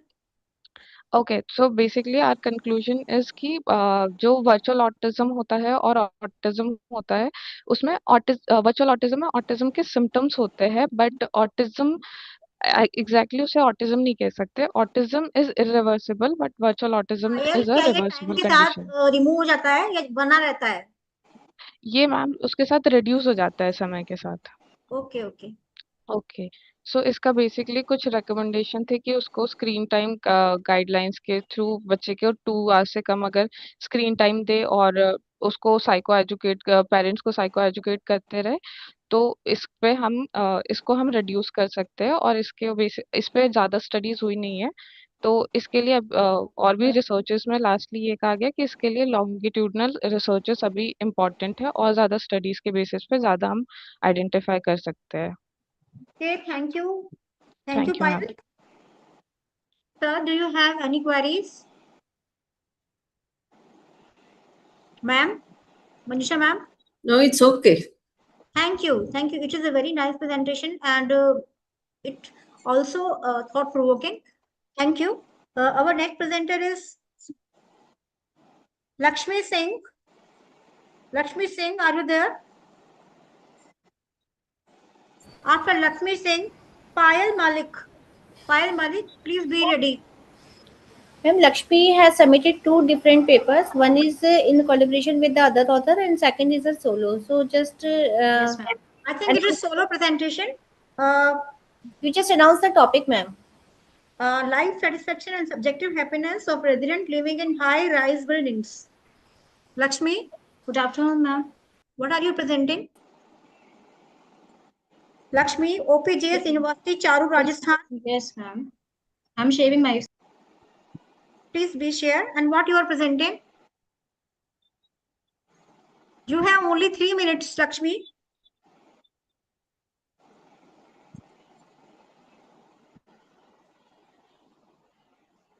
Payal Malik, be ready after it.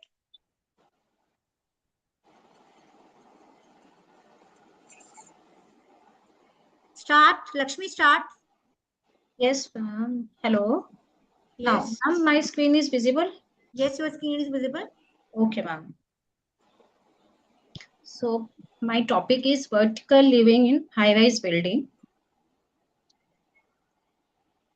So, examining subjective happiness and life satisfaction of the residents living in a high-rise building. उनका life satisfaction और उनके happiness को मैंने calculate किया है कि कितना वो satisfied हैं और कितना उनका happiness वो calculate कर पाते हैं। तो urbanization is like कि आज की generation में हम लोगों को जहाँ पे हम लोगों को एजुकेशन का भी प्रॉब्लम आता है, तो अर्बनाइजेशन हो रहा है जस्ट बिकॉज ऑफ कि वहां पे आपको फैसिलिटीज प्रोवाइडेड हैं, एजुकेशन फैसिलिटीज प्रोवाइडेड है, जॉब फैसिलिटीज प्रोवाइडेड हैं, सो उसके चलते वहां पे Please be on your objective, hypothesis and the result. Okay ma'am, okay ma'am, okay okay ma'am, okay ma'am. Because we have short of time now. Yes, ma'am. Yes, ma'am. Okay. Okay. So my objective is examine the life satisfaction and happiness, study role of floor levels, उनके floor levels को study किया है, कितना उनका level कितने high level पे जाकर के उनको प्रॉब्लम्स आ रही हैं या वो कितना डिटैच हो रहे हैं ग्राउंड से।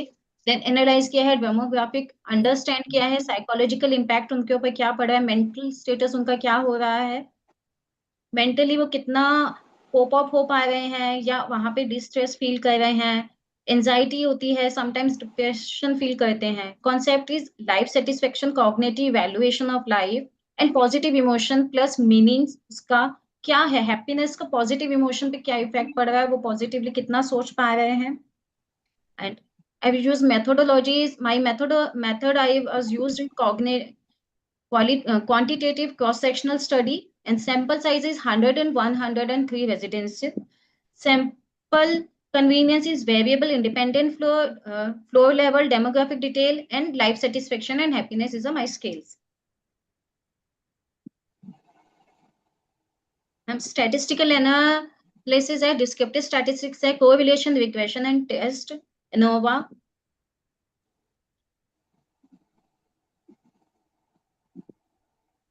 एंड मैम मॉडरेट हैप्पीनेस कितना, मॉडरेट हैप्पीनेस उनको रिलाई कर रहे हैं, वेरिएबल्स इन लाइफ सेटिस्फेक्शन कितना है, फ्लो लेवल वीकली रिलेटेड करता है उनसे,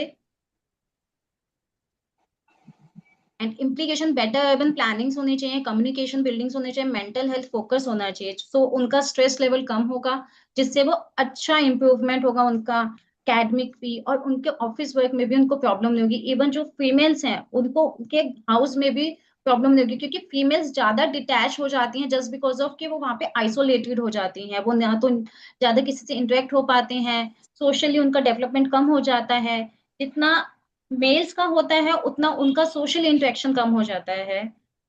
अपार्ट ऑफ दैट, जो हाई राइज अपार्टमेंट में बच्चे रहते हैं, जो चाइल्ड्स होते हैं, वो भी नीचे जनरली नहीं जा पाते जस्ट बिकॉज ऑफ के उनका बहुत हाई लेवल पे उनका फ्लोर होता है, तो वो नीचे भी अपार्टमेंट्स में खेलने नहीं जा पाते हैं और उनका डिटैचमेंट हो जाता है ग्राउंड फ्लोर से।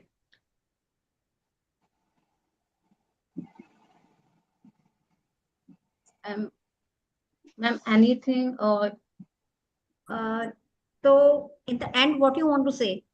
So my queries is कि मैम यहाँ पे हम लोगों को उनको जो फैसिलिटीज दी जाती हैं कि वहाँ पे आपको अर्बनाइजेशन के अंदर कि वहाँ पे उनको लिमिटेड स्पेस प्रोवाइडेड है, वो आइसोलेटेड हो जाती हैं, जो वुमेन्स होती हैं बेसिकली। बड़ी बिल्डिंग नहीं बननी चाहिए।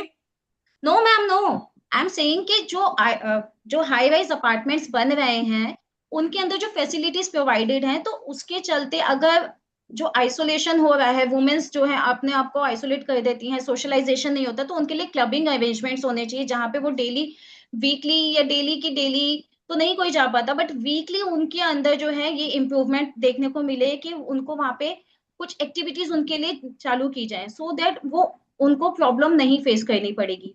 एलिवेटर्स होते हैं हाई बिल्डिंग्स में जो है मैम, उनको सोसाइटी के अंदर ही क्लबिंग होना चाहिए, स्विमिंग पूल्स प्रोवाइड होने चाहिए, बच्चों के लिए door to door activities provided होनी चाहिए। Lakshmi, thank you. Thank it is you. A wonderful presentation, और जो आपने हमें इंसाइट दिया है उसको हम जरूर ध्यान रखेंगे, और सचमुच इस तरह का काम होना चाहिए मेंटल हेल्थ के लिए। जनरली वहाँ पे बहुत ऐसे अर्बनाइजेशंस होते हैं जहाँ पे बहुत रेयर केस में आपको ये फैसिलिटीज प्रोवाइडेड होती हैं, या तो आप सोसाइटीज में जाएंगे जहाँ पे आप खुद ही आप वहाँ से बाहर नहीं जा सकते, आपका कहीं पे आप इंटरेक्ट नहीं कर पाते हैं।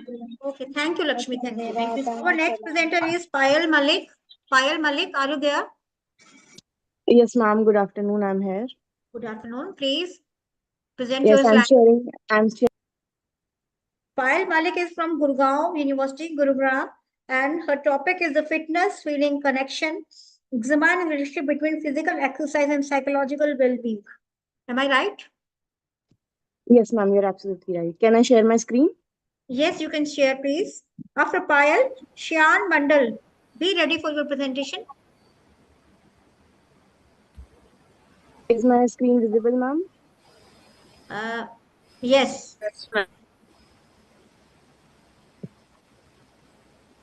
Good Good afternoon, one and all present here. My topic is the fitness feeling connection, examining the relationship between physical exercise and psychological well-being. The rationale of my study was in today's lifestyle, stress and physical inactivity are increasing, which affects mental well-being. According to American Psychological Association, physical and mental health are interconnected. So my study aims to examine the relationship between the two variables and making the life more healthier. Previous studies show that physical activity help reduce depression and anxiety, improve mood, and boost self-esteem. Excessive exercise can lead to negative effects like fatigue or burnout. Overall, the benefits of exercise depend on maintaining a proper balance. The aim of my study to investigate the relationship between physical exercise and psychological well-being among individuals aged 18 to 45 years. The objective of my study was to examining the relationship between the two variables, to assess the level of physical activity among participants, to assess the level of psychological well-being, and to compare the level of physical activity between males and females, and lastly, to compare the level of psychological well-being between males and females. My hypothesis were there is no significant relationship between the two variables. There is a significant relationship between physical exercise and mental well-being, or there is no significant difference between males and females in the level of physical activity. And lastly, there is a significant difference between males and females in the level of physical activity. So I took a sample size of 100 participants, 50 males and 50 females, age group 18 to 45 years. Both male and females were included from Delhi NCR area. And I have used convenience sampling. The tools I used was Rift Psychological Wellbeing and Gaudian Leisure Time Questionnaire. So this was the research design. I did a cross-sectional correlational design, mean standard deviation were computed, and intercorrelation analysis were used using Pearson. So this was the table showing descriptive statistics of my variables, including mean and standard deviation. The sample size was 100. For physical activity, the mean score indicates the average level of exercise among participants. What is your final conclusion? I'm sorry? What is your final conclusion? Should I come to discussion? No, you come to your conclusion, please. Yeah, Okay. she's saying the same things. You just conclude your paper, no? Okay, ma'am. Yeah. So no significant relationship between exercise and overall well-being, but well-being dimensions are strongly. And in the t-test, gender difference exists in physical activity, but not in psychological well-being. And coming to the discussion, my study examined the relationship between two variables, including gender differences. Overall, participants showed moderate physical activity and relatively high mental well-being. No significant relationship was found between physical activity and overall well-being, which differs from previous studies. This could be because only the frequency of exercise was measured, not the factors like enjoyment or motivation. And all the dimensions of psychological well-being were strongly interconnected, showing that well-being is multidimensional. In terms of gender, males were more physically active, but both males and females had similar level of psychological well-being. So implications of my study was that all aspects of well-being are interconnected. So intervention should be holistic, focusing on emotional, social, and personal growth along with exercise. Also, females may need more encouragement for physical activity, while men. Yes, ma'am. Sir, do you have any question? अब पायल जी, पायल, yes sir. आजकल युवाओं में physical exercise के प्रति awareness बढ़ा है, फिर आप कह रहे हैं कि फिजिकल एक्सरसाइज और साइकोलॉजिकल वेलबींग में कोई कोरिलेशन नहीं है, ऐसा क्यों? हाँ जी सर, आप बिल्कुल सही कह रहे हो, आजकल बड़ा है। और एक्चुअली ये इसलिए भी आया शायद क्योंकि मैंने जो डेटा कलेक्ट किया है उसमें ज्यादातर लाइक मैं खुद फिजिकल एक्टिविटी करती हूँ, करवाती हूँ। तो जो मेरा डेटा कलेक्ट है सारे पार्टिसिपेंट्स रेगुलर बेसिस से बहुत ज्यादा फिजिकल एक्टिविटी कर रहे हैं और उनकी साइकोलॉजिकल वेलबींग अच्छी है। तो शायद ये एक कौन रह गया कि मैंने उन लोगों का डेटा ज्यादा कलेक्ट नहीं किया जो फिजिकल एक्टिविटी नहीं करते हैं। हाँ जी। और ऑल्सो मैं अभी स्टडी कंटिन्यू कर रही हूँ, तो there will be more participants. नहीं सर, कह रहे हैं कनेक्शन आना चाहिए, रिलेशनशिप इसका 100% होना चाहिए। हाँ, बट मैम स्टडी के अकॉर्डिंग नहीं आया, मेरे को भी यही था कि आना चाहिए था। पायल जी, जो काम आप करेंगे वो काम करने में आपको अच्छा नहीं लगेगा तो काम क्यों करेंगे आप? एक क्रेज बढ़ा है ना, फिजिकल एक्सरसाइज का क्रेज बढ़ा है। इसलिए इतने जिम खुले हुए हैं। एक्सरसाइज और आपकी फाइंडिंग बता रही है कि उसमें कोई वेलबींग नहीं आ रहा है, तो फिर वो क्यों करते हैं? जब वो संतुष्ट नहीं होते हैं तो क्यों एक्सरसाइज करने जाते हैं? जब उनको उनको अच्छी फीलिंग नहीं होती है I तो think Payal, exercise you have क्यों to करने notice जाएंगे? yourself and रिव्यू करो इसको और फिर से एनालाइज करो अपनी रिजल्ट्स को ना. Yes, हाँ, ma'am. Yes. Sure. Thank you, Payal. Thank you. Our next Thank presenter you so is much, ma'am. Sian Mandal. Sian, Yes, are you ma'am. there? Yes, ma'am. Okay. Sian is from Gurugram University. Is my screen visible, ma'am? Yes, your screen is visible.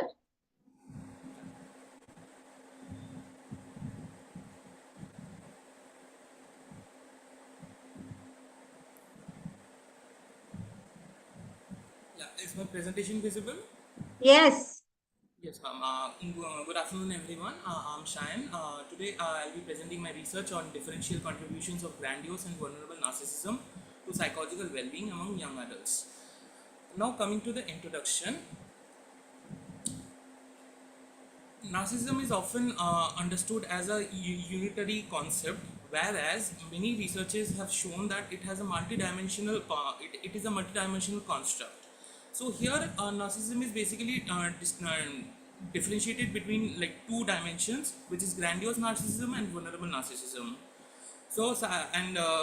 There is a lack of research that is been happening on these dimensions. So here is my rationale based on that, where I have differentiated both the constructs, grandiose and vulnerable narcissism, and I have taken the sample of Indian population, which is being lagged in like earlier researches, where I have reviewed the papers. From the review of literature part, there is only one paper where in India where the research has been done, but that too it was done on South Indian population. So I had taken the Sian, initiative. Yes, ma'am. please be on your objective, hypothesis, and result. Yes, ma'am. Sure. The objectives are here to examine the gender differences on the levels of pathological narcissism and its traits, as well as the psychological well-being. Then to examine the relationship between pathological narcissism traits and psychological well-being, and to examine whether pathological narcissism and its traits predict psychological well-being. And here are my hypotheses. I'll just say it in brief. There will be no gender differences in the pathological narcissism traits and psychological well-being.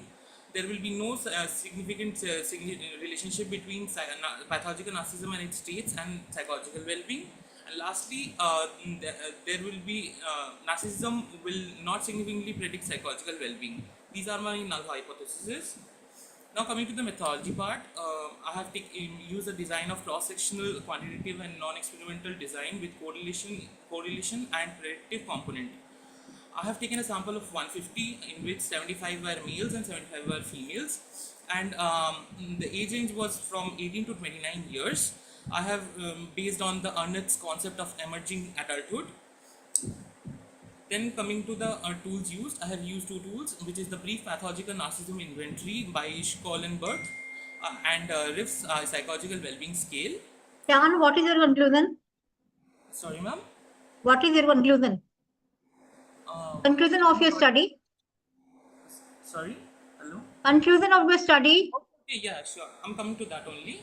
Coming to the results, which show that pathological narcissism is negatively correlated with psychological well-being, and as well as grandiose narcissism and vulnerable narcissism is also negatively correlated with psychological well-being, which means that higher the narcissism, lower will be the psychological well-being. Now coming to the gender differences, there was no gender difference found among psychological well-being and pathological narcissism and psychological well-being. This might be due to the Indian context where like we have a collectivistic society. That might be a reason. Then coming to the regression part, where the pathological narcissism was found to like predict psychological well-being. It was found to be a negative predictor. And when I did a multiple regression analysis where the grandiose narcissism wasn't predicting the psychological well-being, there's no significant result about that. Whereas vulnerable narcissism was found to be a significant negative predictor of psychological well-being, where it predicted the psychological well-being. Now coming to the discussion part, no gender difference was found. All the relationship hypotheses were rejected because there What is your was negative conclusion? correlation. Shan, what is your Yes, ma'am. conclusion? Yeah, I'm coming to the conclusion. In conclusion, like the study shows that narcissism is not a single trait but a multidimensional construct.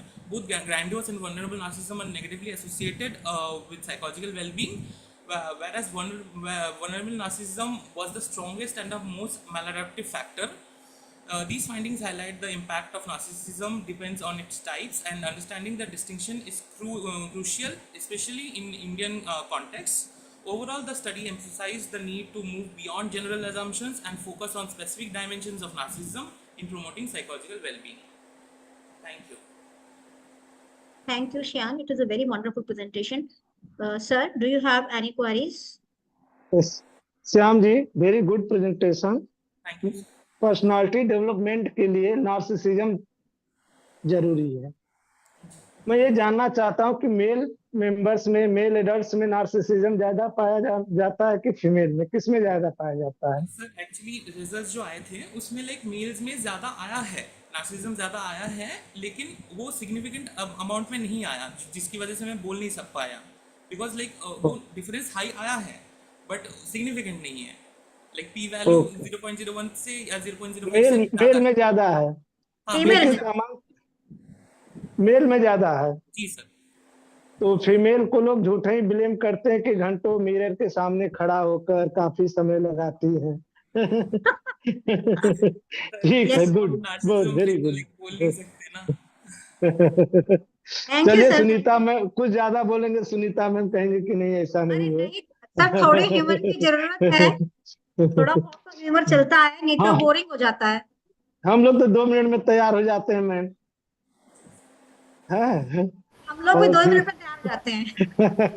चलिए, कोई बात नहीं. Good. Our next presenter is Nikita. Nikita, are you there? Nikita from where? Yes, ma'am, I'm there. Yes, Nikita, present yourself.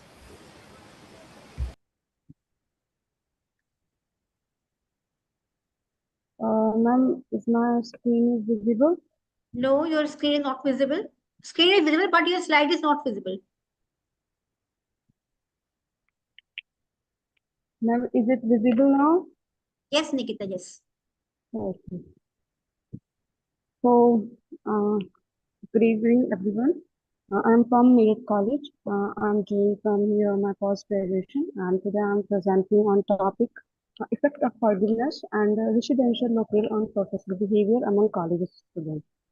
As we know that when we let go our negative emotions like anger, revenge feeling, so it is help to reduce our anxiety and stress.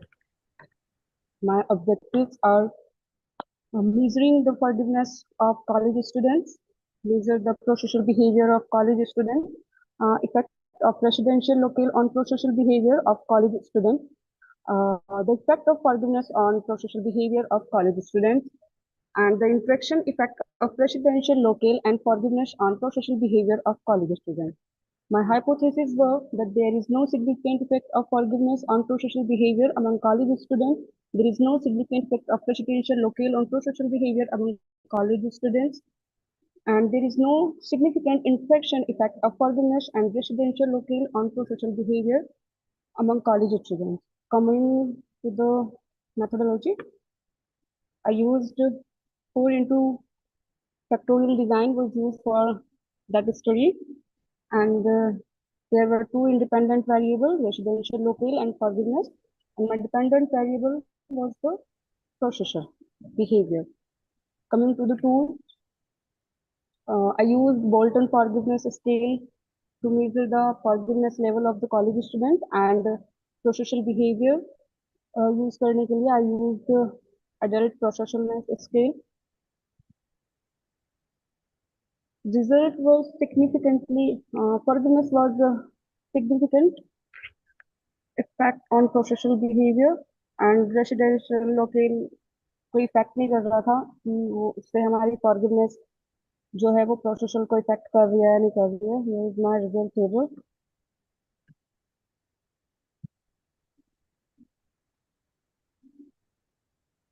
Forgiveness जो है वो प्रोसेसल पर significant 0.001 पर significant थी. Okay, Nikita, please come on your conclusion. Yes ma'am. तो ma'am my conclusion is कि जो forgiveness है वो प्रमोट करती है प्रोसेसल बिहेवियर को और वो हेल्प कर रही है हमारी इमोशनल स्टेट को बैलेंस करने के लिए. तो What is the implication of your study? Sure. Yes, ma'am. Implication क्या है आपके स्टडी के implication? Ma'am, can you define it in Hindi? Actually, I'm not understanding the meaning of implication. Okay, आपकी जो स्टडी है उससे समाज को कुछ फायदा होगा? Yes, ma'am. मैम ये एंगर को रिड्यूस करेगी और जैसे कि आजकल हम देख रहे हैं कि बहुत ज्यादा एग्रेशन और सेल्फिशनेस जो है वो हमारी सोसाइटी में बढ़ रही है. तो once we learn to forgive others, तो यस हमारा जो एंगर है, एग्रेशन है और हमारी जो इमोशनल वेलबींग है वो सब बैलेंस हो जाती है. Thank you, Nikita. Sir, it is over to you. Shiv Kumar, sir. Professor Shiv Kumar, it is over to you. इसमें फैमिली स्ट्रक्चर का भी कोई रोल है निकिता जी? जॉइंट फैमिली और न्यूक्लियर फैमिली में लोग आजकल रह रहे हैं तो उसका भी कोई इम्पैक्ट पड़ता है? सर मैंने जो अपनी स्टडी की थी वो कॉलेज स्टूडेंट्स पे की थी. तो इस पे मैंने ऐसा कुछ चेक नहीं किया कि पर्टिकुलर गर्ल्स में है या बॉयज में है. मैंने सिर्फ ये देखा कि कॉलेज स्टूडेंट्स में फॉरगिवनेस का लेवल क्या है और वो प्रो सोशल बिहेवियर को कितना प्रमोट कर रही है, उस पर कितना इम्पैक्ट डाल रही है. तो मैंने पाया कि फॉरगिवनेस जो है वो प्रो सोशल बिहेवियर को बढ़ा रही है. Okay, thank you, Nikita. For this technical session, this is our last presentation. Professor Shiv Kumar sir and Manisha ma'am, please summarize your part.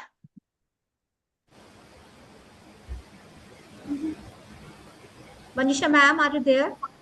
Nikita, please stop sharing your screen. Nikita. Thank you, Sanita. Am I audible? Yes, ma'am, you are audible. Yes. First of all, I would like to give thanks to you that you have given me such a wonderful chance that because I belong to literature group and I have heard from the morning or at 3 o'clock that diverse subject and opinion about what type of the treatment is needed in today's context. So the topic is very apt from the you can say in present time that integrative horizon in mental health. Integrating means the assimilation of the diverse therapies, whether you are talking about the traditional as well as the modern techniques. So, without assimilation and without mingling of these diverse therapies, that you cannot judge a person correctly and up to the mark.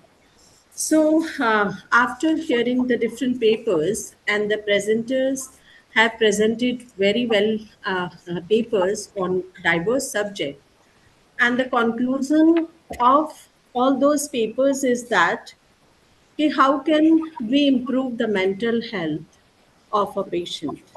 So, there are different factors, there are different ways that, and there are different causes of this mental disorder.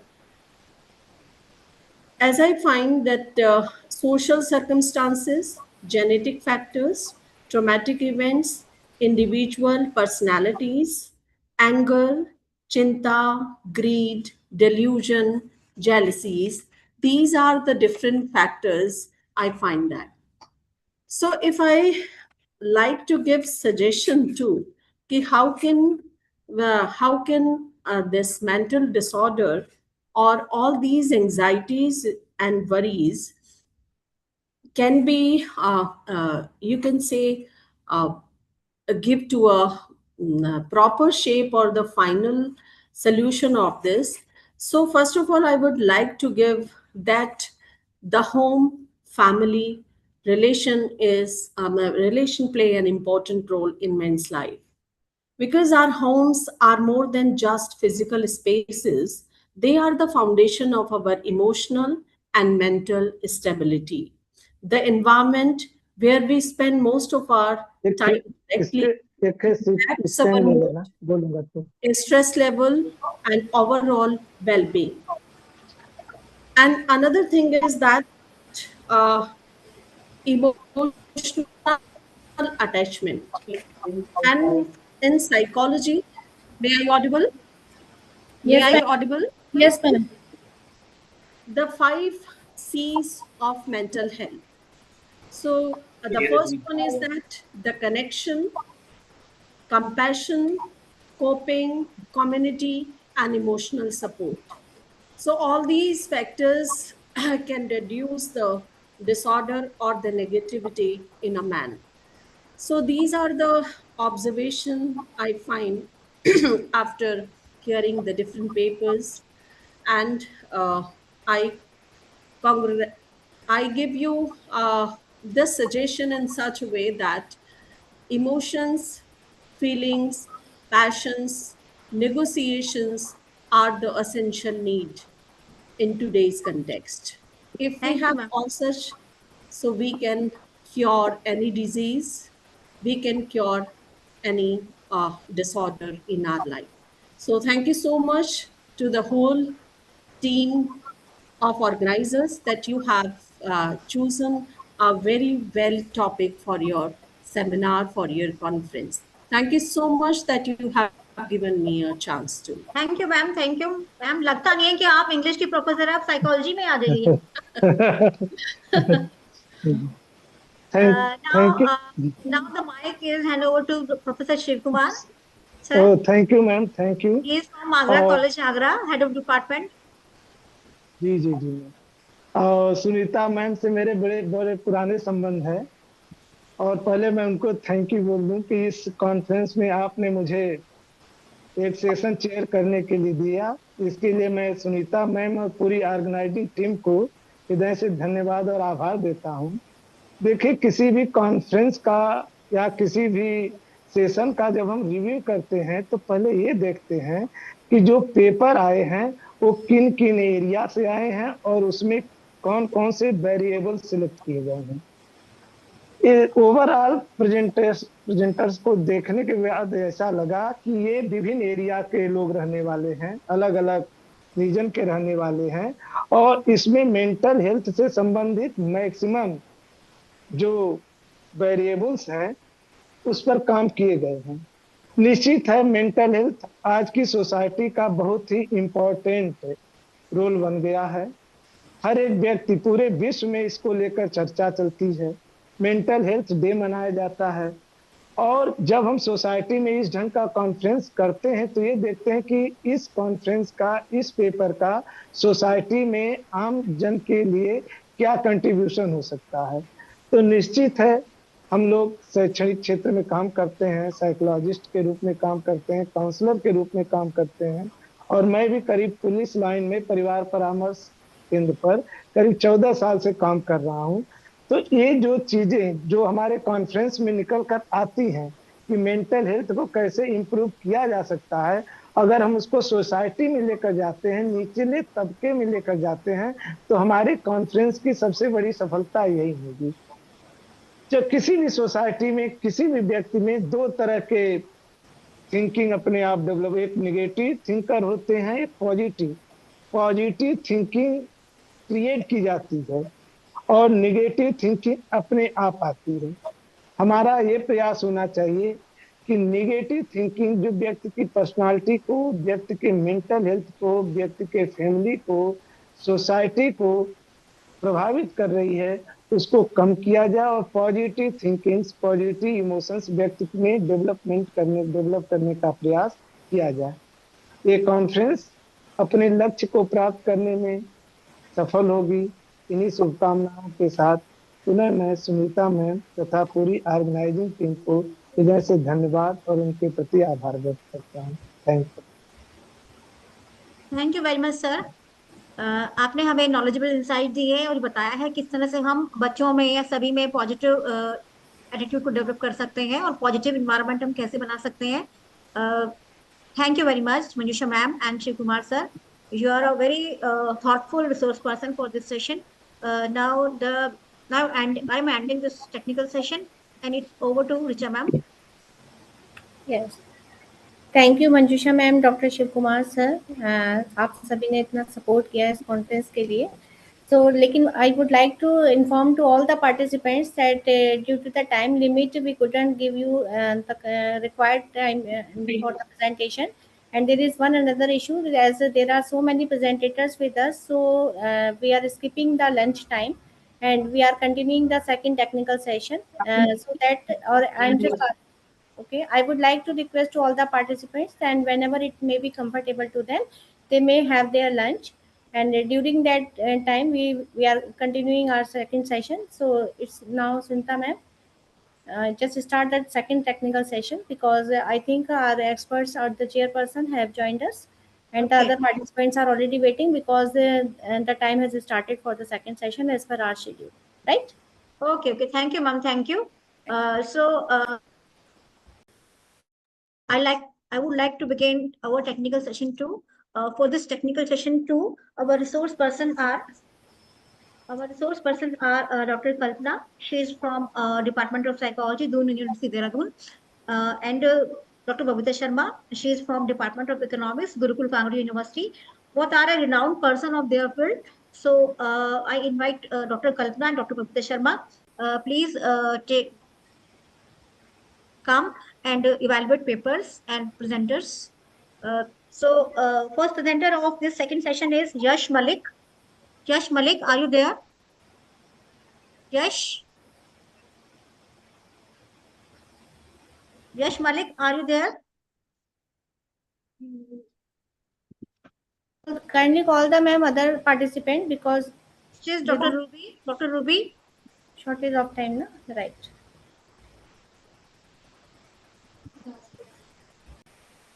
Okay. Dr. Ruby, are you there? Do you want to present? Ruby?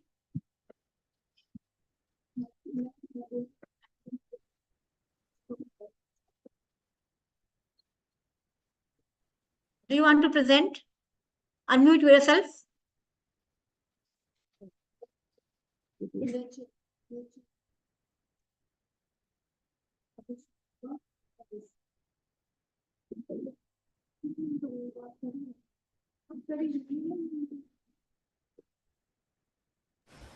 I think these are not present here. Ruby, do you have any problem? Can I call next presenter? Excuse me, Sunita ma'am. Yes. Yeah, actually, Dr. Babita Sharma ma'am from Kanya Gurukul campus, Dehradun, is having some issues. So I would just like to call Dr. Moni Singh. Moni Singh, are you with us? Dr. Moni Singh? Okay, I'm just contacting her because she was about to chair the third session along with the Dr. Ratna Pandey and Dr. Babita Sharma. Okay. You just continue the session. And what about the other candidates? I'm just dropping a message into the conference call. You just speak the name, and whoever is ready from the second technical session, just call him and take the presentation, ma'am. Okay? Okay. I think May you I just start? start from the Babita Sharma ma'am, because I think she has prepared her presentation well, and she is with us now. Babita Sharma ma'am, are you there? आप यहाँ पर हैं ma'am? Babita ma'am from philosophy department. Okay. Then call the other candidates, ma'am, according to the list of the second. I think Yes, ma'am, I'm ready. Yes. Yes. Who are you? Yes. Yes, ma'am. Yes. Please present yourself.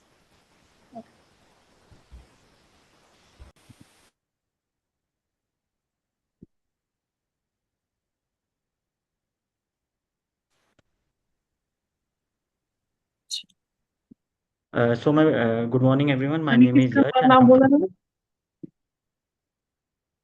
नहीं, किसका बोला है तूने? बोला किसने?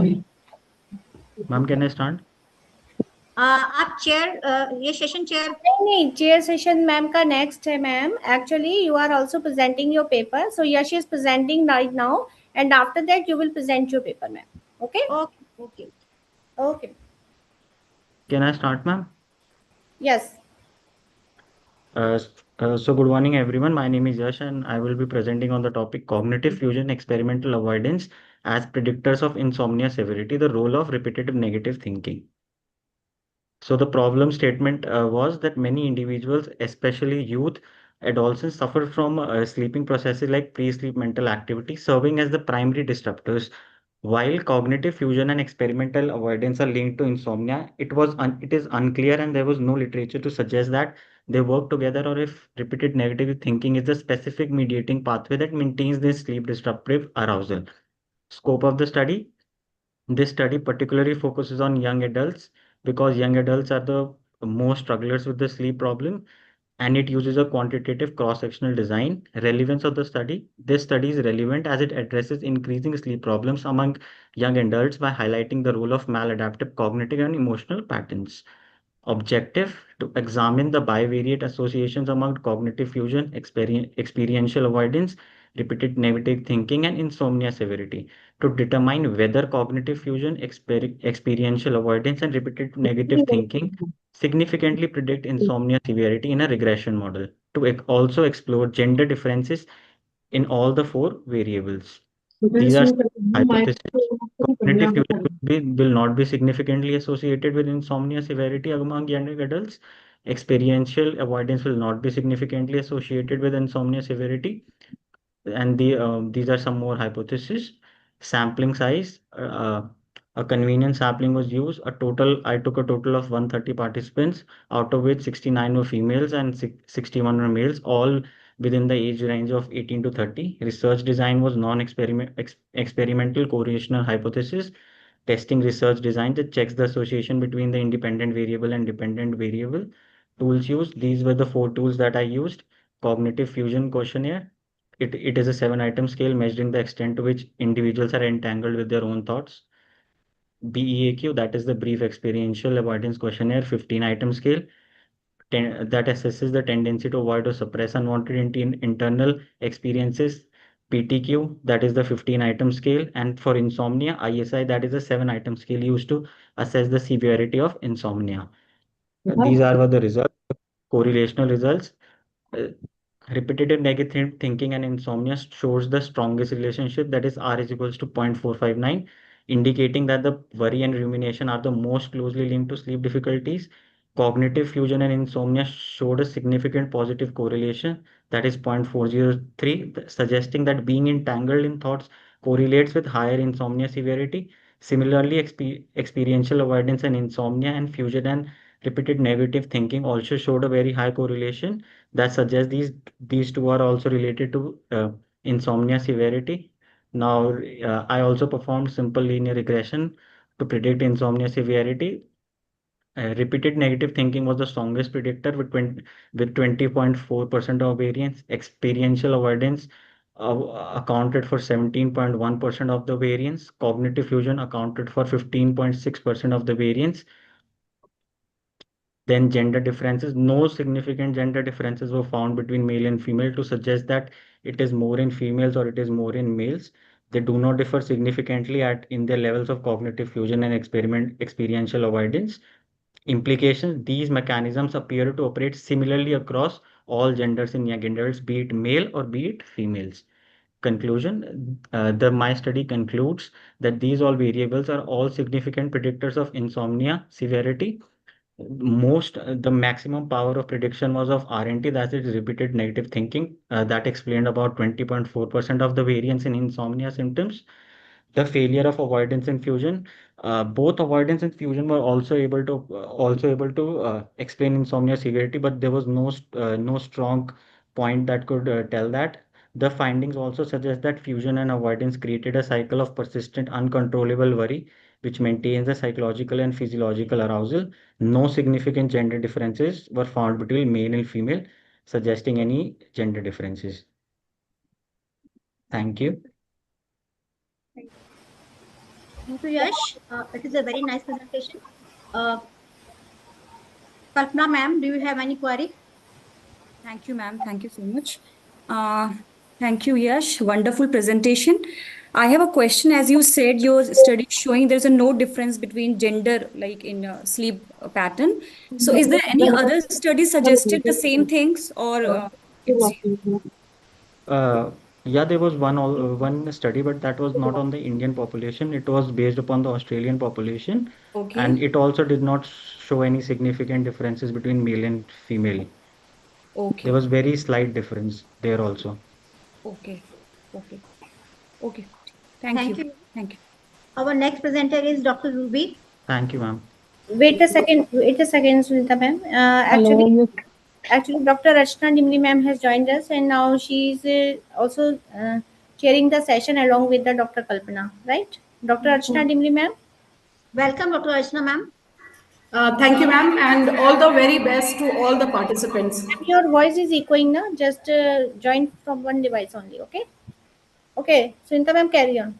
Okay, now that Dr. Ruby is presenting her paper, her topic is the role of indigenous knowledge system and innovative tutoring in mental health. Dr. Ruby, please continue. yes, ma'am. Good afternoon, ma'am. Good afternoon, Richa ma'am, and good afternoon, Sunita ma'am. Okay. And yes, ma'am, I'm sharing my screen. Dr. Ruby, please just describe a brief overview of your research. Yes, ma'am.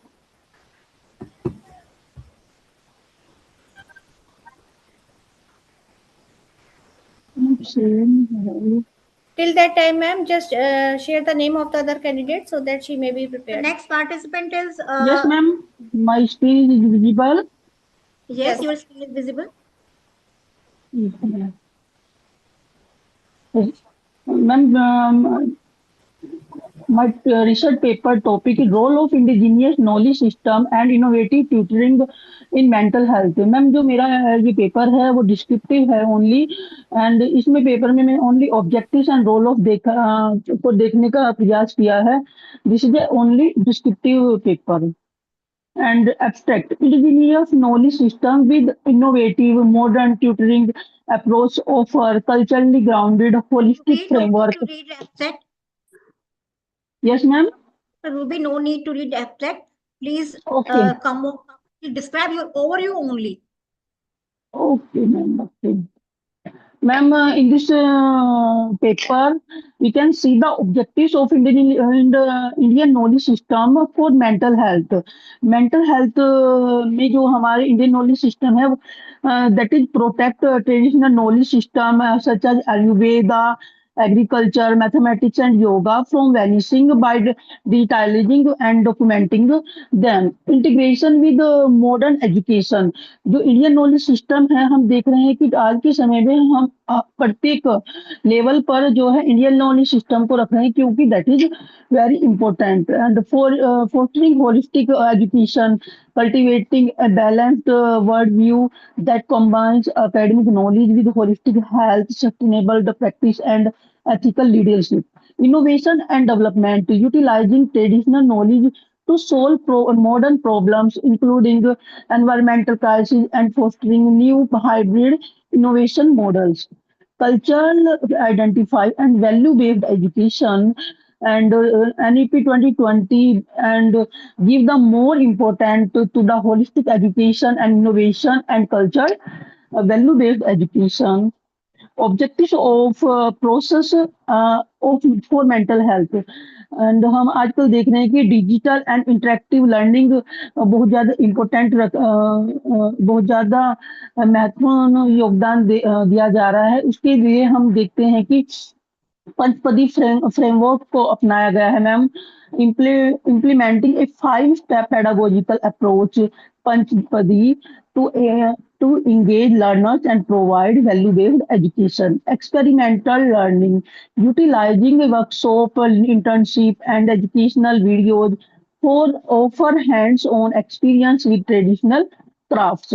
Teacher training organize faculty development program to equip teachers with techniques to incorporate Indian knowledge system into their teaching.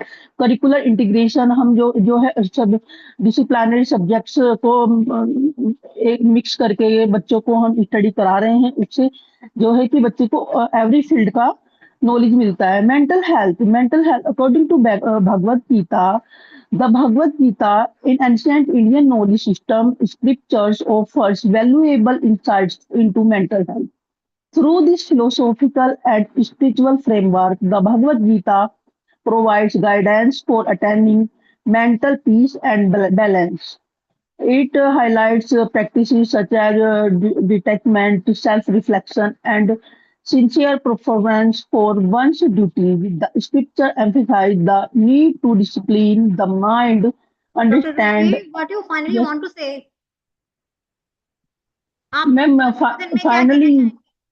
Ma'am finally मैं यही कहना चाहूंगी जो हमारी भारतीय परंपरा भारतीय ज्ञान परंपरा है उसका हम आज की एजुकेशन में भी बहुत अधिक इम्पैक्ट देख रहे हैं जैसे कि हम देख रहे हैं कि एक समय में हम लोग इतना टेक्नोलॉजिकल हो गए थे कि हमने अपनी पूरी प्राचीन परंपरा को प्राचीन ज्ञान परंपरा को छोड़ ही दिया था लेकिन हम आज के समय में देख रहे हैं कि दोबारा से इतनी इतनी प्रॉब्लम्स इंक्रीज हो गई है कि हर एक प्रॉब्लम्स में हमारी जो ट्रेडिशनल नॉलेज है वो वो ही अभी आज के समय में बहुत ज़्यादा इम्पोर्टेंट रख रही है। जैसे हम देखते हैं कि आज योगा का बड़ा इम्पोर्टेंट है, वैदिक एजुकेशन का बड़ा इम्पोर्टेंट है। तो यही कहूँ कि मेंटल हेल्थ को इम्प्रूव करने के लिए हमारा जो इंडियन नॉलेज सिस्टम है, वो हमारे प्रत्येक स्टेप में हमारा बहुत ज़्यादा हमारे लिए अच्छा सिद्ध हो रहा है। Thank you, Ruby. Thank you. It is a very thoughtful lecture presentation. Yes, ma'am. Okay. Archana ma'am, do you want to ask something? Yes, ma'am. Ma'am, can I ask question? Yes, ma'am. Yes. Yes, ma'am. Thank you, Dr. Ruby. Indian knowledge का mental health के ऊपर क्या असर है आपने इसके बारे में बताया। मैं जानना चाहूंगी बेसिकली आपके ऑब्जेक्टिव्स क्या है और इसका बेसिकली रिजल्ट जो आप बताना चाहें मुझे, कंक्लूजन जो बताना चाहें। मैम कंक्लूजन यही है जो हमारी इंडियन नॉलेज सिस्टम है आज के समय में हम देख रहे हैं कि प्रत्येक बच्चा बच्चा ले लो या अपना एवरी पर्सन ले लो इन आवर लाइफ तो जो बहुत सारी हमारी स्ट्रेस बढ़ रही है उसमें भी हमारा जो है एकेडमिक इंडियन नॉलेज सिस्टम का कार्य करता है and build self esteem and confidence हमारा सेल्फ स्टीम और कॉन्फिडेंस बनाने में भी इंडियन नॉलेज सिस्टम हमारा हेल्प करता है encouraging positive students and tutor relationship यानी कि हमारा टीचर्स एंड स्टूडेंट्स के बीच में जो हम देखते थे कि वैदिक काल में हमारे जो है टीचर्स और स्टूडेंट्स के बीच में बहुत अच्छे रिलेशन है लेकिन अभी बीच में हमने देखा लेकिन अभी हम ला रहे हैं अपना इंडियन नॉलेज सिस्टम तो उससे हमारे बच्चों में थोड़ा अभी हम सीबीएसई में देखें तो स्टूडेंट्स बहुत ही इम्पैक्टिव होता है इंडियन नॉलेज सिस्टम से मैम। ठीक है, धन्यवाद। ठीक है, धन्यवाद, thank you. Okay, thank you. Thank you, Dr. Ruby. Our next presenter is Rachel Ellis. Rachel Ellis from Hansraj College, University of Delhi. Rachel, are you there? Yes, ma'am. I'm here. I'm just trying to present my screen. Okay. ऐसे कर दो।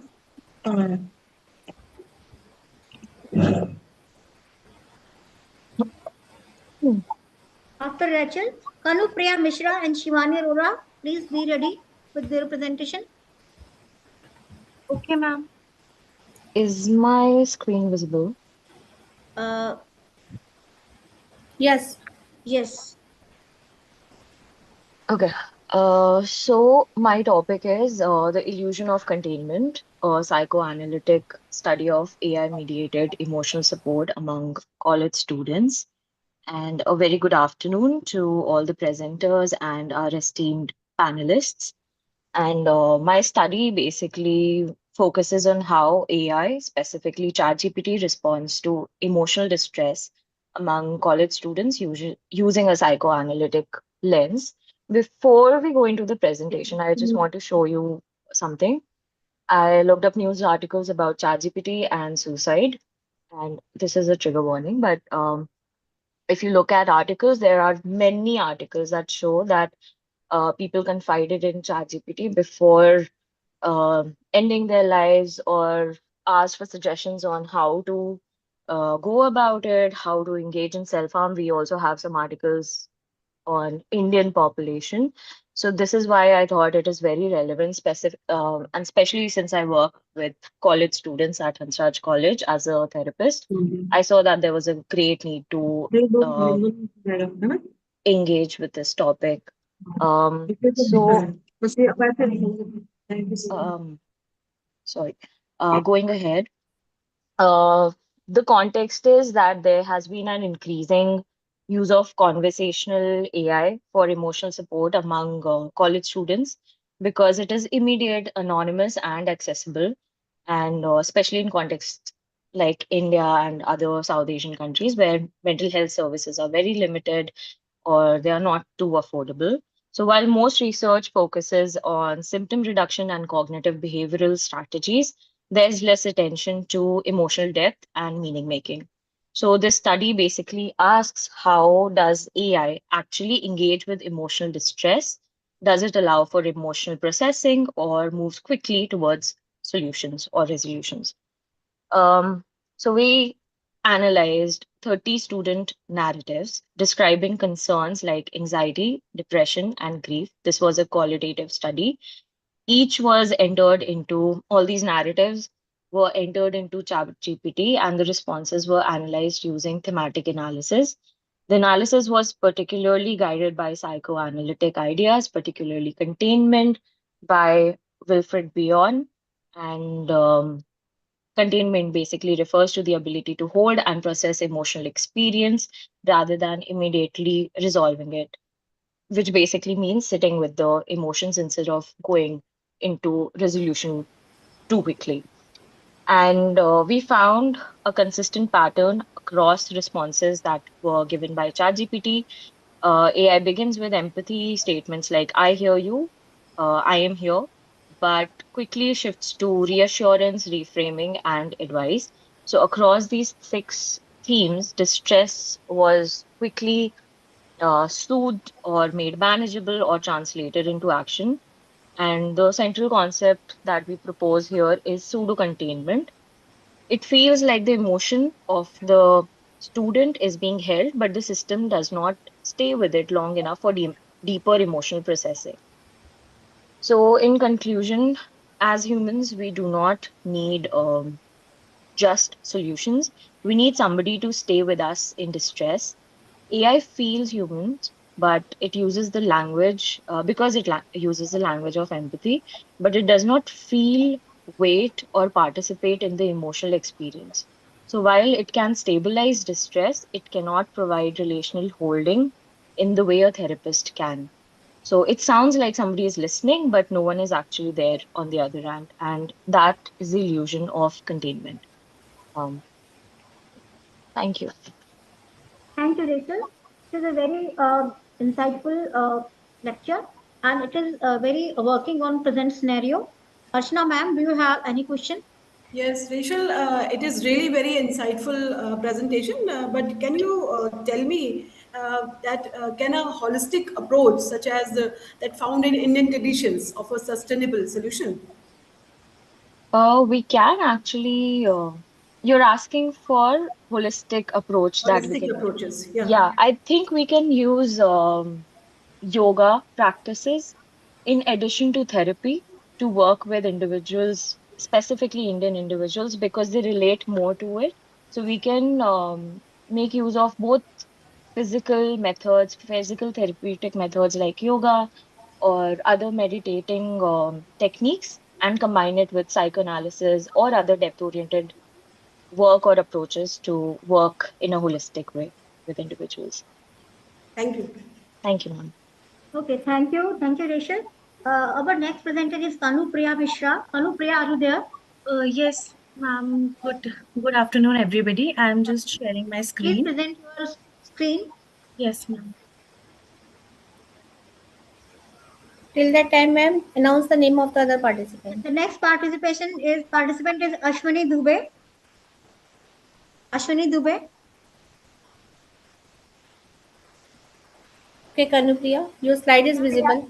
Your objectives and results. Okay, I did my research on topic emotional mimicry tendencies, self-silencing behaviors, and comfort media engagement as predictors of need for belongingness. And this was done under the supervision of my teacher, Dr. Shivani Arora. And the this is like a short introduction. Coming to my variables, I took up four variables, and my independent variables were emotional mimicry, self-silencing, and comfort media engagement. And though my dependent variable was need for belongingness. Now, obviously, there was existing research on all of these, and all of them were studied separately, and emotional mimicry and self-silencing was at times studied with need for belongingness, but they in and all have not been studied together and have rarely been examined together as predictors of belongingness. Maybe in relationship they have, but my study integrated all these three variables. Um, Coming to my methodology, my sample was of 100 people and age was around 18 to 30. And my design was cross-sectional, non-experimental design. My data analysis constituted of correlation and stepwise multiple regression. And I used four scales for it. And all the other scales were available, but for comfort media engagement, I used a parasocial interaction scale, which studied comfort media in its holistic way and not in a direct manner. Then coming to my results, the correlation analysis was used to examine relationships between the variables and belongingness. Um, it showed that emotional mimicry had a positive relationship with belongingness, meaning individuals who are more emotionally responsive to others tend to report stronger belongingness needs. Among all emotional dimensions, there were almost 12 emotional dimensions. Sadness showed the strongest positive correlation. Self-silencing variables, especially divided self and externalized self-perception, also showed significant positive relationships with belongingness. This suggests that individuals who suppress or hide their true feelings in relationships may have stronger needs for acceptance and connection.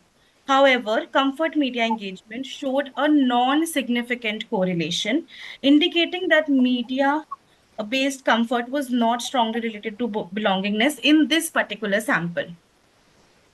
Coming to the regression analysis identified the strongest predictors. Anupriya, what is your final conclusion? Okay. Yes, ma'am. So the study concludes that the study concludes that need for belongingness among young adults is more strongly influenced by emotional and relational factors than by media-based coping. Emotional sensitivity, particularly sadness, mimicry, and divided self, emerged as significant predictors, indicating that empathy and internal relational conflict play an important role in belongingness motivation.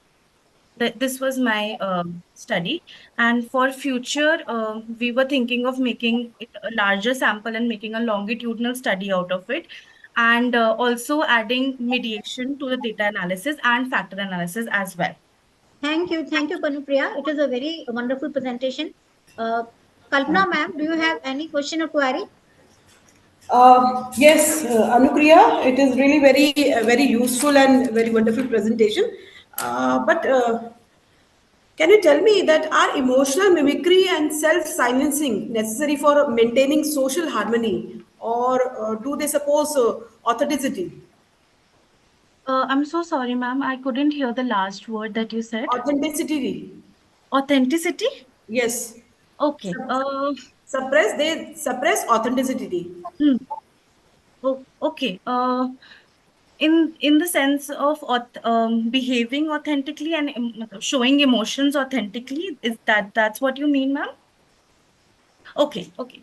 Yes, ma'am, that is also very important. And when we take, if we talk about social harmony, we need to be very particular about what kind of environment the person is coming from, and how much easily easily the person can show their emotions.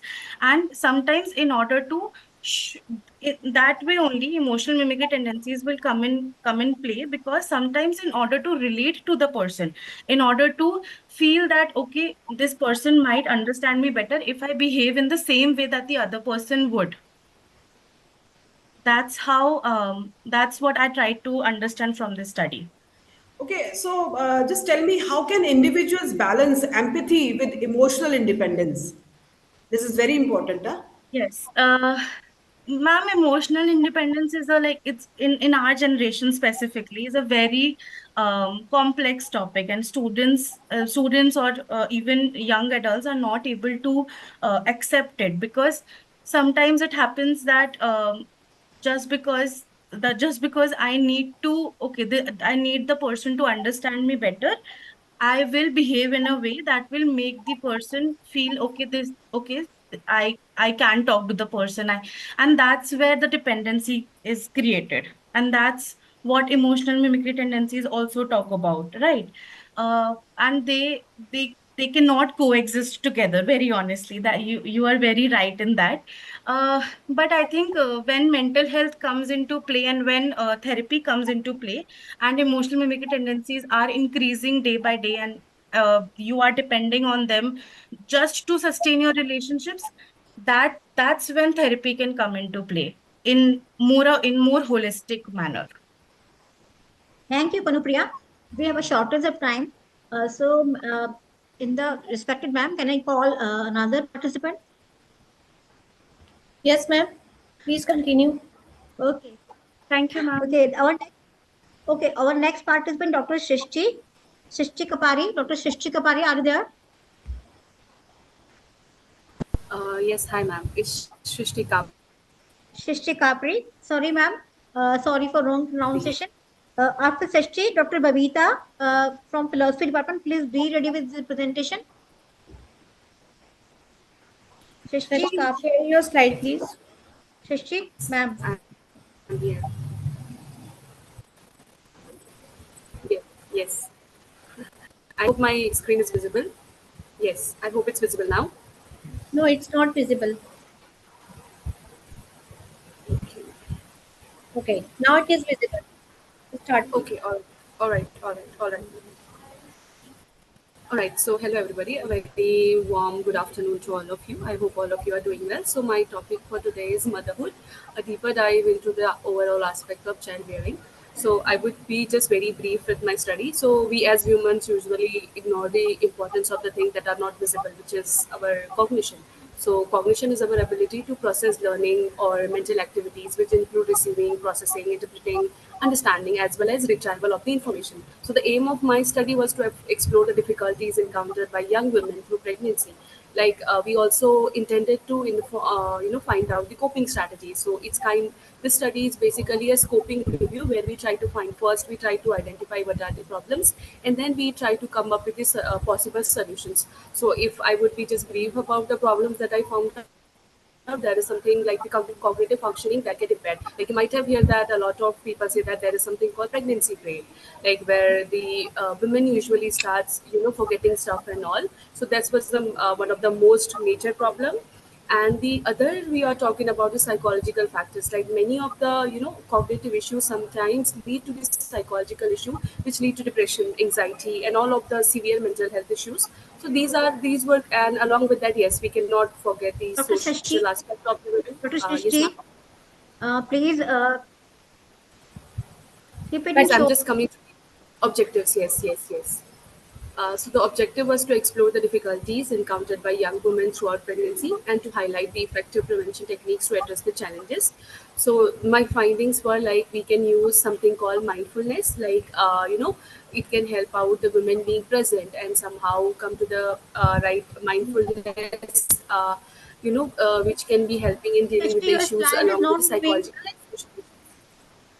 Dr. Shrishti, your slide is Is it not moving. visible or not?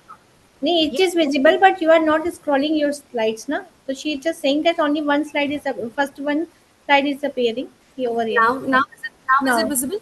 yeah, Yes. you just scroll. Okay, Yeah. okay. So the findings were Continue.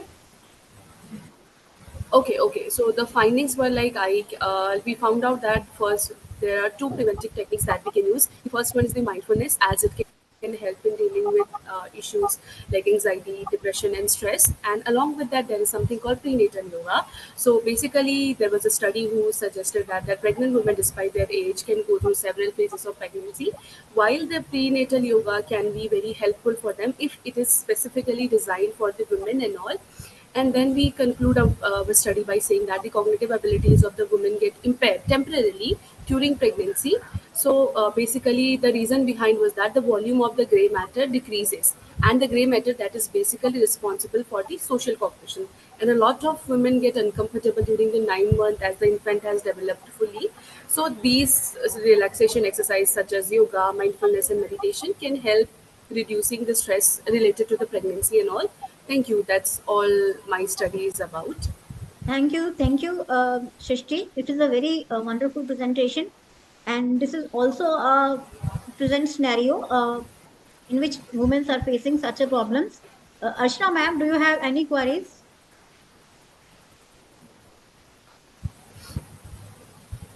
Arshna, ma'am. Am I audible Yeah. right now? Yes. Yes. Okay. So, Shrishti Kapri, really your presentation is very emotional and very psychological based also. But just a little suggestion, to elaborate your paper. That two suggestions there. That how does mental health influence child development? Please include this segment in your.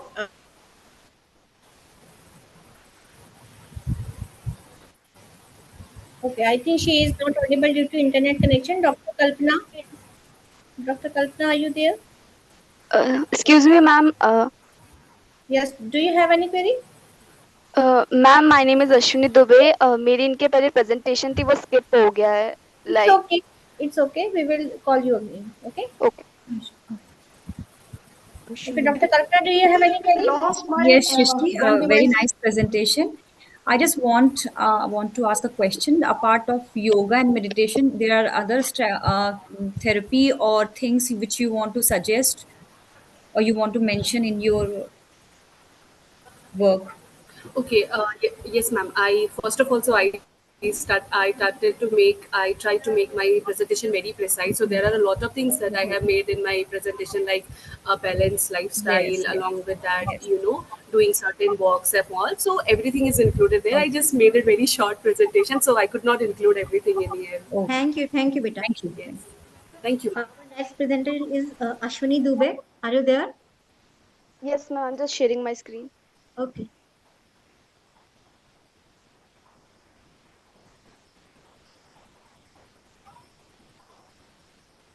How?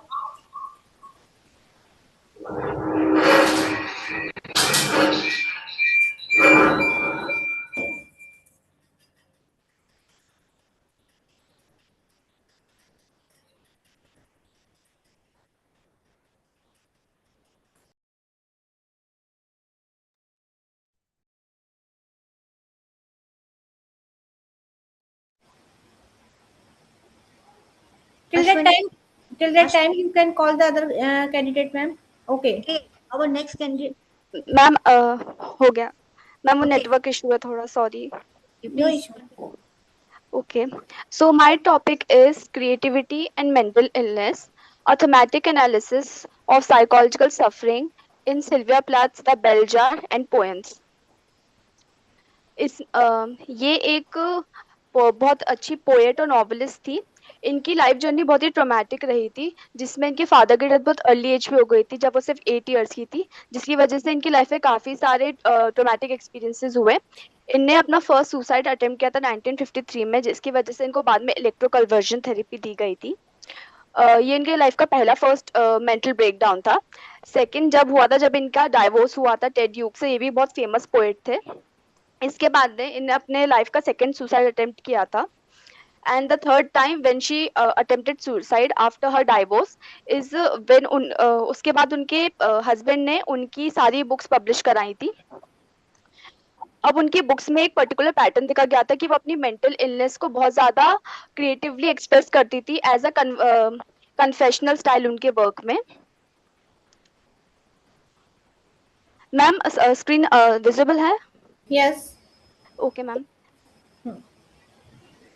अगर हम literature review की बात करें तो हमने bell jar में देखा था कि इनने एक वुमेन की बात करी थी, ईस्टर ग्रीनवुड, जिसमें इनने खुद की लाइफ को एक्सप्रेस किया था, जैसे कि इन्हें डिप्रेशन मेंशन किया था, सुसाइड अटेम्प्ट मेंशन किया था, एंड इन्हें ईसीटी के बारे में बताया था जो इनकी खुद की लाइफ में भी हुआ था। इसी तरीके से बहुत सारे अलग अलग इनके वर्क में इन्हें अपनी पर्सनल लाइफ को मेंशन किया है। ड्यू टू टाइम कॉन्स्टेंट में डिटेल में एक्सप्लेन नहीं कर पाऊंगी। अगर हम जाते हैं ऑब्जेक्टिव्स पे, तो हमारा ऑब्जेक्टिव था स्टडी का कि हम मेजर साइकोलॉजिकल थीम्स देखना चाहते थे of mental illness Sylvia Plath के वर्क में। हम एनालाइज करना चाहते थे रिलेशनशिप बिटवीन सिल्विया प्लाथ की मेंटल इलनेस और उनकी क्रिएटिविटी में, और हम क्रिएटिविटी को as a way of emotional expression भी देखना चाहते थे कि क्या क्रिएटिविटी कहीं ना कहीं हमारे अंदर के दर्द को बाहर निकालती है कि नहीं। एंड हमारा रैशनल ये है स्टडी करने का, क्योंकि बहुत ही लिमिटेड स्टडीज है जो कि लिटरेचर साइकोलॉजी को एज अ कॉम्बिनेशन दिखाती हैं। अगर हम मेथोडोलॉजी पे जाए तो हमारी रिसर्च डिजाइन क्वालिटेटिव स्टडी थी, जिसमें हमने प्राइमरी सोर्सेज पे लिया था बेल जार और उनकी कुछ पोएम्स को। सेकेंडरी सोर्सेज में हमने कुछ स्कॉलरी आर्टिकल्स लिए थे ताकि हम उसको एज अ रेफरेंस यूज कर सके। डेटा एनालिसिस हमने थेमेटिक एनालिसिस के थ्रू किया था, ब्रॉन एंड क्लार्क के मेथड से, जिससे हमने इनके सारे वर्क्स को डीपली स्टडी किया। उसके बाद उसमें हमने सब थीम्स निकाले, कोडिंग करी, एंड बाद में हमने मेजर थीम्स निकाली, जिसमें हमने देखा कि क्या इनके वर्क में मेंटल इलनेस का जिक्र है, और अगर जिक्र है तो किस तरीके से, क्या डिप्रेशन के थ्रू है, ट्रॉमा है, क्या है। और जब हमने इनका ओवरऑल सारी थीम्स निकाली तो हमारी जो मेजर फाइंडिंग्स आई हैं वो ये आई हैं कि इनके वर्क में हमने डिप्रेशन एंड होपलेसनेस को देखा, आइसोलेशन एलियनेशन को देखा, आइडेंटिटी कॉन्फ्लिक्ट एंड सेल्फहुड को देखा, ट्रॉमा एंड इमोशनल वुड को देखा, डेथ सुसाइड और सेल्फ डिस्ट्रक्शन की बात देखी, रीबर्थ एंड ट्रांसफॉर्मेशन की बात देखी, एंगर रिबेलियन रेजिस्टेंस देखा, एंड क्रिएटिविटी को देखा as an emotional outlet.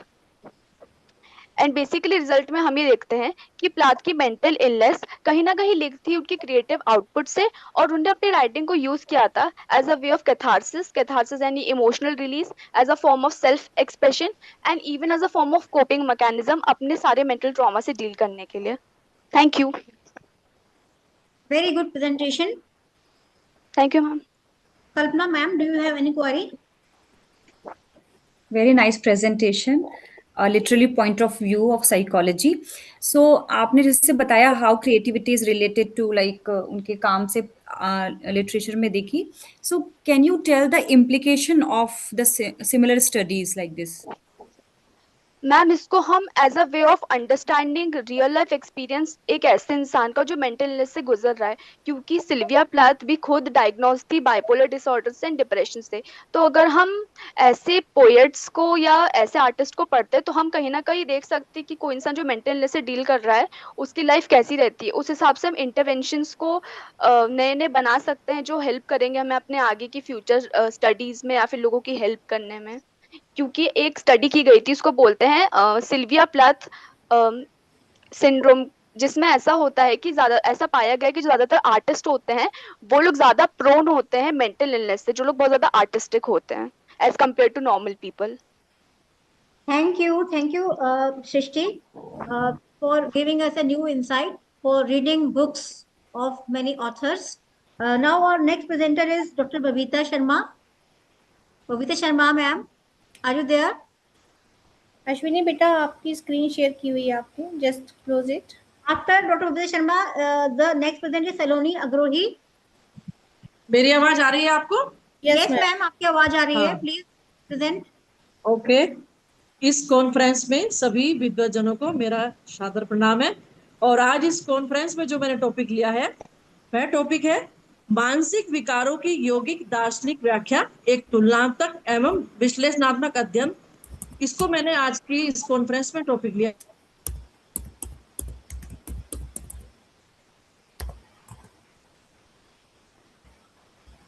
Ma'am, you are not audible. I think there is some internet issue. Please connect it through your phone. Dr. Babita. इनका तात्पर्य यह है कि एक स्वस्थ व्यक्ति उसी को कहा जाएगा जो अपनी पारिवारिक जिम्मेदारियों को अच्छे तरह से निभाता है और साथ ही साथ सामाजिक जो उसकी कर्तव्य है उनको वो अच्छे से निभाता है, और इसके साथ साथ अगर वो राष्ट्र के कर्तव्यों को भी अच्छे से निभाता है तो वह एक स्वस्थ व्यक्ति कहलाएगा। अब ये जो स्वस्थ व्यक्ति की परिभाषा, स्वस्थ व्यक्ति एकदम से इसके लिए हमें बहुत कुछ करना पड़ता है। दूसरे, अगर मैंने जो देखा है, जो मैं एक अपना समझती हूँ कि अगर हम पूरे दिन में Ma'am, please connect to your phone. Dr. Babita ma'am? Dr. Babita ma'am, you are not audible to us. Kindly check your connection, ma'am. हम काफी हद तक वो चीजों को हम पा सकते हैं और तनाव हमारे पास बिल्कुल भी नहीं आएगा। और तनाव का संतुलित सामना जो है हम बिल्कुल कर भी सकेंगे अगर आता भी है, और अपने कर्तव्य व संबंधों को सही ढंग से निभा भी सकेंगे। अब इसमें योग सबसे बढ़िया काम करता है। योग एक समग्र जीवन दर्शन और योग जो है एक समग्र जीवन दर्शन और एक साधना पद्धति है, जिसका उद्देश्य शरीर, मन और आत्मा के बीच संतुलन स्थापित करना है। वर्तमान वैश्विक परिपेक्ष में मानसिक विकारों की बढ़ती हुई प्रवृत्ति ने मानव जीवन के अस्तित्वगत, नैतिक एवं व्यवहारिक आयामों को गंभीर रूप से प्रभावित किया है। आधुनिक मनोविज्ञान जहां इन विकारों का विश्लेषण मुख्यतः जैविक, संज्ञानात्मक एवं व्यवहारिक प्रतिमानों के अंतर्गत करता है, वहीं यौगिक दर्शन मानसिक विकारों को चित्त की अशुद्धियों, वैचित्र्य तथा आंतरिक असंतुलन के रूप में अभिव्यक्त करता है। प्रस्तुत शोध का उद्देश्य यौगिक दर्शन के आलोक में मानसिक विकारों की दार्शनिक व्याख्या का तुलनात्मक एवं विश्लेषणात्मक परीक्षण करना है, जिसमें पारंपरिक यौगिक अवधारणाओं एवं समकालीन मानसिक स्वास्थ्य विमर्श के मध्य अंतर संबंधों का अन्वेषण किया जाएगा। इस अध्ययन में चित्त, वृत्ति, क्लेश, प्राण तथा मन जैसे प्रमुख यौगिक तत्वों को विश्लेषणात्मक रूपरेखा के रूप में ग्रहण किया गया है, जिनके माध्यम से मानसिक विकारों की उत्पत्ति, स्वरूप तथा निवारण की प्रक्रियाओं को व्याख्या किया गया है। अनुसंधान की पद्धति मुख्यतः दार्शनिक, व्याख्यात्मक तथा तुलनात्मक होगी, जिसमें प्राचीन योग ग्रंथों एवं आधुनिक मनोवैज्ञानिक सिद्धांतों का अंतः विषय विश्लेषण सम्मिलित रहेगा। साथ ही साथ हठ योग में वर्णित प्राण नाड़ी शोधन तथा शारीरिक प्राणिक संतुलन की प्रक्रियाओं को मानसिक स्वास्थ्य के परिप्रेक्ष्य में समझा जाएगा, जबकि पतंजलि योग में चित्तवृत्ति निरोध एवं अष्टांग योग की साधना पद्धति को मानसिक विकारों के शमन हेतु एक व्यवस्थित मनोवैज्ञानिक अनुशासन के रूप में विश्लेषित किया जाएगा। इस प्रकार दोनों परंपराओं के सिद्धांतों का समन्वित अध्ययन मानसिक स्वास्थ्य के समग्र एवं गहन समझ प्रदान करेगा। अतः यह अध्ययन मानसिक स्वास्थ्य के क्षेत्र में एक समन्वयात्मक एवं मानववादी दृष्टिकोण प्रस्तुत करने का प्रयास करेगा, और जो पारंपरिक ज्ञान और आधुनिक विज्ञान के मध्य एक सशक्त संवाद स्थापित जो है वो कर सके। अब अंत में मैं थोड़ा इसके विषय में थोड़ा ये बताना चाहूंगी। जैसे स्वस्थ व्यक्ति के बारे में कहा जाता है कि स्वस्थ व्यक्ति यानी कि स्वस्थ व्यक्ति, उसके मन में जो विचार भी एकदम बिल्कुल स्वस्थ ही होंगे, और इसका हम तभी अच्छे से कर सकेंगे अगर हम ध्यान को, मैं पहले मुख्य बिंदु उसका बता रही हूँ, अगर हम ध्यान को अपने रोजाना के कार्यों में इसको शामिल कर लेंगे तो तनाव हमारे पास बिल्कुल नहीं आएगा। ये मैं खुद अपने एक्सपीरियंस से भी कह रही हूँ, क्योंकि मैंने देखा कि मैं भी काफी एक बार बहुत पहले डिप्रेशन में आ गई थी। अब मैंने दवाइयां भी खाई, लेकिन दवाई से ज्यादा पारिवारिक जो सपोर्ट होता है वो बहुत जरूरी है। और इसके बाद फिर धीरे धीरे समझ में आया कि हमें कुछ टाइम अपने लिए जरूर निकालना चाहिए, और वो टाइम हम दिन में ना निकाल करके बिल्कुल अर्ली इन द मॉर्निंग जब आप किसी भी चीज में ध्यान लगाते हैं तो निश्चित आप वहां पर सफलता प्राप्त करेंगे। ये मेरा खुद का दावा है और मैं इसको नोटिस भी करती हूँ। और यहाँ तक कि मैं अपने जो स्टूडेंट हैं उनको भी मैं ये चीज बताती हूँ कि आप किसी भी कार्य को लीजिए, उसका लक्ष्य बनाइए और टाइम उसका वही रखिए, तो देखना आप हर चीज में सफलता आप पा सकेंगे। और अंत में मन के बारे में मैं एक चीज कहना चाहूंगी। एक गाना बना था पहले कि तोरा मन दर्पण कहलाए। जो हमारा मन है ना, ये मन वाकई में दर्पण है। अच्छे बुरे सारे विचार इसी के अंदर हैं, और जो दूसरे को नजर आएंगे ना वो सब नजर आ जाएंगे। इसलिए इस दर्पण को क्लीन करके रखिए बिल्कुल, ताकि अपना चेहरा भी अच्छे से दिख सके और जो दूसरा है उसका चेहरा भी अच्छे से दिख सके। बस यही मुझे कहना है पेपर के बारे में। Thank you so much. Thank you, very nice presentation. अगली प्रेजेंटर है सलोनी अग्रोही। सलोनी। सलोनी आप यहाँ पर हैं क्या? Okay, our next presenter is Good Mr. afternoon, Deepak. ma'am. Saloni, present yourself. Yes.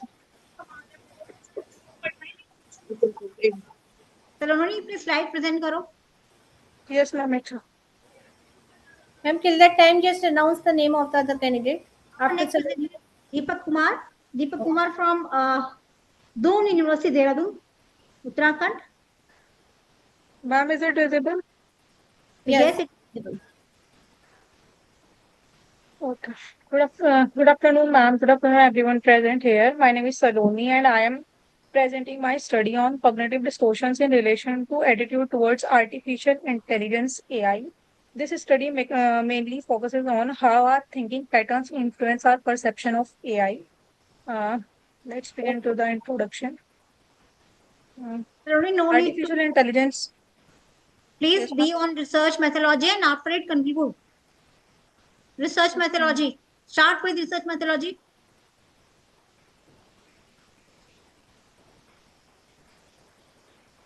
This study used a descriptive correlational design.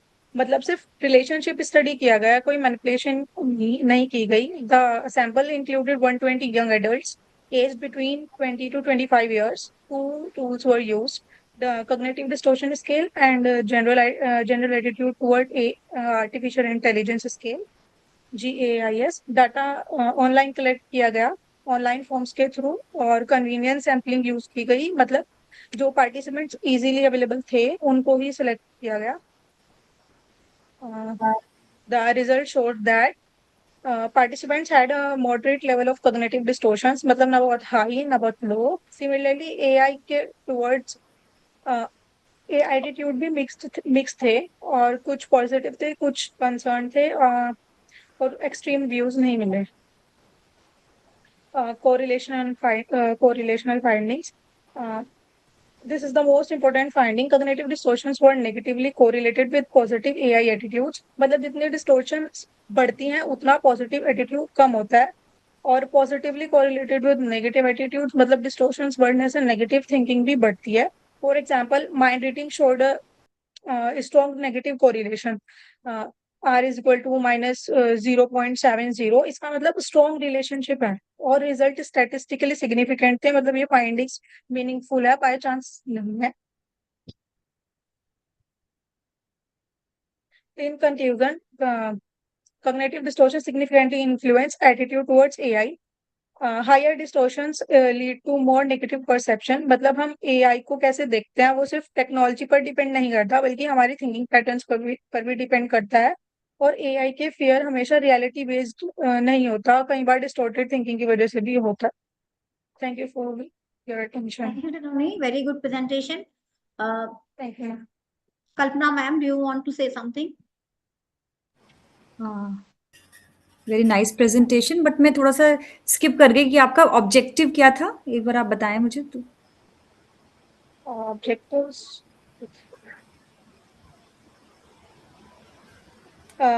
Ma'am मेरे 3 objectives थे. First, to assess cognitive distortions among young adults, मतलब उनके thinking patterns को समझना.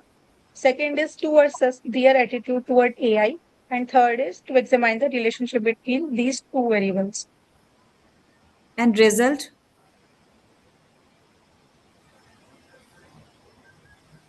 The result showed that participants had a moderate level of cognitive distortions. मतलब ना बहुत high था और ना बहुत लो. AI के towards attitude mixed थे, कुछ लोग पॉजिटिव थे और कुछ कंसर्न थे, कोई एक्सट्रीम व्यूज नहीं हुए. Okay, thank you. Thank you, Saloni. Our next presenter is Mr. Deepak Kumar. Deepak. He is sharing his screen, ma'am. Till that time, you just announce the name of other one. Okay, now he has shared. The next one. I'm audible, ma'am. Yes. Yes, you're audible, Deepak. And the PPT is visible. Yes, your PPT is visible. Okay, ma'am. Good afternoon, respected panel members. My name is Deepak Kumar, and I am presenting my research work on HIV-related work, psychosocial factor in Uttarakhand with gender differences. So that title is a correlational study of perceived discrimination, self-stigma, mental health and self-esteem among PLHIV in Uttarakhand with gender differences. So coming on the research design,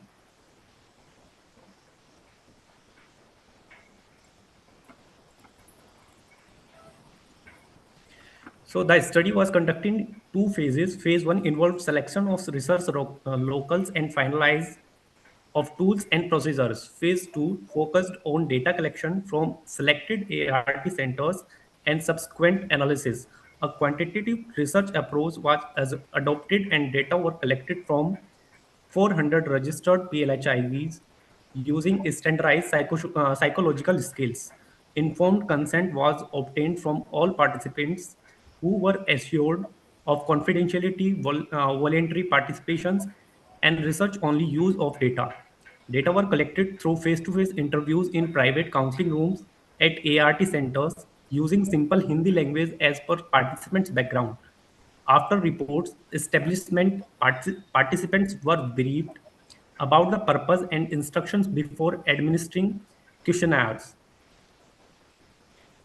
The following standardized tools were administered in fixed sequence after demographic details, perceived discrimination scales, self-stigma scales, mental health checklist, self-esteem scales. Data collection challenges includes hesitations, guarded responses, and mismatch between verbal responses and non-verbal cues due to stigma associated with HIV.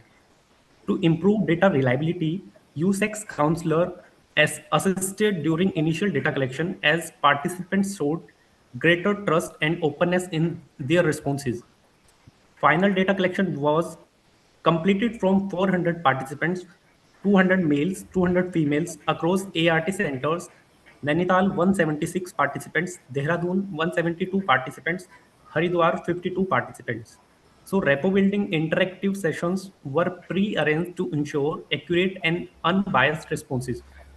So the objective of the study to examine the correlation between perceived discrimination, self-stigma, mental health, and self-esteem among PLHIV of Uttarakhand.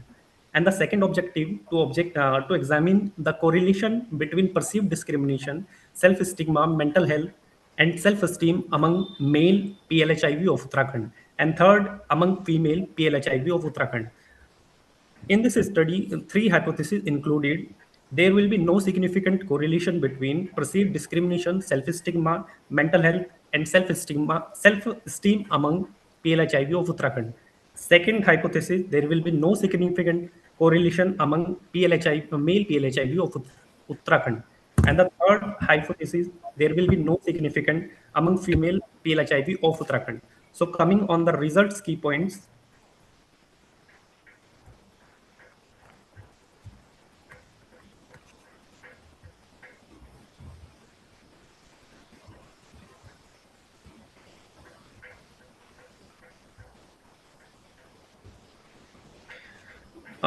the present study aimed to examine the relationship among perceived discrimination, self-esteem, mental health, and self-esteem among PLHIV living with HIV with a specific focus on gender differences.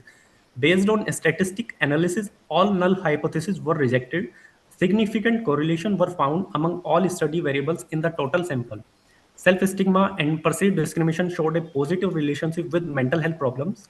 Both self-stigma and perceived discrimination showed a negative relationship with self-esteem. Therefore, the first null hypothesis was rejected. For male PLHIV, significant relationships were observed among all variables. Self-stigma and perceived discrimination were positively correlated with mental health problems. They were negatively correlated with self-esteem.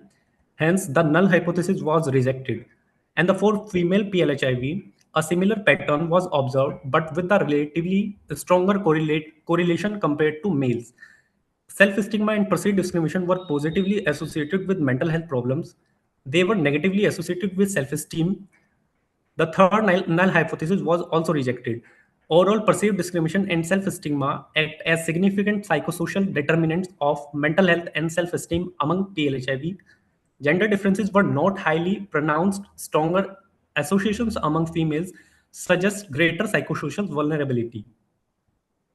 So the conclusion, the finding indicates significant relationship among perceived discrimination, self-stigma, mental health, and self-esteem among PLHIV.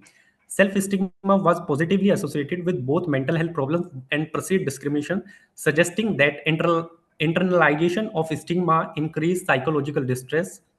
A significant negative relationship was found between self-stigma and self-esteem, indicating that higher stigma is linked to lower self-worth. Mental health problems were also negatively correlated with self-esteem, suggesting that psychological distress adversely impacts self-perception.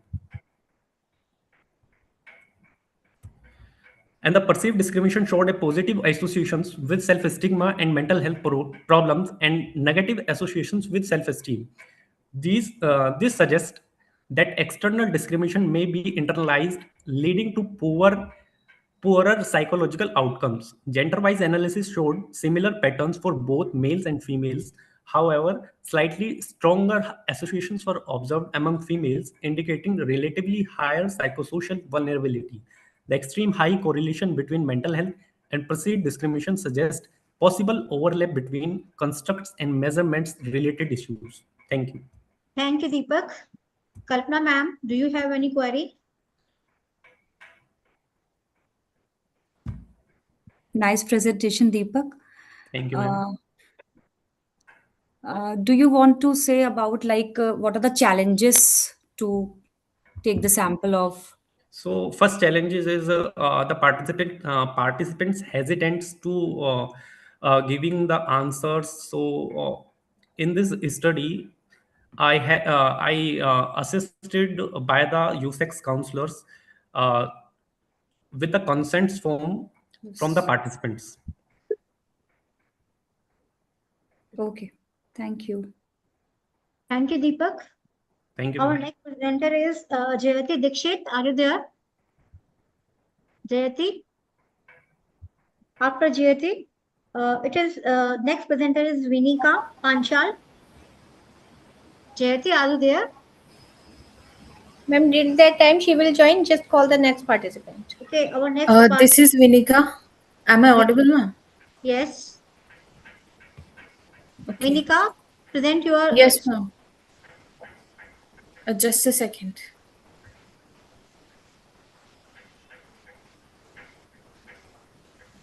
Is this visible, ma'am? Visible. Okay, good afternoon, everyone. The title that the research paper that I'm presenting today is titled Mapping Lacanian Topography in the Urban Fantasy Novels of Neil Gaiman, Ilona Andrews, and Ben Arnovich.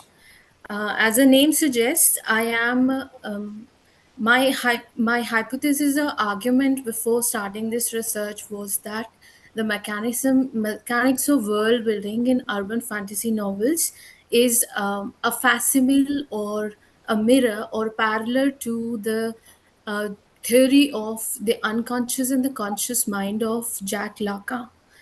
And for this study, I have taken 6 novels from each of these authors. These are some of the research objectives before I starting this research.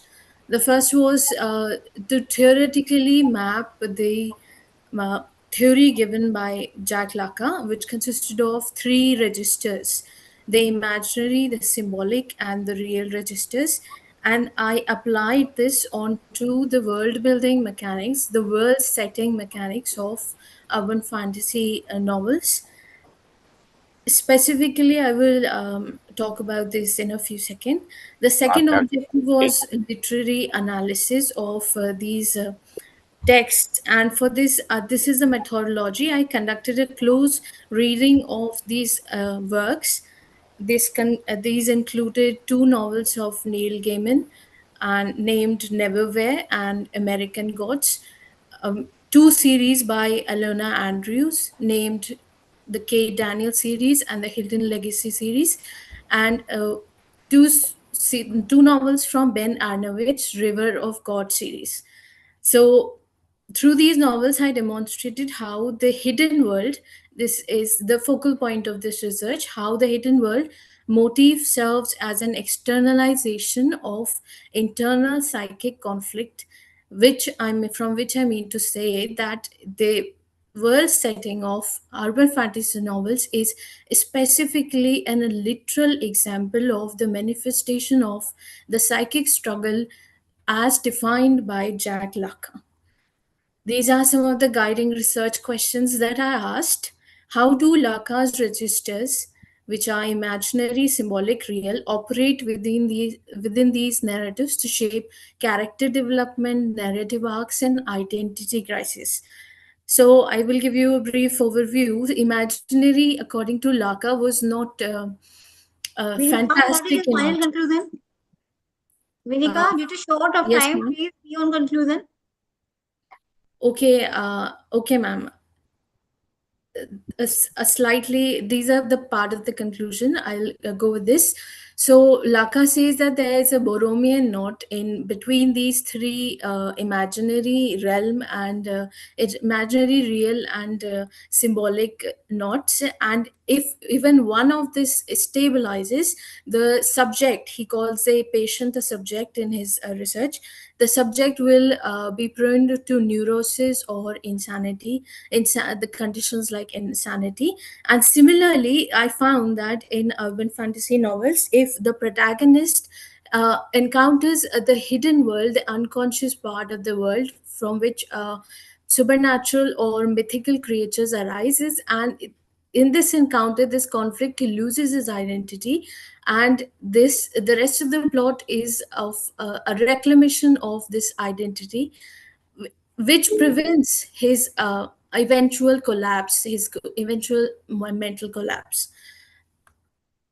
These are some of the कौन सी methodology सड़क for पकड़ ली choosing the भाई? excuse, pardon. Nothing. These are some. Ring road connect agree कहाँ? These are some of the methodology I have taken. This is the analysis, and this is part of uh, the conclusion is they. I will show you, tell you. It's just a small example before concluding from the novel of Elena Andrews. What happens is that the world setting is in set in a time period where the real realm has included that has collided with the imaginary realm. That means the unconscious realm has intruded into the part of the conscious mind, and thus there is a post-apocalyptic situation in the novel. That means that the mental patient, which is according to Lacan, the mental patient, if there is an intrusion from the unconscious part of the unconscious, he is prone to insanity. And in order to prevent this, he talks about how the unconscious is structured like a language, and he gives the symbolic stage as a solution to this. And I have shown this in the research how this happens in Kate Daniels series. So what happens is that the world is a post-apocalyptic situation where the unconscious mind has intruded to the conscious realm. For example, there is a wave-like situation in which a shift occurs between when the protagonist loses her identity. This there is no hidden world in this because the unconscious has flooded the consciousness, and Kate Daniel doesn't fall into the real, she lives into it as if the world has gone Okay, mad. This actually, is the time is over now, so just sum up in within a 1 minute. Okay. okay, ma'am. Okay, and I'll conclude this. Why this matters, it is an important disciplinary integration. This was the main objective of the research, which was bridging the gap between psychoanalytic theory and genre fiction analysis. This was also related to the limits of the research because I could only choose Western novels. There were specific Indian novels included in this research, but because of the length of the word limit, I could not include the analysis. Ex- the second conclusion was a part including this work into the Thank you, critical. Nikita. Actually, the time limit is over, so Uh, unfortunately, we will have to stop this right now, and because the other candidates are waiting. So, Dr. Sunita ma'am, please continue. Okay, our next presenter is Prakriti Gautam. Are you there? Prakriti or Jayati Dikshit? Jayati Dikshit, are you there?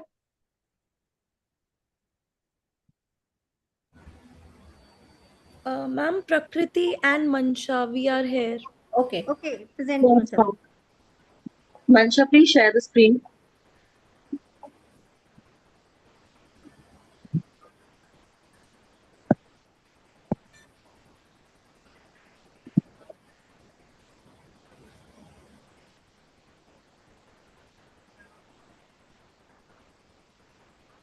Just while presenting, keep in your mind the time limit, na?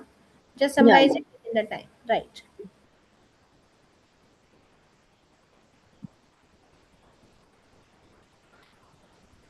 Ma'am, shall I start with the introduction while the screen is opening? It's okay. Okay, okay. Good afternoon, everyone. I want you to imagine something for a moment. A children sitting in a classroom surrounded by people, yet completely in their own world. They feel emotions just like us: joy, frustration, curiosity. But expressing those emotions isn't that easy. This is often the reality of children with autism spectrum disorder. And that's where our study begins. I am Prakriti Gautam with Mansha Gandhi, fourth year psychology students from Bharati College, University of Delhi, are here to present our paper on the topic exploring the effectiveness of art therapy in enhancing emotional expression and social skills in children with autism spectrum disorder. What is autism spectrum disorder? Some children may struggle with eye contact, some with communication, and many with understanding social situations. But one thing is common: traditional verbal communication doesn't always work. So the question becomes here: what if we stop asking them to speak our language, instead meet them in theirs? That's exactly where art therapy comes in picture. Instead of words, children use color, textures, and movement to express themselves. In our study, we used something very simple such as finger paintings and color recognition activities. Methodology: this study used a qualitative case study design to understand behavioral and emotional changes in children with ASD. A purposive sampling of 10 children aged 7 to 12 years, along with two special educators, was selected. Data was collected through semi structured interview, before and after intervention, and analyzed using inductive thematic analysis to identify key patterns. Our procedure was: the intervention was conducted over 4 weeks with 12 sessions of 60 minutes each. It involved finger painting and color recognition activity, providing a sensory and non-verbal mode of expression. Sessions were held in a group setting with a consistent routine, and activities were adapted by educators based on each child needs. Let's come on to findings now. The analysis revealed four key findings. First, sensory engagement facilitated social interaction. Children initially engaged individually with textures and colors, but gradually became sharing began sharing materials and noticing peers, indicated social participation. Second, there were improvements in social skills. This includes slight increase in eye contact, sitting near peers, and basic interaction behavior such as passing objects. Third, art therapy supported emotional regulations as well. The structured and predictable routine helped reduce anxiety, and children appeared calmer and more comfortable in the group settings. Finally, progress remained gradual and individualized. While improvements were observed, independent social initials were limited. बहुत कम improvements मिले, but we did see a lot of improvement. Now, let's skip on to future Please, implementations and limitations. conclusion. This brings us to an important understanding. Art therapy is not a magical solution, but it is a powerful bridge between emotional expression, between uh, isolation and connection. However, this study had limitations as well. a small sample size, a short duration, and caregivers' perspective. So, future research needs to go more deeper, longitudinal, and in a more broader perspective. In conclusion, art therapy provides to be an effective supportive tool for improving emotional expression and social skill in children with autism spectrum disorder. In the end, as we are ending, I'd like to leave you with a thought. If you've met one individual with autism, you've met one individual with autism. It reminds us that every child on the spectrum is unique. And so must our approach would be. The images here captured are sessions, children exploring colors, textures, movement. In these simple movements, they communicated beyond words. Each interaction, however, was small but reflected step towards connection, highlighting the true value of art as a medium of expression. With this, I come to the end of my presentation. Thank you so much. Thanks for being a great audience to us. Thank you, Prakriti. Thank you. It was a very wonderful presentation. Now I call Jayati. Jayati, are you there?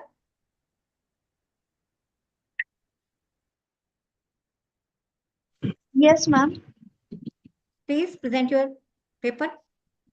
Before my presentation start, I want to just apologize because today in morning my laptop got crashed and I'm unable to make the PPT. I'm unable to show PPT. It's okay, no issue. You just present whatever research you have done. You just brief it within time limit. Okay. Yeah, sure, madam. So, I'm Jayati Purohit and research scholar from Gujarat.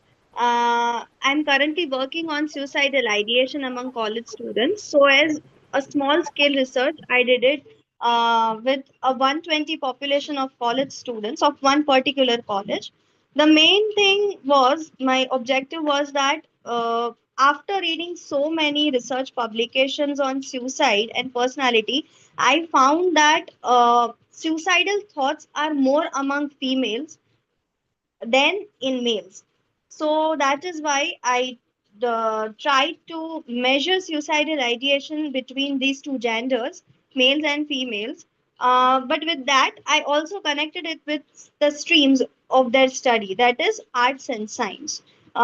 Because arts and science are two like different into extremes, and the place from where I come, it is believed that arts is a place for students who are scoring really low, and science is something for the students who are really very brilliant. So I wanted to compare between those two streams also. So through random sampling, I chose one college from my area, 60 boys, 60 girls from two different streams. The results showed that there was actually no significant difference with suicidal ideation between these two streams, but still it was higher. When we saw the result, suicidal ideations were actually higher and not normal. And then another hypothesis was that whether there is a difference between gender with relation to suicidal ideation. So yes, there was a significant difference where girls scored more, higher than boys with reference to ideation. So I tried to study more related to ideation. So I found out that suicidal ideation is more in female, but suicidal rate, the attempt, the completion of suicide is more among males. So ideation starts from adolescence because of their stream, because of cultural differences, because of societal pressure, and also because of societal stigma.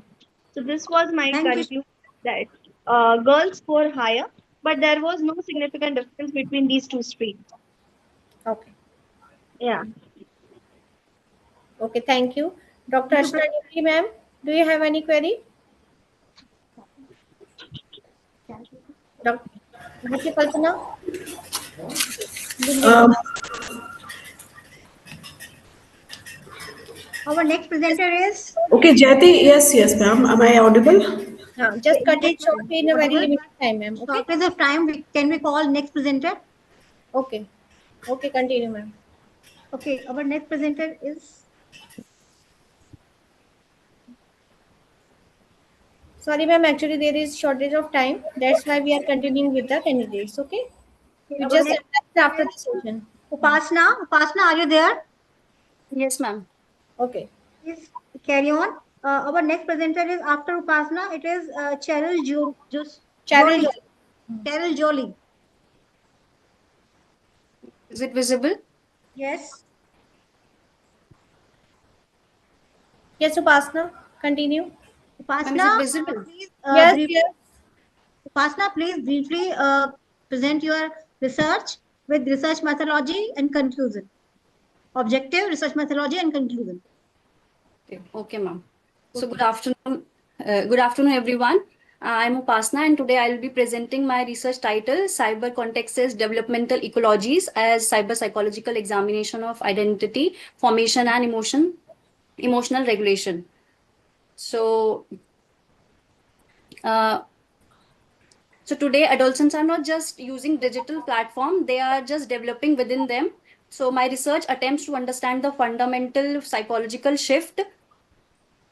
So I directly move to the research design. So the study followed a quantitative cross-sectional design. So sorry. My key objectives are basically the main objective of this study were to examine identity formation within cyber context and to understand emotional regulation strategies and to test whether emotional regulation acts as a mediator between identity and well-being. So, based on the hypothesis, so identity formation would be significantly related to the emotional regulation, and both identity and emotional regulation would be predict well-being. So, emotional regulation would be mediate the relationship between identity and well-being. Now, my research design is the study followed a quantitative cross-sectional design. So the sample consisted of adolescents would actively engage with the digital platform. Standardized tools were used, including identity measures, the emotional regulation questionnaire, and a well-being scale. So the key findings, the result was uh, a strong positive correlation was found between the cyber identity and emotional well-being, and the cognitive reappraisal and adaptive emotional regulation strategy showed a strong positive association with identity. Expressive suppression, a maladaptive strategy, showed a negative relationship with well-being. So the regression model explained 54% of the variance in well-being. In simple term, we can say healthy identity leads to a better emotional regulation, which leads to a better mental health. Now, the conclusion is to conclude, adolescent well-being is not determined by the digital usage alone, but by how adolescent emotionally interpret their digital identities and the implications for therapists. There should be a focus on strengthening emotional regulations, especially cognitive reappraisal. For educators, digital literacy must go beyond safety and include identity awareness and emotional skills. And for the digital platforms, there is a need to reduce harmful comparison and excessive validation mechanism. Thank you. Thank you. Thank you very much, Upasna. It is a very nice presentation, and this is also an issue of present scenario. Thank you very much. Our next Thank you, presenter, ma'am. Cheryl Jolie. Cheryl Jolie. Yes, ma'am. I'm here, ma'am. Thank you, ma'am. I'll just share my screen. Okay.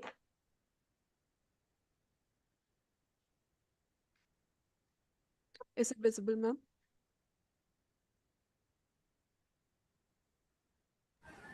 Yes, beta. Okay, Continue. ma'am. Thank you, ma'am. So, good evening, everyone. My name is Cheryl Jolly. I'm a research scholar at Noida National University, and I co-authored this paper with Lakshmi, who's an MPhil trainee at OPJS University, Rajasthan. The title of my paper is "Styles That Heal or Harm: Rethinking Leadership Through the Lens of Employee Wellbeing." So, I'll skip right on to the objectives. So, main objectives I have is there are three objectives: to examine the relationship between different leadership styles and employee well-being across existing empirical literature, to analyze the mediating mechanisms through which leadership styles influence employee well-being, and thirdly, to explore the moderating factors that affect the relationship between leadership styles and employee well-being. Now, we'll move on to the method section. So, basically, what we have done is a narrative review. We have reviewed studies, both empirical and theoretical literature, to know how leadership styles influence employee well-being. We have focused on peer-reviewed studies and databases such as PsycInfo, PubMed, and Google Scholar were searched for the articles. Some of the key words we used to source the articles were leadership style, transformational, authentic, servant, and employee well-being. Now, the key inclusion criteria is that the study should be defining both leadership and employee well-being clearly.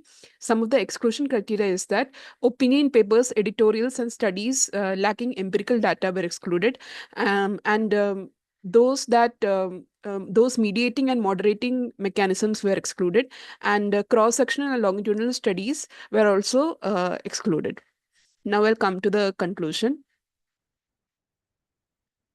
So we have observed that transformational and authentic leadership show consistent positive effects on employee well-being. Relationships, often indirect via mediators like trust, meaning, and empowerment, also has an effect on employee well-being. Task-oriented leadership can promote eudaimonic well-being, and there is a need for both longitudinal and causational studies beyond simple cross-sectional surveys. And the future's focus can be on how transformational dimensions and emerging leadership styles and cultural context can influence employee well-being. Thank you so much. These are the references. Thank you, ma'am. Cinta ma'am. Cinta ma'am, please unmute yourself. Cinta ma'am, unmute yourself. Yes. Kalpana ma'am, do you have any question? Ma'am, just call the other candidate as we are having a very short time limit. Please call the other candidate, ma'am. Okay, our next candidate is Miss Muskan Bakshi. Muskan Bakshi. Yes, ma'am. Yes, continue, beta. Hi, ma'am. I'll just share my screen once. Okay.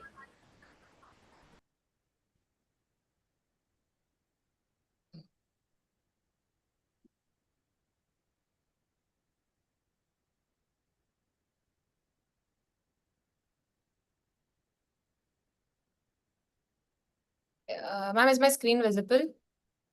No, your screen is visible, but your slide is not presentable. Okay, Slide. ma'am. Okay, ma'am. Yes, ma'am. I'm just going. Okay. Ma'am, is it visible now? Yes, yes, it is visible. Yeah. So, ma'am, hi, I'm Muskan Bakshi. And I'm Vidula Arora. And we are from Bharati College, Delhi University. We are fourth-year students. And our topic is the influence of parental validation on the emotional well-being in emerging adults. So, to give an overview, parental validation is a crucial factor influencing an individual's overall mental well-being across different stages of development. Its role is just as important during the emerging adulthood stage, which is characterized by factors such as instability, identity exploration, self-focus, feeling in between, and a sense of possibility. Our study aims to understand the relation between parental validation and emotional well-being among emerging adults. The literature has consistently highlighted the need to study the role parents play in the life of their children throughout and how this role is just as important in this emerging adulthood stage, which is a critical period in the life of an individual. Research conducted on adolescents and their parents related to parental validating and invalidating behaviors emphasize that parental validation serves as a crucial component in promoting adaptive emotional functioning and regulation, while invalidation is linked to emotional dysregulation and relationship strain. So the research gap of our study is that most of the research has either focused on adolescents or on Western populations, and there has been only limited research studies and examine Indian emerging adults and how their emotional well-being is influenced by parental validation. There is also very little research focusing on how the emotional invalidation and neglect from parents causes the emotional dysregulation and factors that are related to it. This gap hence points towards the need for. Yes, ma'am. Let's start with the objectives and hypothesis. Okay, ma'am. So, ma'am, So the methodology that we adopted is a correlational study employing a mixed method research design in which emerging adults were surveyed and further on semi-structured interviews were conducted on participants with lower emotional well-being and parental validation scores, and the data received was then interpreted through thematic analysis. The hypothesis were there is no significant relationship between emotional well-being and parental validation in emerging adults. There's a significant positive relationship between emotional well-being and parental validation in emerging adults. Perceived parental validation will be a predictor of emotional well-being. Participants with lower emotional well-being will report experiences of parental invalidation and emotional neglect. We used two tools, which was PPAS Perceived Parental Autonomy Support Scale by et al. For measuring parental validation, and Emotional Wellbeing Scale by Dr. R. Porsche and Dr. Sharmila to measure the overall emotional well-being. So the results, the quantitative component showed that the Pearson correlation analysis between emotional well-being and parental validation had a strong positive emotion association, which meant that higher emotional well-being could also be linked with higher parental validation. And a simple linear regression analysis was also conducted to examine whether parental validation could predict emotional well-being, and the overall regression model was also found to be statistically significant. And for the qualitative component, 5 themes were identified from the qualitative analysis. Recurring responses from participants led to the development of the themes, which revolve around the concepts, including in the codes that were highlighted from the keywords. The themes that emerged are emotional neglect, impact on well-being and self-concept, external and internal validation, coping mechanisms and adaptation, and desired parental validation. The study broadens its implication in various settings by highlighting the role of parental validation in the emotional well-being of emerging adults. In the absence of parental validation, individuals look for various sources of validation and gradually develop their own ways of regulating and coping with their emotions. Online validation as a compensatory mechanism adds to the literature gap of our study, as dependence on social media for validation is an emerging factor and is unexplored to a certain extent. Additionally, the integration of both qualitative and quantitative methods provide a more in-depth perspective on the impact of parental validation on emotional well-being, which helps in enhancing the existing literature.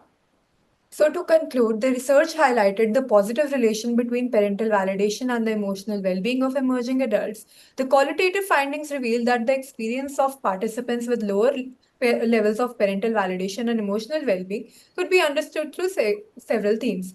The study can hold significance in applied and academic contexts as it contributes to the understanding of parental validation as a critical component of emotional development. Thank you. Thank you, children. It is a very good presentation. It is also thought-provoking. Our next presenter is Tanishka Chauhan. Are you there? Yes, ma'am. Good afternoon, ma'am. Good afternoon, beta. Better make it fast and share your screen. Okay, ma'am. And after that, the Priya Sharma, you just be ready for the presentation.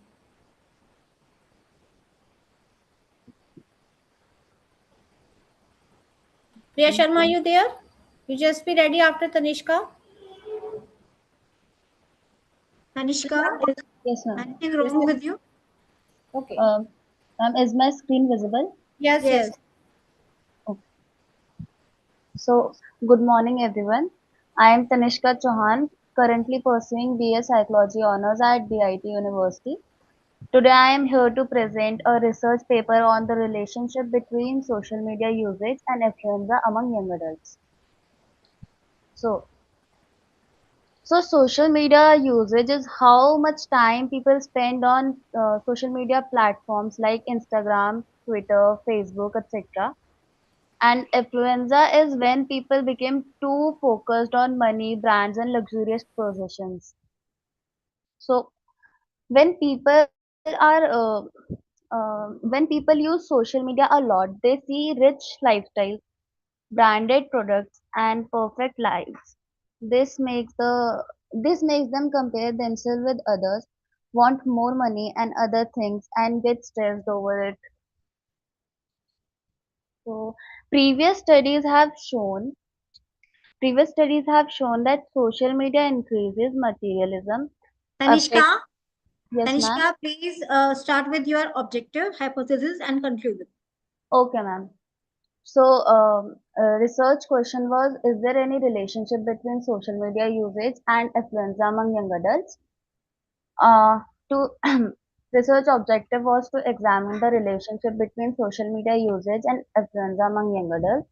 And research hypothesis was there is no significant relationship between social media usage and influenza among young adults. So it was a correlational study. There was a 211 participants as a sample of young adults between the age group of 18 to 25.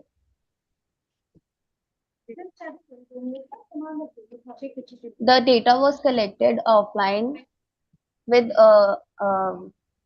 informed consent.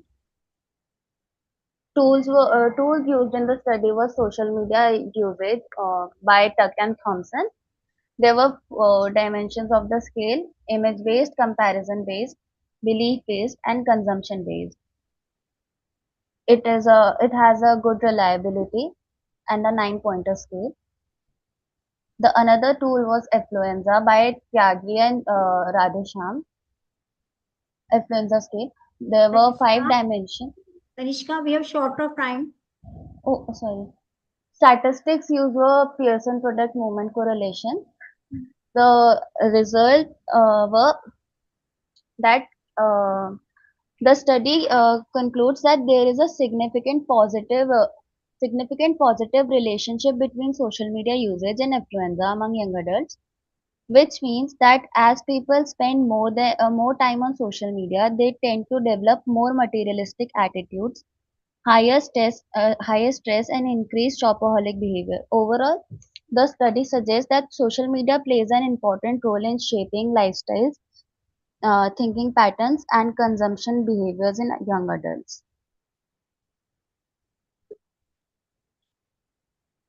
So this was the graph,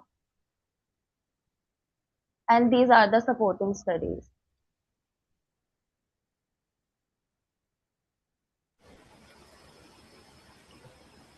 Thank you, ma'am. Thank you, Tanishka. This is very interesting and thought-provoking research. Today's Gen Z's word are like your result. They also want so much money and little labor. So Yes, thank you, ma'am. Tanishka. Our next presenter is Priya Sharma. Priya, Ma'am, this side, Shah Prajapati Rajkumar. Can we present? I think your name was in this session.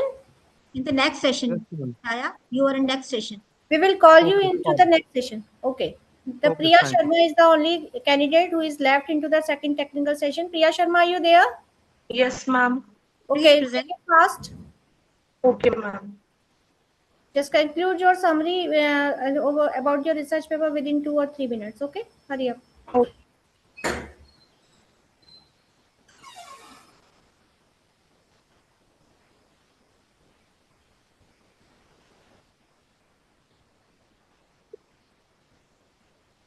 Okay, till the time you are sharing your screen, you just start presenting about the paper because we are listening to you. Okay. Okay, ma'am.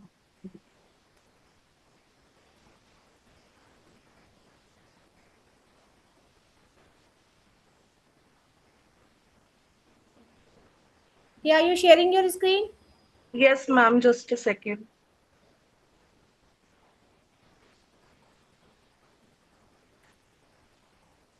Okay, you just prepare till that time. I am just ending the technical session. Priya, you just told, and we will start your presentation in the third technical session. Okay, till that time you just prepare yourself. Okay, ma'am. Okay. So all the participants, thank you very much for all your collaboration, and you have presented very well work of yourself, and it was very useful, and it is relevant to the current scenario, and it is highly applicable to the current situations in the psychological terms.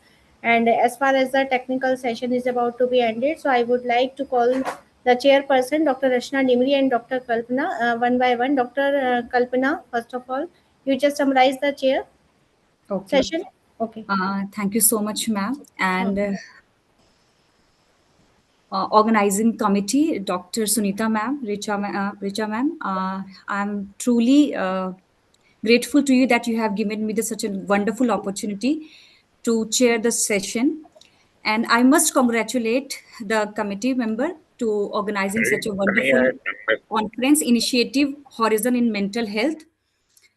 In the present scenario, where we are seeing mental health is the prevalent problem nowadays, and after hearing all the participants, all the candidates, they have presented very well in the present in the context to the topic. And I wanted to congratulate all the member, all the team member. This is Thank you so much. That's all. Thank you very much, ma'am. And Dr. Ashna Nimri, ma'am. Dr. Ashna Nimri, ma'am. Are you there? Yes. I'm here. Actually, right now I'm in a college and suffering with a Wi-Fi issue. It's And okay, ma'am. You are thank you so audible. much, respected distinguished scholars and participants. It is my privilege to chair this session focusing on diverse yet interconnected themes on mental health, cognition, and human experience. And I encourage all the presenters to share their insights with clarity for their journal publication and or other further research paper. Thank you so much. Thank you, ma'am. So without any further delay, because we have very shortage of time, because actually the program is not going up to the time, so that's why we are cutting short the time of the presentation of all you participants, and I hope you all just understand. So without any delay, I would just like to start the third technical session, and for chairing this session, I would like to welcome in our conference Dr. Moni Singh. She is the assistant professor from the Department of Psychology, DIT University, Dehradun. Are you there, Dr. Ruby? Sorry, Dr. Moni. Are you there, Dr. Moni? Yes, ma'am. Okay, you are welcome, ma'am. Okay, the second chairperson of this session is Dr. Ratna Pandey. She is the assistant professor, Faculty of Arts, Deen Dayal Upadhyay Institute of Rural Institute, Dr. BRA University, Agra. Dr. Ratna Pandey. Dr. Ratna Pandey, are you there? Yes, Richa ma'am, I'm very well there. Thank you so much. You are highly welcome into our conference, ma'am. Thanks again. Thank you. Okay, and again, Dr. Babita Sharma, who has just presented into our second technical session also, as so you all of are acquainted to her. Dr. Babita Sharma is the assistant professor in the Department of Philosophy in the Kanya Gurukul campus, Haridwar, from Gurukul Kangri Deemed to be University. Dr. Babita Sharma, ma'am. Dr. Babita Sharma, ma'am, are you there? Okay. So, ma'am, should I start the session? Yes, Dr. ma'am. Ratna, Sure. Dr. Sure, ma'am. Okay. Sure. Okay. Yes, ma'am. Okay. So I would like to call the first of all, there was Priya Sharma. Priya Sharma. Priya Sharma. Priya. Priya Sharma, are you there? Yes. Priya, start your presentation, beta.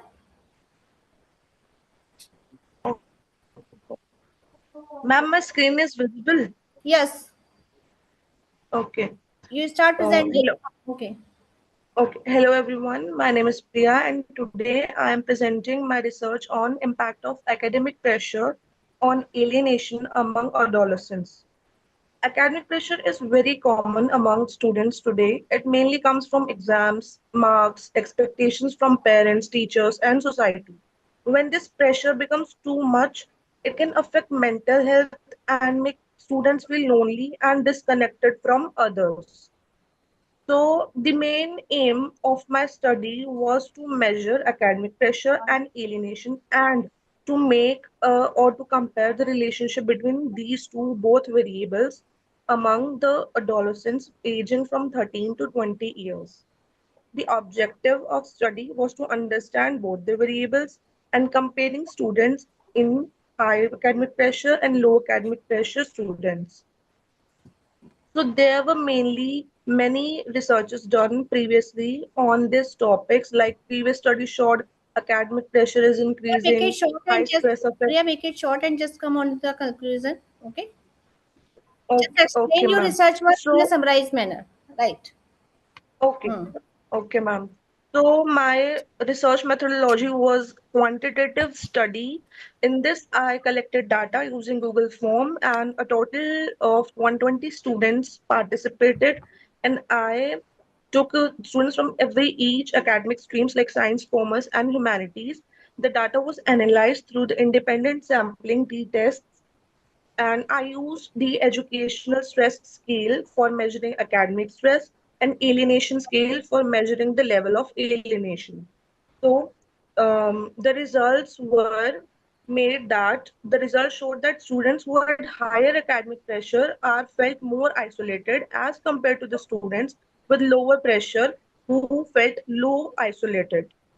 And it is very harmful when it increases, but it also helps the students academic pressure. If it is balanced, it may help students and encourage, but if it increases highly, it makes a sense of isolated feeling in the adolescents, and these are both directly proportional to each other, so it should be in a balanced way and manner. So the conclusion of my study is that academic pressure increases the feeling of isolation and alienation. Thank you. Thank you, Priya. Now I would like to call Mr. Shubham from Uttaranchal University, Dehradun. His topic is from Tamas to Sattva, a qualitative phenomenological study of Triguna informed past to lasting mental health. Dr. Shubham, Mr. Shubham? Shubham, are you there? Okay, the next candidate is Sania Basi. She is from Amity University, Noida. Sania? Yes, ma'am. Am I audible? Yeah. She is going to present Okay, the ma'am. paper on the impact of college choice regret and counterfactual thinking on academic performance, right? Okay. Yes, ma'am. Okay. So, good evening, everyone. I'm Sanya Bassi. I am pursuing MA in Applied Psychology. I'm from Amity University, Uttar Pradesh, and I will be presenting today on the impact of college choice regret and counterfactual thinking on academic performance. So basically, my study aims to examine how decision regret and downward counterfactual thinking affect academic performance. The sample included in the study was of 151 university students. The model gave a result explaining about 4.2% of the variation in academic performance, and downward counterfactual thinking acted as a coping mechanism, and regret remained a stronger psychological influence on performance. I will be quickly just introducing all my variables. So previous studies show how regret can affect emotional well-being and decision satisfaction. Academic performance is basically student level of academic achievement. It reflects current educational outcomes. Decision regret, on the other hand, is feeling of dissatisfaction after making an educational choice. It is measured by decision regret scale. Counterfactual thinking is mental process of imagining alternate outcomes to past events, like what could have happened if differently. There are two types of counterfactual thinking. First is upward counterfactual thinking, which is imagining a better outcome. And the other one is downward counterfactual thinking, which is imagining a worse outcome. For this study, downward counterfactual thinking was used. The hypothesis of this study is college choice regret and downward counterfactual thinking together will predict academic performance among college students. And the null hypothesis is college choice regret and downward counterfactual thinking will not predict academic performance among college students. The objectives of the study is Can you firstly just to give me the examine. resume of the results and discussions, Beta? Okay. Sure, ma'am. Sure, ma'am. So the findings from the study is decision regret significantly predicted academic performance with the p-value being 0.019. Regarding counterfactual thinking findings, downward counterfactual thinking showed a coping related influence, and upward counterfactual thinking was not statistically significant. The regression model explained approximately 4.2% variance in academic performance. The study have vast implication like college counseling, career guidance, emotional well-being, and developing psychological support aids. In conclusion, I would like to say that this decision regret negatively impacts academic performance. Higher regret lowers motivation and engagement. Downward counterfactual thinking may act as a coping strategy. Reframing experience can reduce distress and improvement adjustment. Emotional and cognitive support is important for student well-being. Thank you. Thank you, Sanya. It was really very good presentation of yours. Now I would like to call Miss Mayuri M. Mongle from the Institute Government Ayurvedic College and Hospital, Nagpur. Mayuri, are you present? Shubham, are you present now? Okay.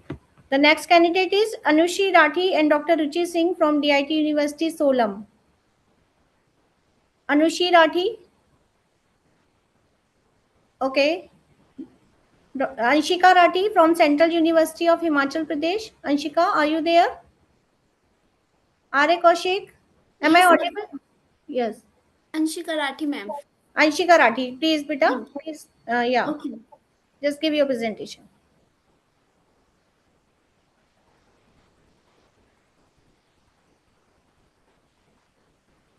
Make it fast. Yes.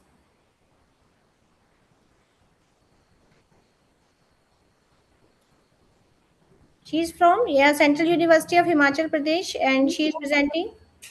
Yes, beta, your screen is visible, but you are not sharing your slide. I think it is ChatGPT that we are seeing now. The topic of our presentation is green technologies for mushroom bioactive extraction. Yes, Yes. ma'am. Sharing. Yes, yes. Start it.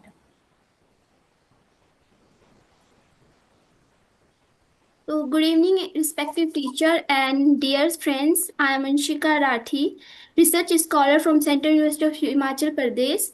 Today, I am going to present my topic: green technologies for mushroom bioactive extraction. Here's an introduction. Mushroom are rich source of bioactive compounds and such as polysaccharides, phenolics, and terpenoids with strong nutraceuticals and therapeutical potentials. Now we are going to focus on green extraction technologies, which is very suitable for extraction of bioactive compounds. And we can come to the overview of bioactive compounds in mushroom is majorly polysaccharides, phenolics, flavonoids, which have the anti-inflammatory, anti-tumor activities, and very powerful antioxidants also. So now we can enroll in the mushroom bioactives of health. Is simple example is cordyceps sinensis. He's also using cordycepsin and adenosine reduce mental fatigue, energy and moods. Psilocybin cubaceous mushroom is a key compound in Come on the psilocybin. result and conclusion directly. Okay, ma'am. So it's a conclusion. Ma'am, this is like is a helpful, very helpful to medicinal and health benefit of mushrooms in anti-cancer, anti-diabetic, anti-inflammatory, neuroprotective, cardiovascular, nutritional values also. And modern extraction techniques which use in mushroom bioactives is microwave assisted extraction. Dr. Parul, please mute yourself. Dr. Parul Malik, please mute yourself. And first technique is ultrasound assisted extraction. Second is microwave assisted extraction, pressurized fluid extraction, deep eutectic solvents, plus electric fields, and enzyme assisted extraction and superficial fluid extraction. Now we come to the conclusion. These mushrooms mainly used for some future perspective, like in growing demand of the natural antioxidant, immunomodulatory nutraceuticals properties of bioactive of mushrooms. So we can use these techniques for very in good way. In this technique, we use a very low amount of materials which using in the bioactives. In the conclusion, simple green extraction technology provides sustainable and efficient alternative to conventional method. Advanced technique is also use higher extraction, better selectivity, reduce solvent and energy use also. And mushroom bioactives is rich in a glucans, flavonoids, terpenoids, steroids, and protein, which is very helpful medicinal properties, which also use in neuroprotectives for mental health. So these compounds exhibit antioxidant, antimicrobial, anti-cancer, and immunomodulatory activities. Extraction methods also use effect bioactivity, quality, and sustainability of extracts. Green technology support biorefinery, circular bioeconomy, valorization of byproduct like medicine. So thank you, ma'am. Thank you, Beta. It was literally a wonderful presentation, and you have taken a very good topic. Indeed. Now, I would like to call Divya Agarwal and Sangeeta Sharma from Dr. B.R.A. University, Agra. Divya Agarwal and Sangeeta Sharma, are you there? Okay, then Bhanu Priya Kaushal from Sri Krishna Ayush University, Kurukshetra. Bhanu Priya Kaushal, Nikita. Okay, Chaya Prajapati. Yes, Chaya ma'am. Prajapati. Yes, Yes, you start your presentation, please. Anshika, I stop start the sharing your screen. Yes. Yes. Can we start, ma'am? Yes, sure. Good evening, everyone. Today I am going to present a research topic, a comparative study on rotating work impact on sleep and quality of life in industrial worker. Uh, let's start with the introduction part. Rotating worker can be divided into 24 hours for their continuous service, and it is also associated with the impaired sleep and social disturbance as well as health risk. This can be also associated with the health risk like cardiac rhythm and leading to sleep disorder and reduced alertness in the employee who works in rotating work.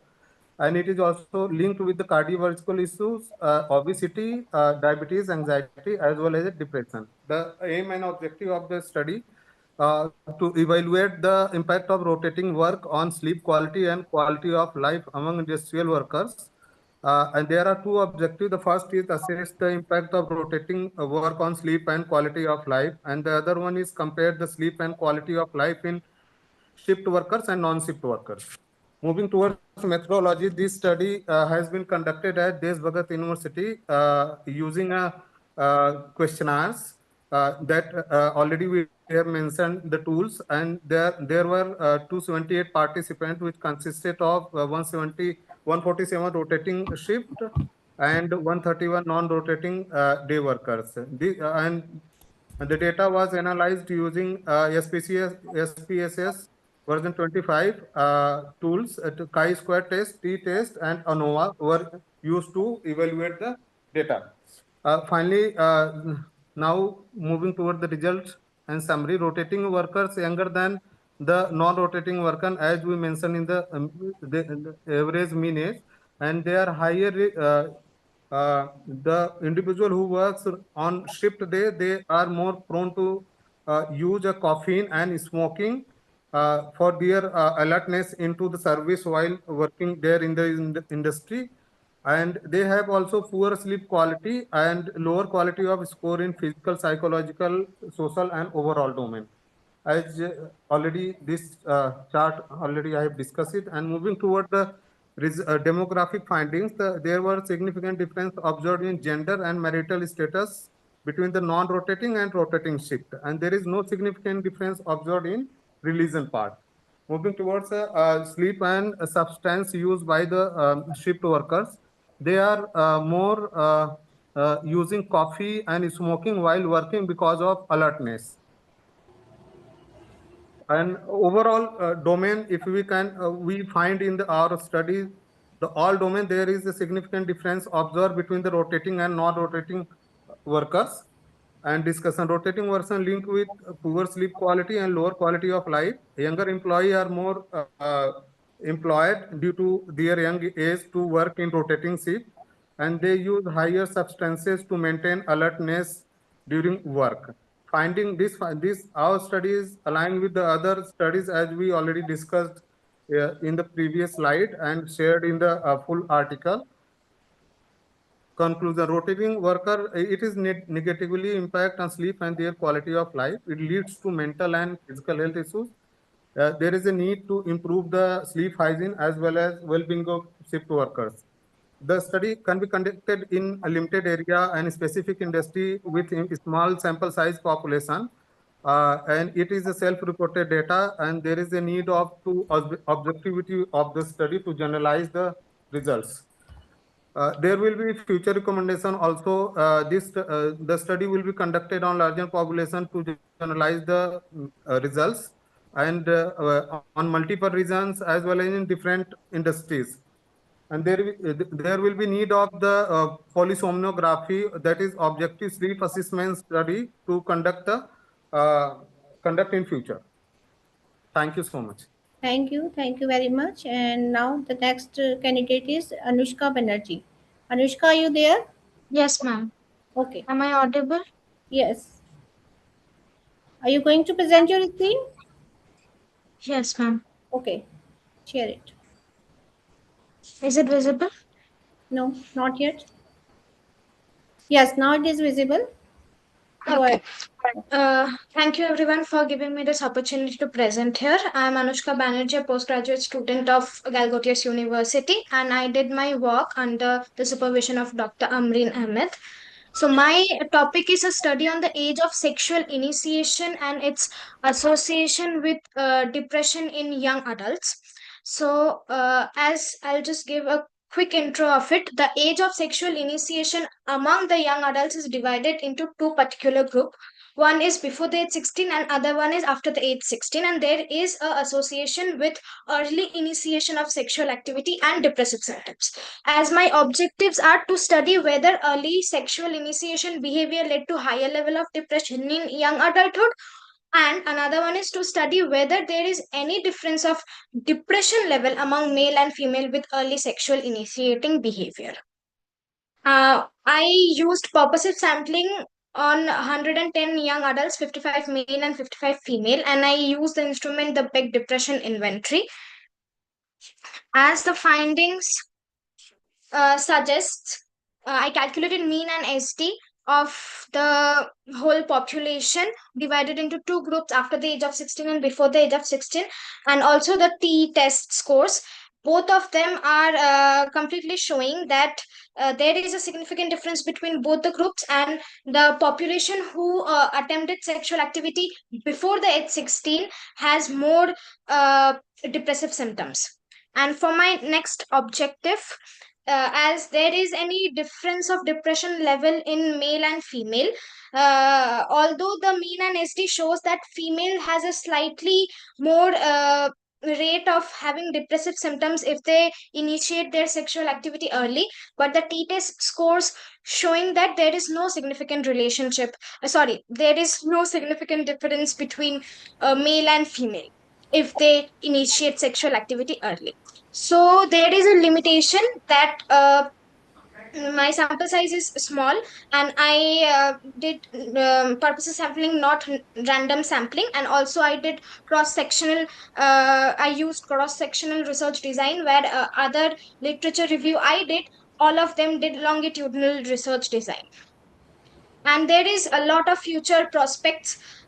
We should give sexual education to schools and adolescents, that they don't have this much of guilt being in India, and the situation India where all of this is a stigma. So we can give sex education, and if we are assessing the cause of depressing factors in a client, then we can take their sexual history as a cause, and we can take their sexual history because there is a significant association between depression and early initiation of sexual activity. These are my reference, and thank you so much. Thank you, beta. Now I would like to call Dr. Moni if you have any queries from Anushka. Do you want to ask something? Moni, unmute yourself. Well, हाँ first of all Anushka, आपका topic बहुत अच्छा था, ठीक है, and it was quite interesting, different है, और I hope आपने सारी स्टैटिस्टिक्स सही लगाई होंगी, क्योंकि इतनी क्विक में बहुत फाइन एनालिसिस तो नहीं हो सकती है, बट जो फाइंडिंग्स आई हैं उसका आपकी ओवरऑल आपकी क्या लर्निंग रही है इस पूरी रिसर्च से? ओवरऑल लर्निंग रही है कि अगर हम सही सेक्स एजुकेशन दे अडोलेसेंस में ही, तो हम डिले कर सकते हैं depressive symptoms and early initiation of sexual activity. और अगर हम early initiation of sexual activity delay कर भी ना सके, फिर भी they have that much education that they don't feel sad और worthlessness inside them and they get depressed. So that's my age overall range क्या था बच्चे?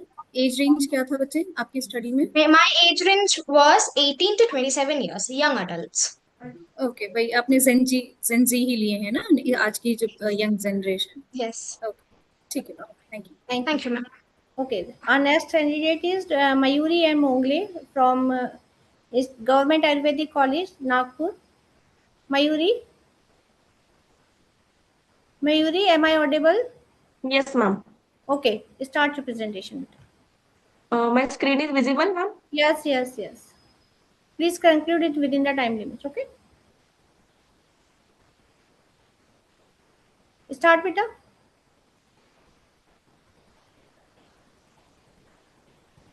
You are not audible, Mayuri. Mayuri, please unmute yourself. Mayuri, am I audible to you?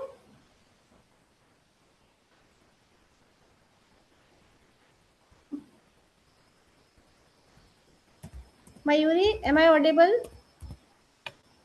Please see the chat box. Hello? You were not audible, no? Okay. Yes. Start your presentation. Right. Good afternoon, everyone. My topic of presentation is Ayurvedic Management of Non-Alcoholic Grade 2 Fatty Liver Disease, a case report. So non-alcoholic fatty liver disease is characterized by greater than 5 to 10% triglyceride accumulation in hepatocytes, and it can further lead to steatosis, NAHS, and cirrhosis, and finally, it can lead to hepatocellular carcinoma. So there is urgent need to develop management. Uh, according to Ayurveda, it can correlate it with Yakrut Vikar or Medho Rog, which can causative factors are Vidahi Ahar, Abhishandi Ahar, Rakta Kapha Dushtikar, and it will lead to Yakrut Vikar, that is non-alcoholic fatty liver disease. So 63-year-old female came to the OPD with the complaint of weight gain, abdominal distension, anorexia, dyspnea on exertion, fever, bilateral knee joint pain, calf pain, hand pain, low back pain, and difficulty in walking. So past history is known case of hypertension is 5 years, and for that she was on telmisartan 40 mg and hydrochlorothiazide 12.5 mg, and she was taking metronidazole 40 mg for acidity since 1 year. Then in clinical findings, all clinical findings were normal except for abdominal examination, which was mild pain, tenderness at right hypochondriac region, and liver, spleen, kidneys were not palpable. Then the diagnosis of this case was grade 2 non-alcoholic fatty liver disease with obesity based on the UHG reports. And Ayurvedically, it was diagnosed as Yakrut Vikar with Medoro. Then in management, we give her Chitrakadivati, Trifala Churna, and Hingvastak Churna. And after that, Arogyavardhini Vati, Chandraprabha Vati, Navagugud, Kaishara Punarnavastak Kvat, and Rasna Saptak Kvat was given for the duration of 40 days. Then after follow-up, Navagugur, Kaishagugur, Punarnavastakot was continued along with Kokilaksha Kashai, Navayasloho, and syrup Dexorange. And in Shodhan Chikitsa, that is purification methods, Anuvasan Basti, Lekhan Basti, Udvartan, that is rubbing of powder all over the body, Valuka Puttali Svedam, that is fermentation with sand, and Janu Basti, that is oil pulling over the knee vision, was given for the period of 16 days. Then significant improvement were observed in Medorog assessment scale and which is assessment for obesity and chronic liver disease questionnaire. And improvement was observed in ultrasonography report, that is previously mild hepatomegaly with liver size of 16 centimeter and grade 2 fatty liver. Then after the period of 2 months of treatment, the USG shows no significant abnormality. Then significant improvement were also observed in anthropometric parameters such as BMI, waist, hip circumference, and skin fold thickness. Then improvement was also seen in BSL, fasting post-meal levels, lipid profile, and uric acid levels. And HB was also improved from 9.2 to 10.1. So in discussion, the Vipan Shodhan, Pachan, and Shaman treatment for the management of Yakrut Vikar, which was found helpful in that patient. Initially, Dipan Pachan was given for the days of 3 to 5 days. Then Shodhan therapy in the form of Lekhan Basti with Trifaladi Tel and Anuvasan Basti was given. So Lekhan Basti is known for its Medha Lekhan, that is scrapping action, helping to reduce excessive fat accumulation and reduce the vata, which is responsible for movement of metabolism dosha. Then Udvartan, that is rubbing of powder was done with Mustadi Churna and Valokapotali Svedan were used to promote Kapha Meda Shaman and improve peripheral circulation. In Shaman therapy, Arogyavardhini Vati, Navagugud, etc. drug helps in Dipan Pachan, Lekhand, Medohar and Yakrut Uttejak properties which help in improving the hepatic metabolism and correcting the lipid metabolism. Thus, the combination of the internal medication, panchakarma procedure, and external therapies acted synergistically to correct metabolic dysfunction, reduce maida accumulation, that is fat accumulation, and support the liver function. So, the strength of the study is that objective evaluation using biochemical parameter, anthropometric measurement, ultrasonography, and assessment scales. And the limitation is absence of advanced investigation to evaluate hepatic fat quantitatively. That is fibroscan where not fibroscan and extra fat studies were not done. That was a limitation. In conclusion, this case suggests that a comprehensive Ayurvedic therapeutic approach may be beneficial in the management of NAFLD grade 2 associated with obesity. These findings include the potential role of Ayurveda in improving liver health and metabolic status. However, further studies with larger sample size are needed to substantiate these observations. These are the references. Thank you. Thank you, Mayuri. The next candidate is Anushi Rathi and Dr. Ruchi Singh from DIT University, Solam. Anushi Rathi, are you there? Anushi Rathi? Anushi Rathi? Okay, Dr. Suniti Arya, ma'am. Namitha Nandan from Christ University, Bangalore. Namitha Nandan from Christ University, Bangalore. Are you Ma'am, there? I am Sangeeta Sharma. Can I present? Okay, sure. Okay, thank you. Sure, Sangeeta ji, please present yourself. What's your topic, ma'am? Sangeeta Sharma, ma'am. Please summarize your research within the given time, okay? Within 2 or 3 minutes. Sangeeta, am I audible? Am I audible? Yeah, you are audible. Just present your screen and summarize your research within 3 Ma'am, minutes. my screen is visible or not? No, no.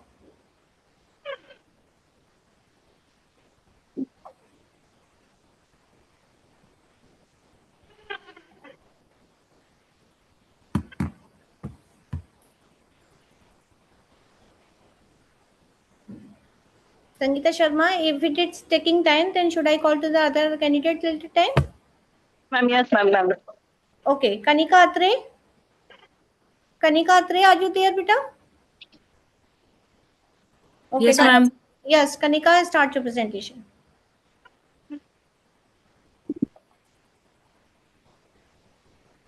Sangeeta ji, stop sharing your screen. Okay. Yes, Kanika. Ma'am, am I audible? Yes, your screen is, yeah. Okay. Good morning, everyone. Today I will present my top. I am Kanika Atre and I am present my topic Advanced Phytochemical Profiling and Pharmacological Evaluation of Ayurvedic Medicinal Plants. This is study the focus on understanding traditional Ayurvedic knowledge through the modern techniques. Let's start with introduction. Ayurveda is a 5,000-year-old system. Hello, you just give a brief summary about your research paper because we have a shortage of time in your own words. Okay. Okay. Don't Okay, read the slides, just give a summary. Okay. Yes, ma'am. Okay. It is a 5,000 years medicine based on natural plant remedies. Phytochemistry refers to the study of bioactive chemical compounds present in plants. Important phytochemical include alkaloid, flavonoid, and terpenoids, which have been medicinal properties. For example, ashwagandha is the widely used for stress relief and improving immunity. Third slide is for the photochemical analysis workflow. It contains small steps like plant selection, drying and powdering, extraction, screening, analyzing, and then evaluation. The phytochemical analysis follows steps. Then the literature review. In this literature review, different medicinal plants were studied: tulsi, neem, and ashwagandha, which have their scientific name as tulsi is Ocimum sanctum, neem is Azardicta indica, and ashwagandha. Then the methodological Soxalate extraction, ethanol, and water extraction. There are some tests to check these. The phytochemical, like for alkaloid is for Mayer test, flavonoid is for Synoda test, and tannins for ferric chloride test. In the methodology, various tests are performed. These tests help in the preliminary identification of phytochemicals. Then observation findings. Neem conclude that it is an antimicrobial and tulsi is the balanced profile. Ashwagandha is used for stress relief and flavonoids are the antioxidants which are cleaning the toxins in our body. Now the comparison between which I used in my research, tulsi, neem and ashwagandha, you can see in my screen. Now the conclusion. Conclusion, Ayurvedic medicinal plants have strong pharmacological potential. Scientific validation helps bridge traditional knowledge with modern medicine. In future, technology, AI standardization, and nanotechnology can enhance their effectiveness and global expectations. That's all. Thank you, ma'am. There are some future scope also, but there is low, I think, Thank you. shortage of time. Yeah, So we are extremely sorry for that thing, but we hope that in our next conference we would like to call you and we will give you a full time. Okay, thank you. Now, thank you, ma'am. Thank Namita you for Nandan. giving me opportunity. Yes. Yes, ma'am. Yes, ma'am. Am I audible? Yeah. Kanika, please stop sharing your screen. Namita, start Yeah. your presentation. Yes, ma'am.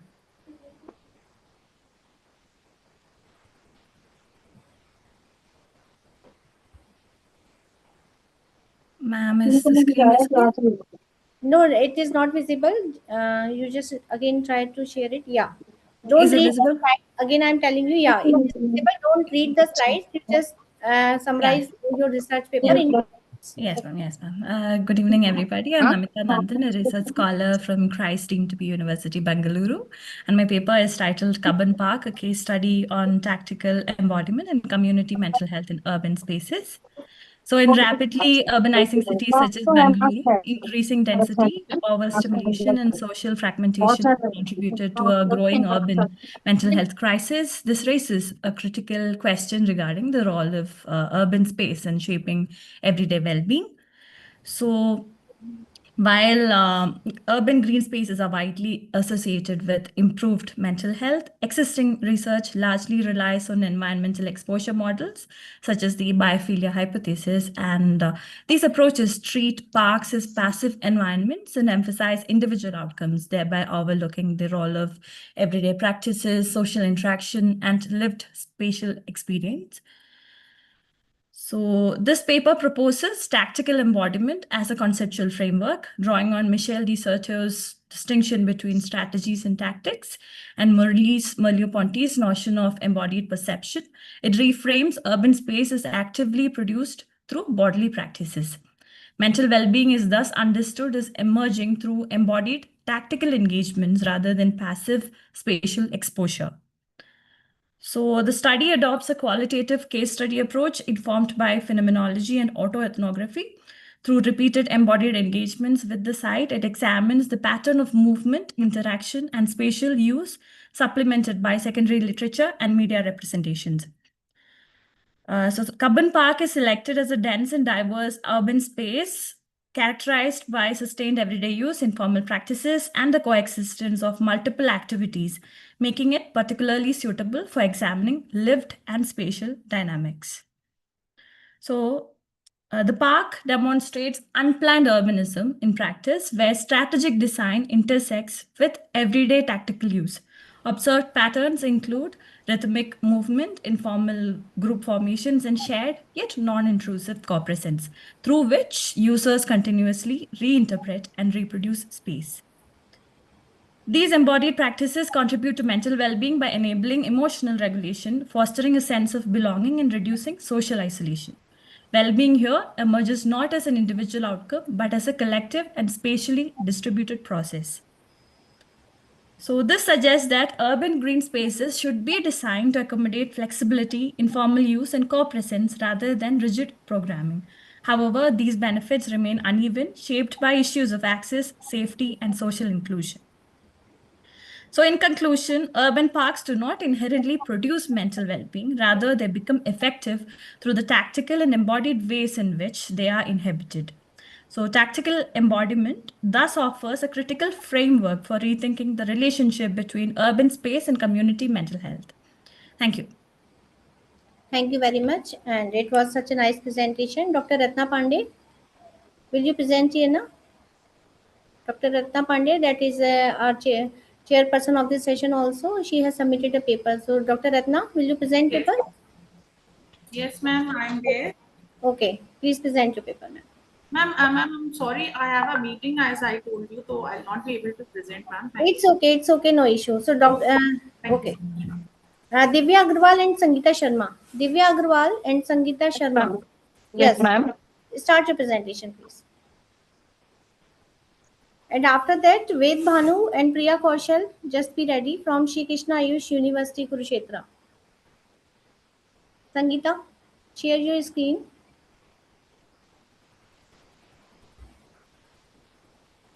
Okay, it's okay if you are unable to share the screen, you just start your presentation because we are running out of time, please. Sangeeta, am Good I evening audible? to all of you. Yes.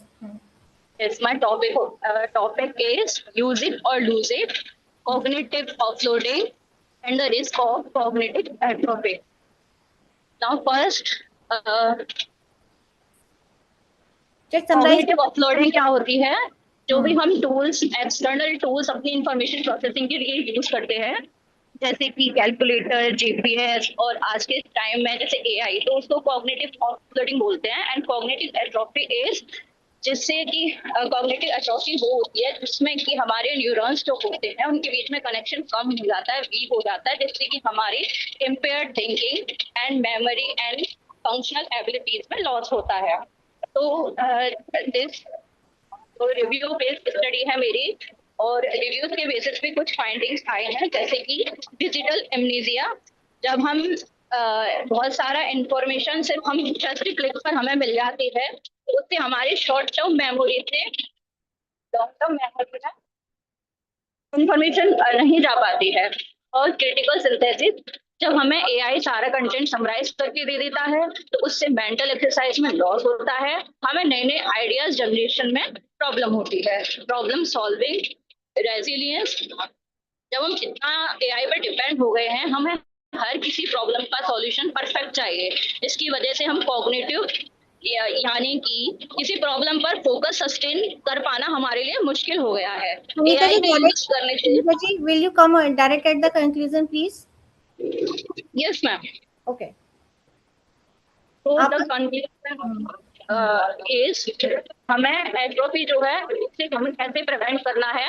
हमें AI का बहुत ज्यादा use नहीं करना है, हमें सिर्फ उसको as a life support as a power suit लेना है, ना कि लाइफ सपोर्ट लेना है। और हमें एआई के लिए सिर्फ ऑल्टरनेटिव्स का सजेस्ट करने के लिए यूज करना चाहिए, ना कि पूरा सॉल्यूशन हमें उससे ले लेना चाहिए। और हमें जैसे कि अपने जो स्किल्स हैं हमें उन पर खुद से काम करना चाहिए, जैसे कि हम अगर ऑथर हैं, राइटर हैं, तो हमें सिर्फ एआई पे डिपेंड नहीं रहना चाहिए। So the conclusion is to हमें जो है एआई का स्मार्टली यूज करना है, ना कि हमें एआई का गुलाम बन जाना है। Thank you. Thank you, Sangeeta ji. Thanks a lot. Pooja Pandey, are you there? From LP Government Girls College, Haldwani. Pooja Pandey, Yes, Anushradha. yes, Pooja ma'am. Good evening, Okay, ma'am. please start your presentation and just present it into your own words. And you just share your screen, present into your own words within 3 minutes. Okay. Yes, ma'am. Okay. Is my screen is visible? No. Um, Doesn't matter. You just share your work. You are audible clearly. okay. So, good evening, all. My paper topic is maternal employment and adolescent development, exploring the dynamics. And why is it not working? Okay. So, research objectives are mental health comparison to compare mental health outcomes among adolescents of working versus non-working mothers. Then second variable is counseling needs, examine differences in psychological counseling requirements of adolescents, parental involvement to assess levels of perceived parental engagement and support. And the fourth variable, self-efficacy, and the objective is to analyze self-efficacy and independence level, and gender differences also for all the variables. So methodology, we use descriptive survey design, cross-sectional approach, examining existing differences among variables, sample school-going adolescent from 9 to 12th class from Nainital district, Uttarakhand, and both genders. Assessment tools, standardized psychological scales for all the variables. So key findings are mental health and parental involvement. We find adolescents of non-working mother significantly better mental health outcomes, higher perceived parental involvement, greater emotional support availability, and improved parent-child communication. So this is for adolescents of non-working mothers. Implication, greater maternal availability contributes to emotional stability and perceived support. Second finding, we find that self-efficacy and independence, adolescents of working mother demonstrate relatively stronger self-efficacy and independence. Autonomy development, increased exposure to autonomy and responsibility within home environment. And now psychological counseling need. We found that adolescents of working mother reported relatively higher psychological counseling needs compared to peers with non-working mothers. And we also find that female adolescent shows slightly higher counseling requirements through self-efficacy did not, though self-efficacy did not vary significantly by gender. Interpretation, despite increased independence, reduced parental interaction may create emotional strain requiring professional support. So now the practical implications. Schools should expand guidance and counseling programs to address emotional needs of adolescents, particularly those with working mothers. So it means ki individualized counseling plan for those children can plan in the school level. Quality over quantity. Parents should focus on meaningful quality interaction rather than mere presence to maintain emotional connection. Teacher training. Educators should receive training to identify emotional concern and provide appropriate support. Then collaborative approach. It enhance family school collaboration to create supportive environment for adolescent well-being. Conclusion, maternal employment influences adolescent in both constructive and challenging ways. While it enhances self-efficacy and independence, it may increase the need for psychological support when emotional engagement is insufficient.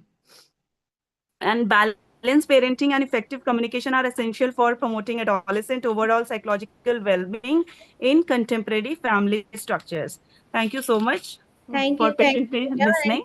And okay, thank you, Pooja. And sorry for giving you a very short time for the presentation. Next candidate is Anushraddha. Anushraddha, are you there? Yes, good evening, ma'am. Good evening. Just let me Yeah. share my screen. Okay, just keep into your mind. No, if no matter if it is not being shared, then it is okay. You just start presentation because we are running out of time. Okay, it is visible now. Okay, Yeah. just explain it into your own words. Okay. Okay, fine, ma'am. My topic is on humanistic approach in students' development, which is in today's scenario most important factor, development of students, because we keep uh, face new challenges like complexity of the world, the use of technology, the impact of technology in the life of people, the change in family system. Now we totally don't believe in the concept of nani dadi ki kahaniya, and here what is impacted, the holistic development of the student. So when it comes to holistic development of student, humanistic approach plays an important role, where Maslow's needs of hierarchy has given a framework how to develop students looking for the strong and better support. How can they develop in a better, as a better learner? How they can be motivated? How they can have a rational set of values? How they can become stronger and healthier, and can guide people to make society a better place. In humanistic approach, it has some beliefs. It has beliefs that humans have innate quality of being good, and it is possible through self-actualization.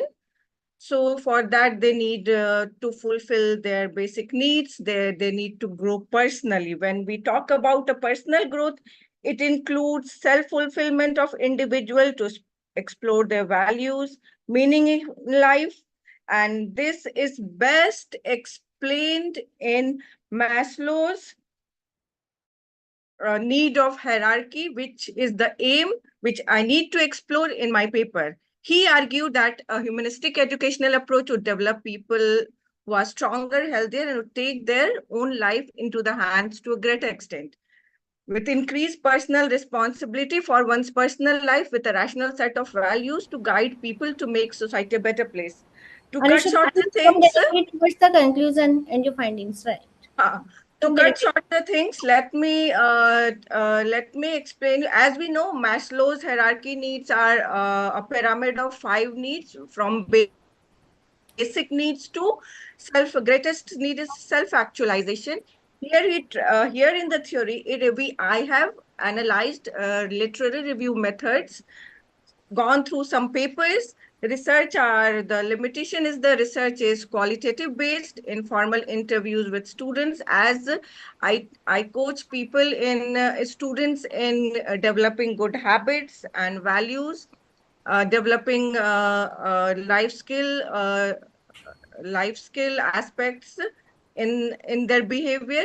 So most of the studies are being qualitative, based on the observations and the theoretical aspects and literary review, which says that unless Ma'am, come to the and result. until, according to Maslow, Come to the results or Maslow's needs says, yes, I'll tell you the result. Maslow's needs say until and unless the basic needs are met of the students, they cannot study or focus and reach for the higher order need.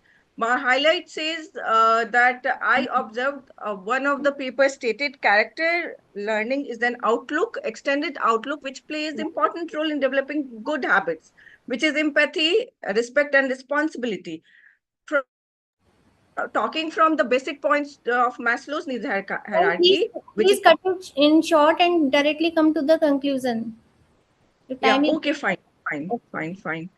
Uh, Conclusion is here only. My conclusion says that in every step, if character learning is included from basic need to higher need, then it will make a person filled with moral values and will develop a sense of belongingness in them. They Thank will you. be they will be able to decide their life in a better way, build healthy relationship, demonstrate quality leadership, team building. A scope will be that they will be able Thank to you, cope Anisha with their Prasad. stress and strain. Thank you Thank so you. much. Thank you. Thank you. Thank you very much. Ria Paliwal. The next candidate is Ria Paliwal. Are you there? Ria? Okay. Till that, Dr. Shivani Vishwakarma from Arya Kanna Degree College, Prayagraj. Yes, ma'am. Yes, please start your presentation and please keep in view the time limit. It should be not more than 3 minutes, please. Okay, okay. Yes, ma'am. Sure. Hurry up. Right. Yes. Yes. Ma'am, is my screen visible? Yes. Okay, okay. Thank you, ma'am. Ria, Good afternoon. Good. Ria, your turn will be later on. First of all, Shivani ji is presenting here. Okay? Yes. Yes, Shivani ma'am. Okay, ma'am. Good evening, ma'am. I'm Dr. Shivani, and today I'll be presenting my paper titled Mental Illness in the Middle Class Family, a literary psychological study of M and the Big Home. So this paper explores that how mental illness is not just a clinical condition, it is beyond that, and it is deeply lived within a cultural framework and a relational experience. So traditionally, how do we see any kind of mental illness is basically if we belong to a certain nice family or well-to-do family, we see it as a clinically studies clinically, or second, we see it in isolation, or as a reader we try to know the reason behind anything that is happening with the patient. So in the novel, this becomes very clear that how Emelda's illness not only affects her but the entire family structure.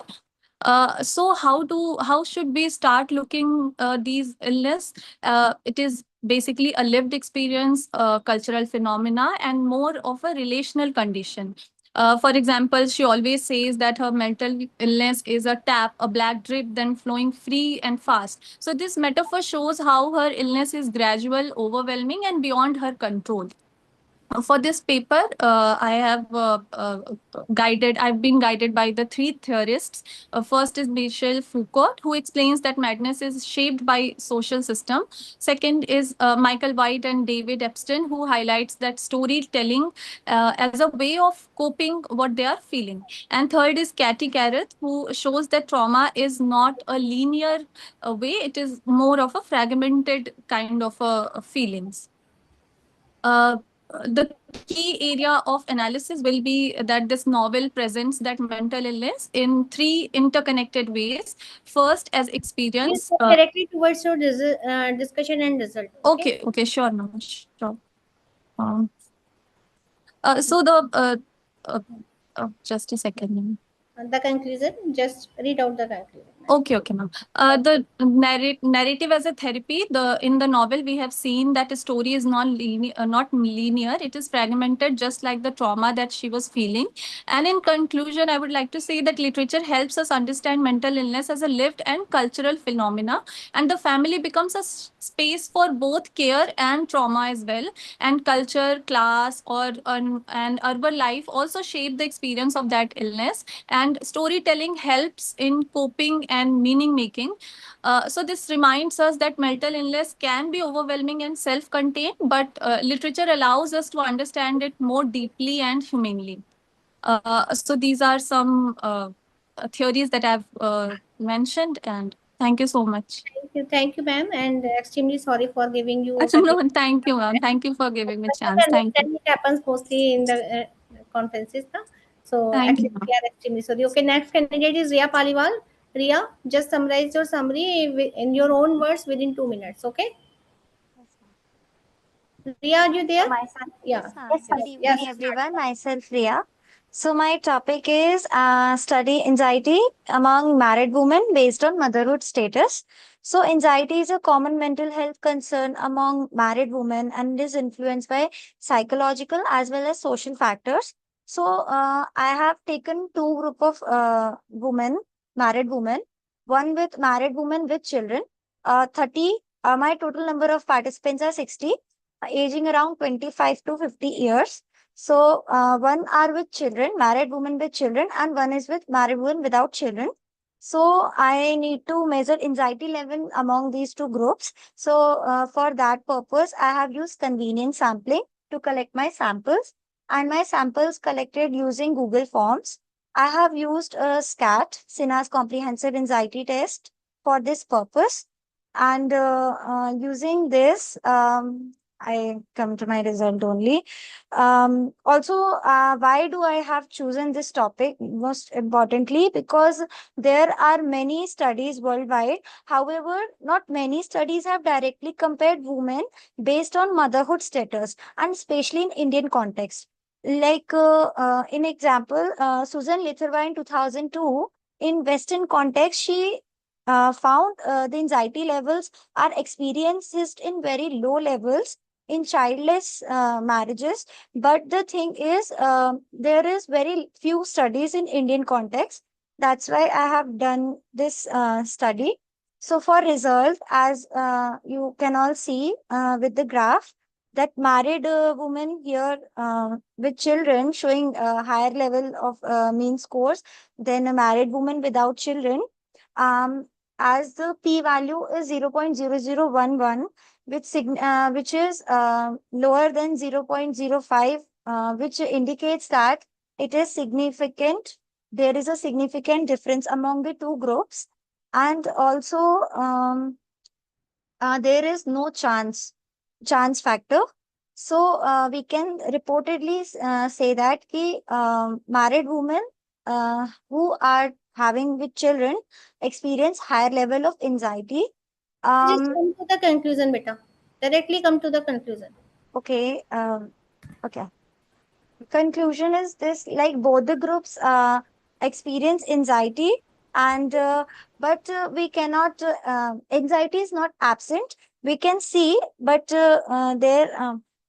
Uh, woman's life is not defined by her goals but shaped by her experiences. So we can implications, we can have some awareness towards it to reduce these things. And there are some limitations in my studies, like I have used very small sample size, and there are very convenient sample which reduces the generability of my study. This study requires quite qualitative research furthermore, so I'm gonna do it. Uh, and that's it for. Thank you. Thank you, Ria. It was such a very nice presentation. Now the last candidate of our technical session is Arya Kaushik. Arya Kaushik, are you there? Yes, ma'am, I'm here. Okay, just present within the time limit. It's two Yeah, to sure, ma'am. Okay, thank you. Ma'am, I'm having a difficulty presenting my screen. Is it Doesn't okay matter. if You I? just you are audible Hmm. very fine, and so you just present. Yes. Okay, so my name is Arya Kaushik. I'm from Department of Psychology, guidance under Dr. Meena Tripathi. So we have tried to study cognitive schema and how in romantic relationship dynamics, there is always a partner selection based on repetition, especially when it comes to maladaptive relationships. We have understood through our paper based on the theories of Jeffrey Young and Jeffrey Young and Aaron Back that maladaptive relationship patterns are frequently discussed and experienced by people and are formulated in their thoughts from one question only: why am I repeatedly attracted to similar kind of partners? Our paper is trying to examine it in respect of cognitive schema based on fundamental ideas of Aaron Beck and Jeffrey Young. For our paper, we understood that maladaptive schemas, persistent dysfunctional beliefs about the self, other people, and romantic relationships are said to emerge from early life experiences, which is within the context of childhood. Within this context, if there is inconsistency, neglect, and control in family interactions, the schema formed are usually negative. The mechanism underlying the creation of a cycle of maladaptive behavior is expectation with regard to relationship, explained with the help of existing literature on the cognitive schema theory. In conclusion, we have tried to study the we have tried to study how cognitive schema theory, schema activation, cognitive distortion, and interpersonal functioning all lead to a confirmation bias, which results in an emotional reasoning. Then, afterwards, when a selective perception is created, the choice of partners becomes selective and hence very repetitive on an unconscious level, as well as the emotional unmet needs creates insecure attachments, making validating these relationships further. Now, clinical implications of our paper would include implications of our paper in the problem area are also discussed, with an emphasis made on the way in which cognitive behavioral therapy and schema focused approaches allow patients and clients to address maladaptive schema and overcome relationship related difficulties by integrating cognitive theory with relational dynamics. Our paper offers a comprehensive framework for understanding and addressing repetitive relationship patterns. Thank you so much. Thank you, Arya. Now, thanks all. I would like to thank you all the participants for giving such a good presentation, and I am extremely sorry because we were bounded with the time limitations again. So I hope that we will connect in next time soon, and it will not Excuse happen me, with ma'am. the next session. Okay. Uh, Dr. Suniti, are you with us? Dr. Suniti, are you with us? Okay, so actually, I would like to call one by one to our chairpersons for this session, and after their address, we will Richa do ma'am it. मैं Richa ma'am है Okay, नमस्ते okay. Ma'am Thank you, ma'am. Namaskar ji. So after the address of the chairpersons, I would like to call Dr. Suniti ma'am to end this technical session for the with the Shanti part. So first of all, I would like to call Dr. Moni. Dr. Moni. Good evening, ma'am. Am I audible? Yeah, but you are not visible, Moni.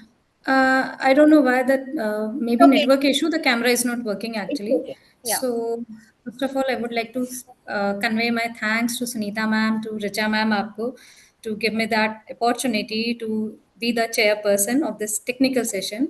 And overall इसमें बहुत अच्छे अच्छे researches मुझे सुनने को मिले हैं, like academic pressure पे, एंड छाया प्रजापति का बहुत अच्छा था, मयूरी का केस स्टडी देखने को मिला, मतलब एम्पिरिकल भी केस स्टडी भी, थ्योरेटिकल भी।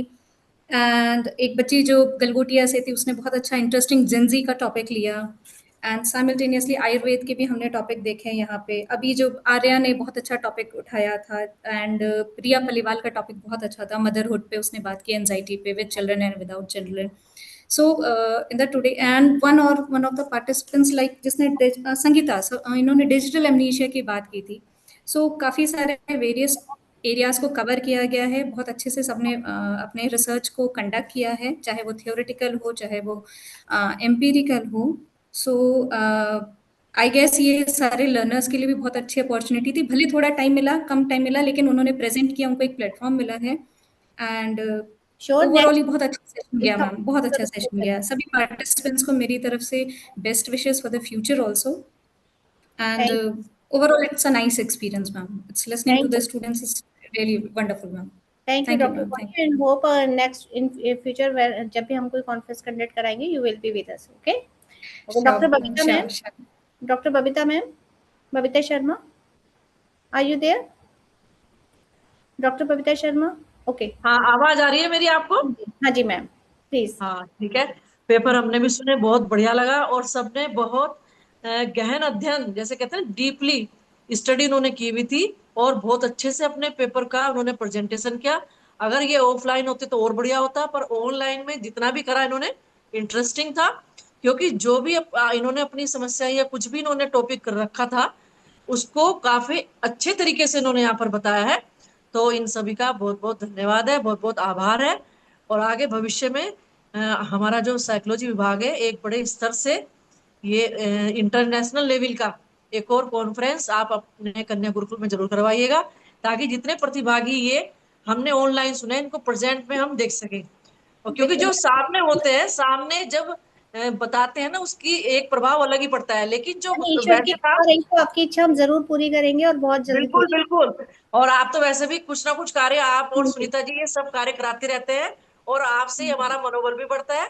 और आपके जरिए ही हमने देखा जगह जगह से, मतलब कोई उत्तराखंड से थे, और इधर बेंगलोर वगैरह ये आसपास के जितने के एरिया थे, सभी जगह से प्रतिभागी आए हुए थे, और काफी इंटरेस्ट के साथ सबने जो है यहाँ पर अपने टॉपिक को रखा है।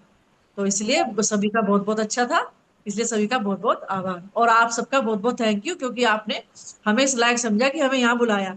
नहीं thank you ma'am, so much. आपने हमारे सेशन की एक्सेप्ट करके हमारा मान बढ़ाया। Thank you ma'am. Thank you. Doctor Ratna, now I would like to call doctor Ratna Pandey. Doctor Ratna ma'am. Am I audible, ma'am? Yeah, but you are not visible. Yeah. I'm not visible? Oh, No. just a second. Give me a moment. There is some technical glitch, I think. No issue. I'm audible, right? Yeah. Okay. First of all, I would like to thank you, ma'am, especially Richa ma'am, for inviting me.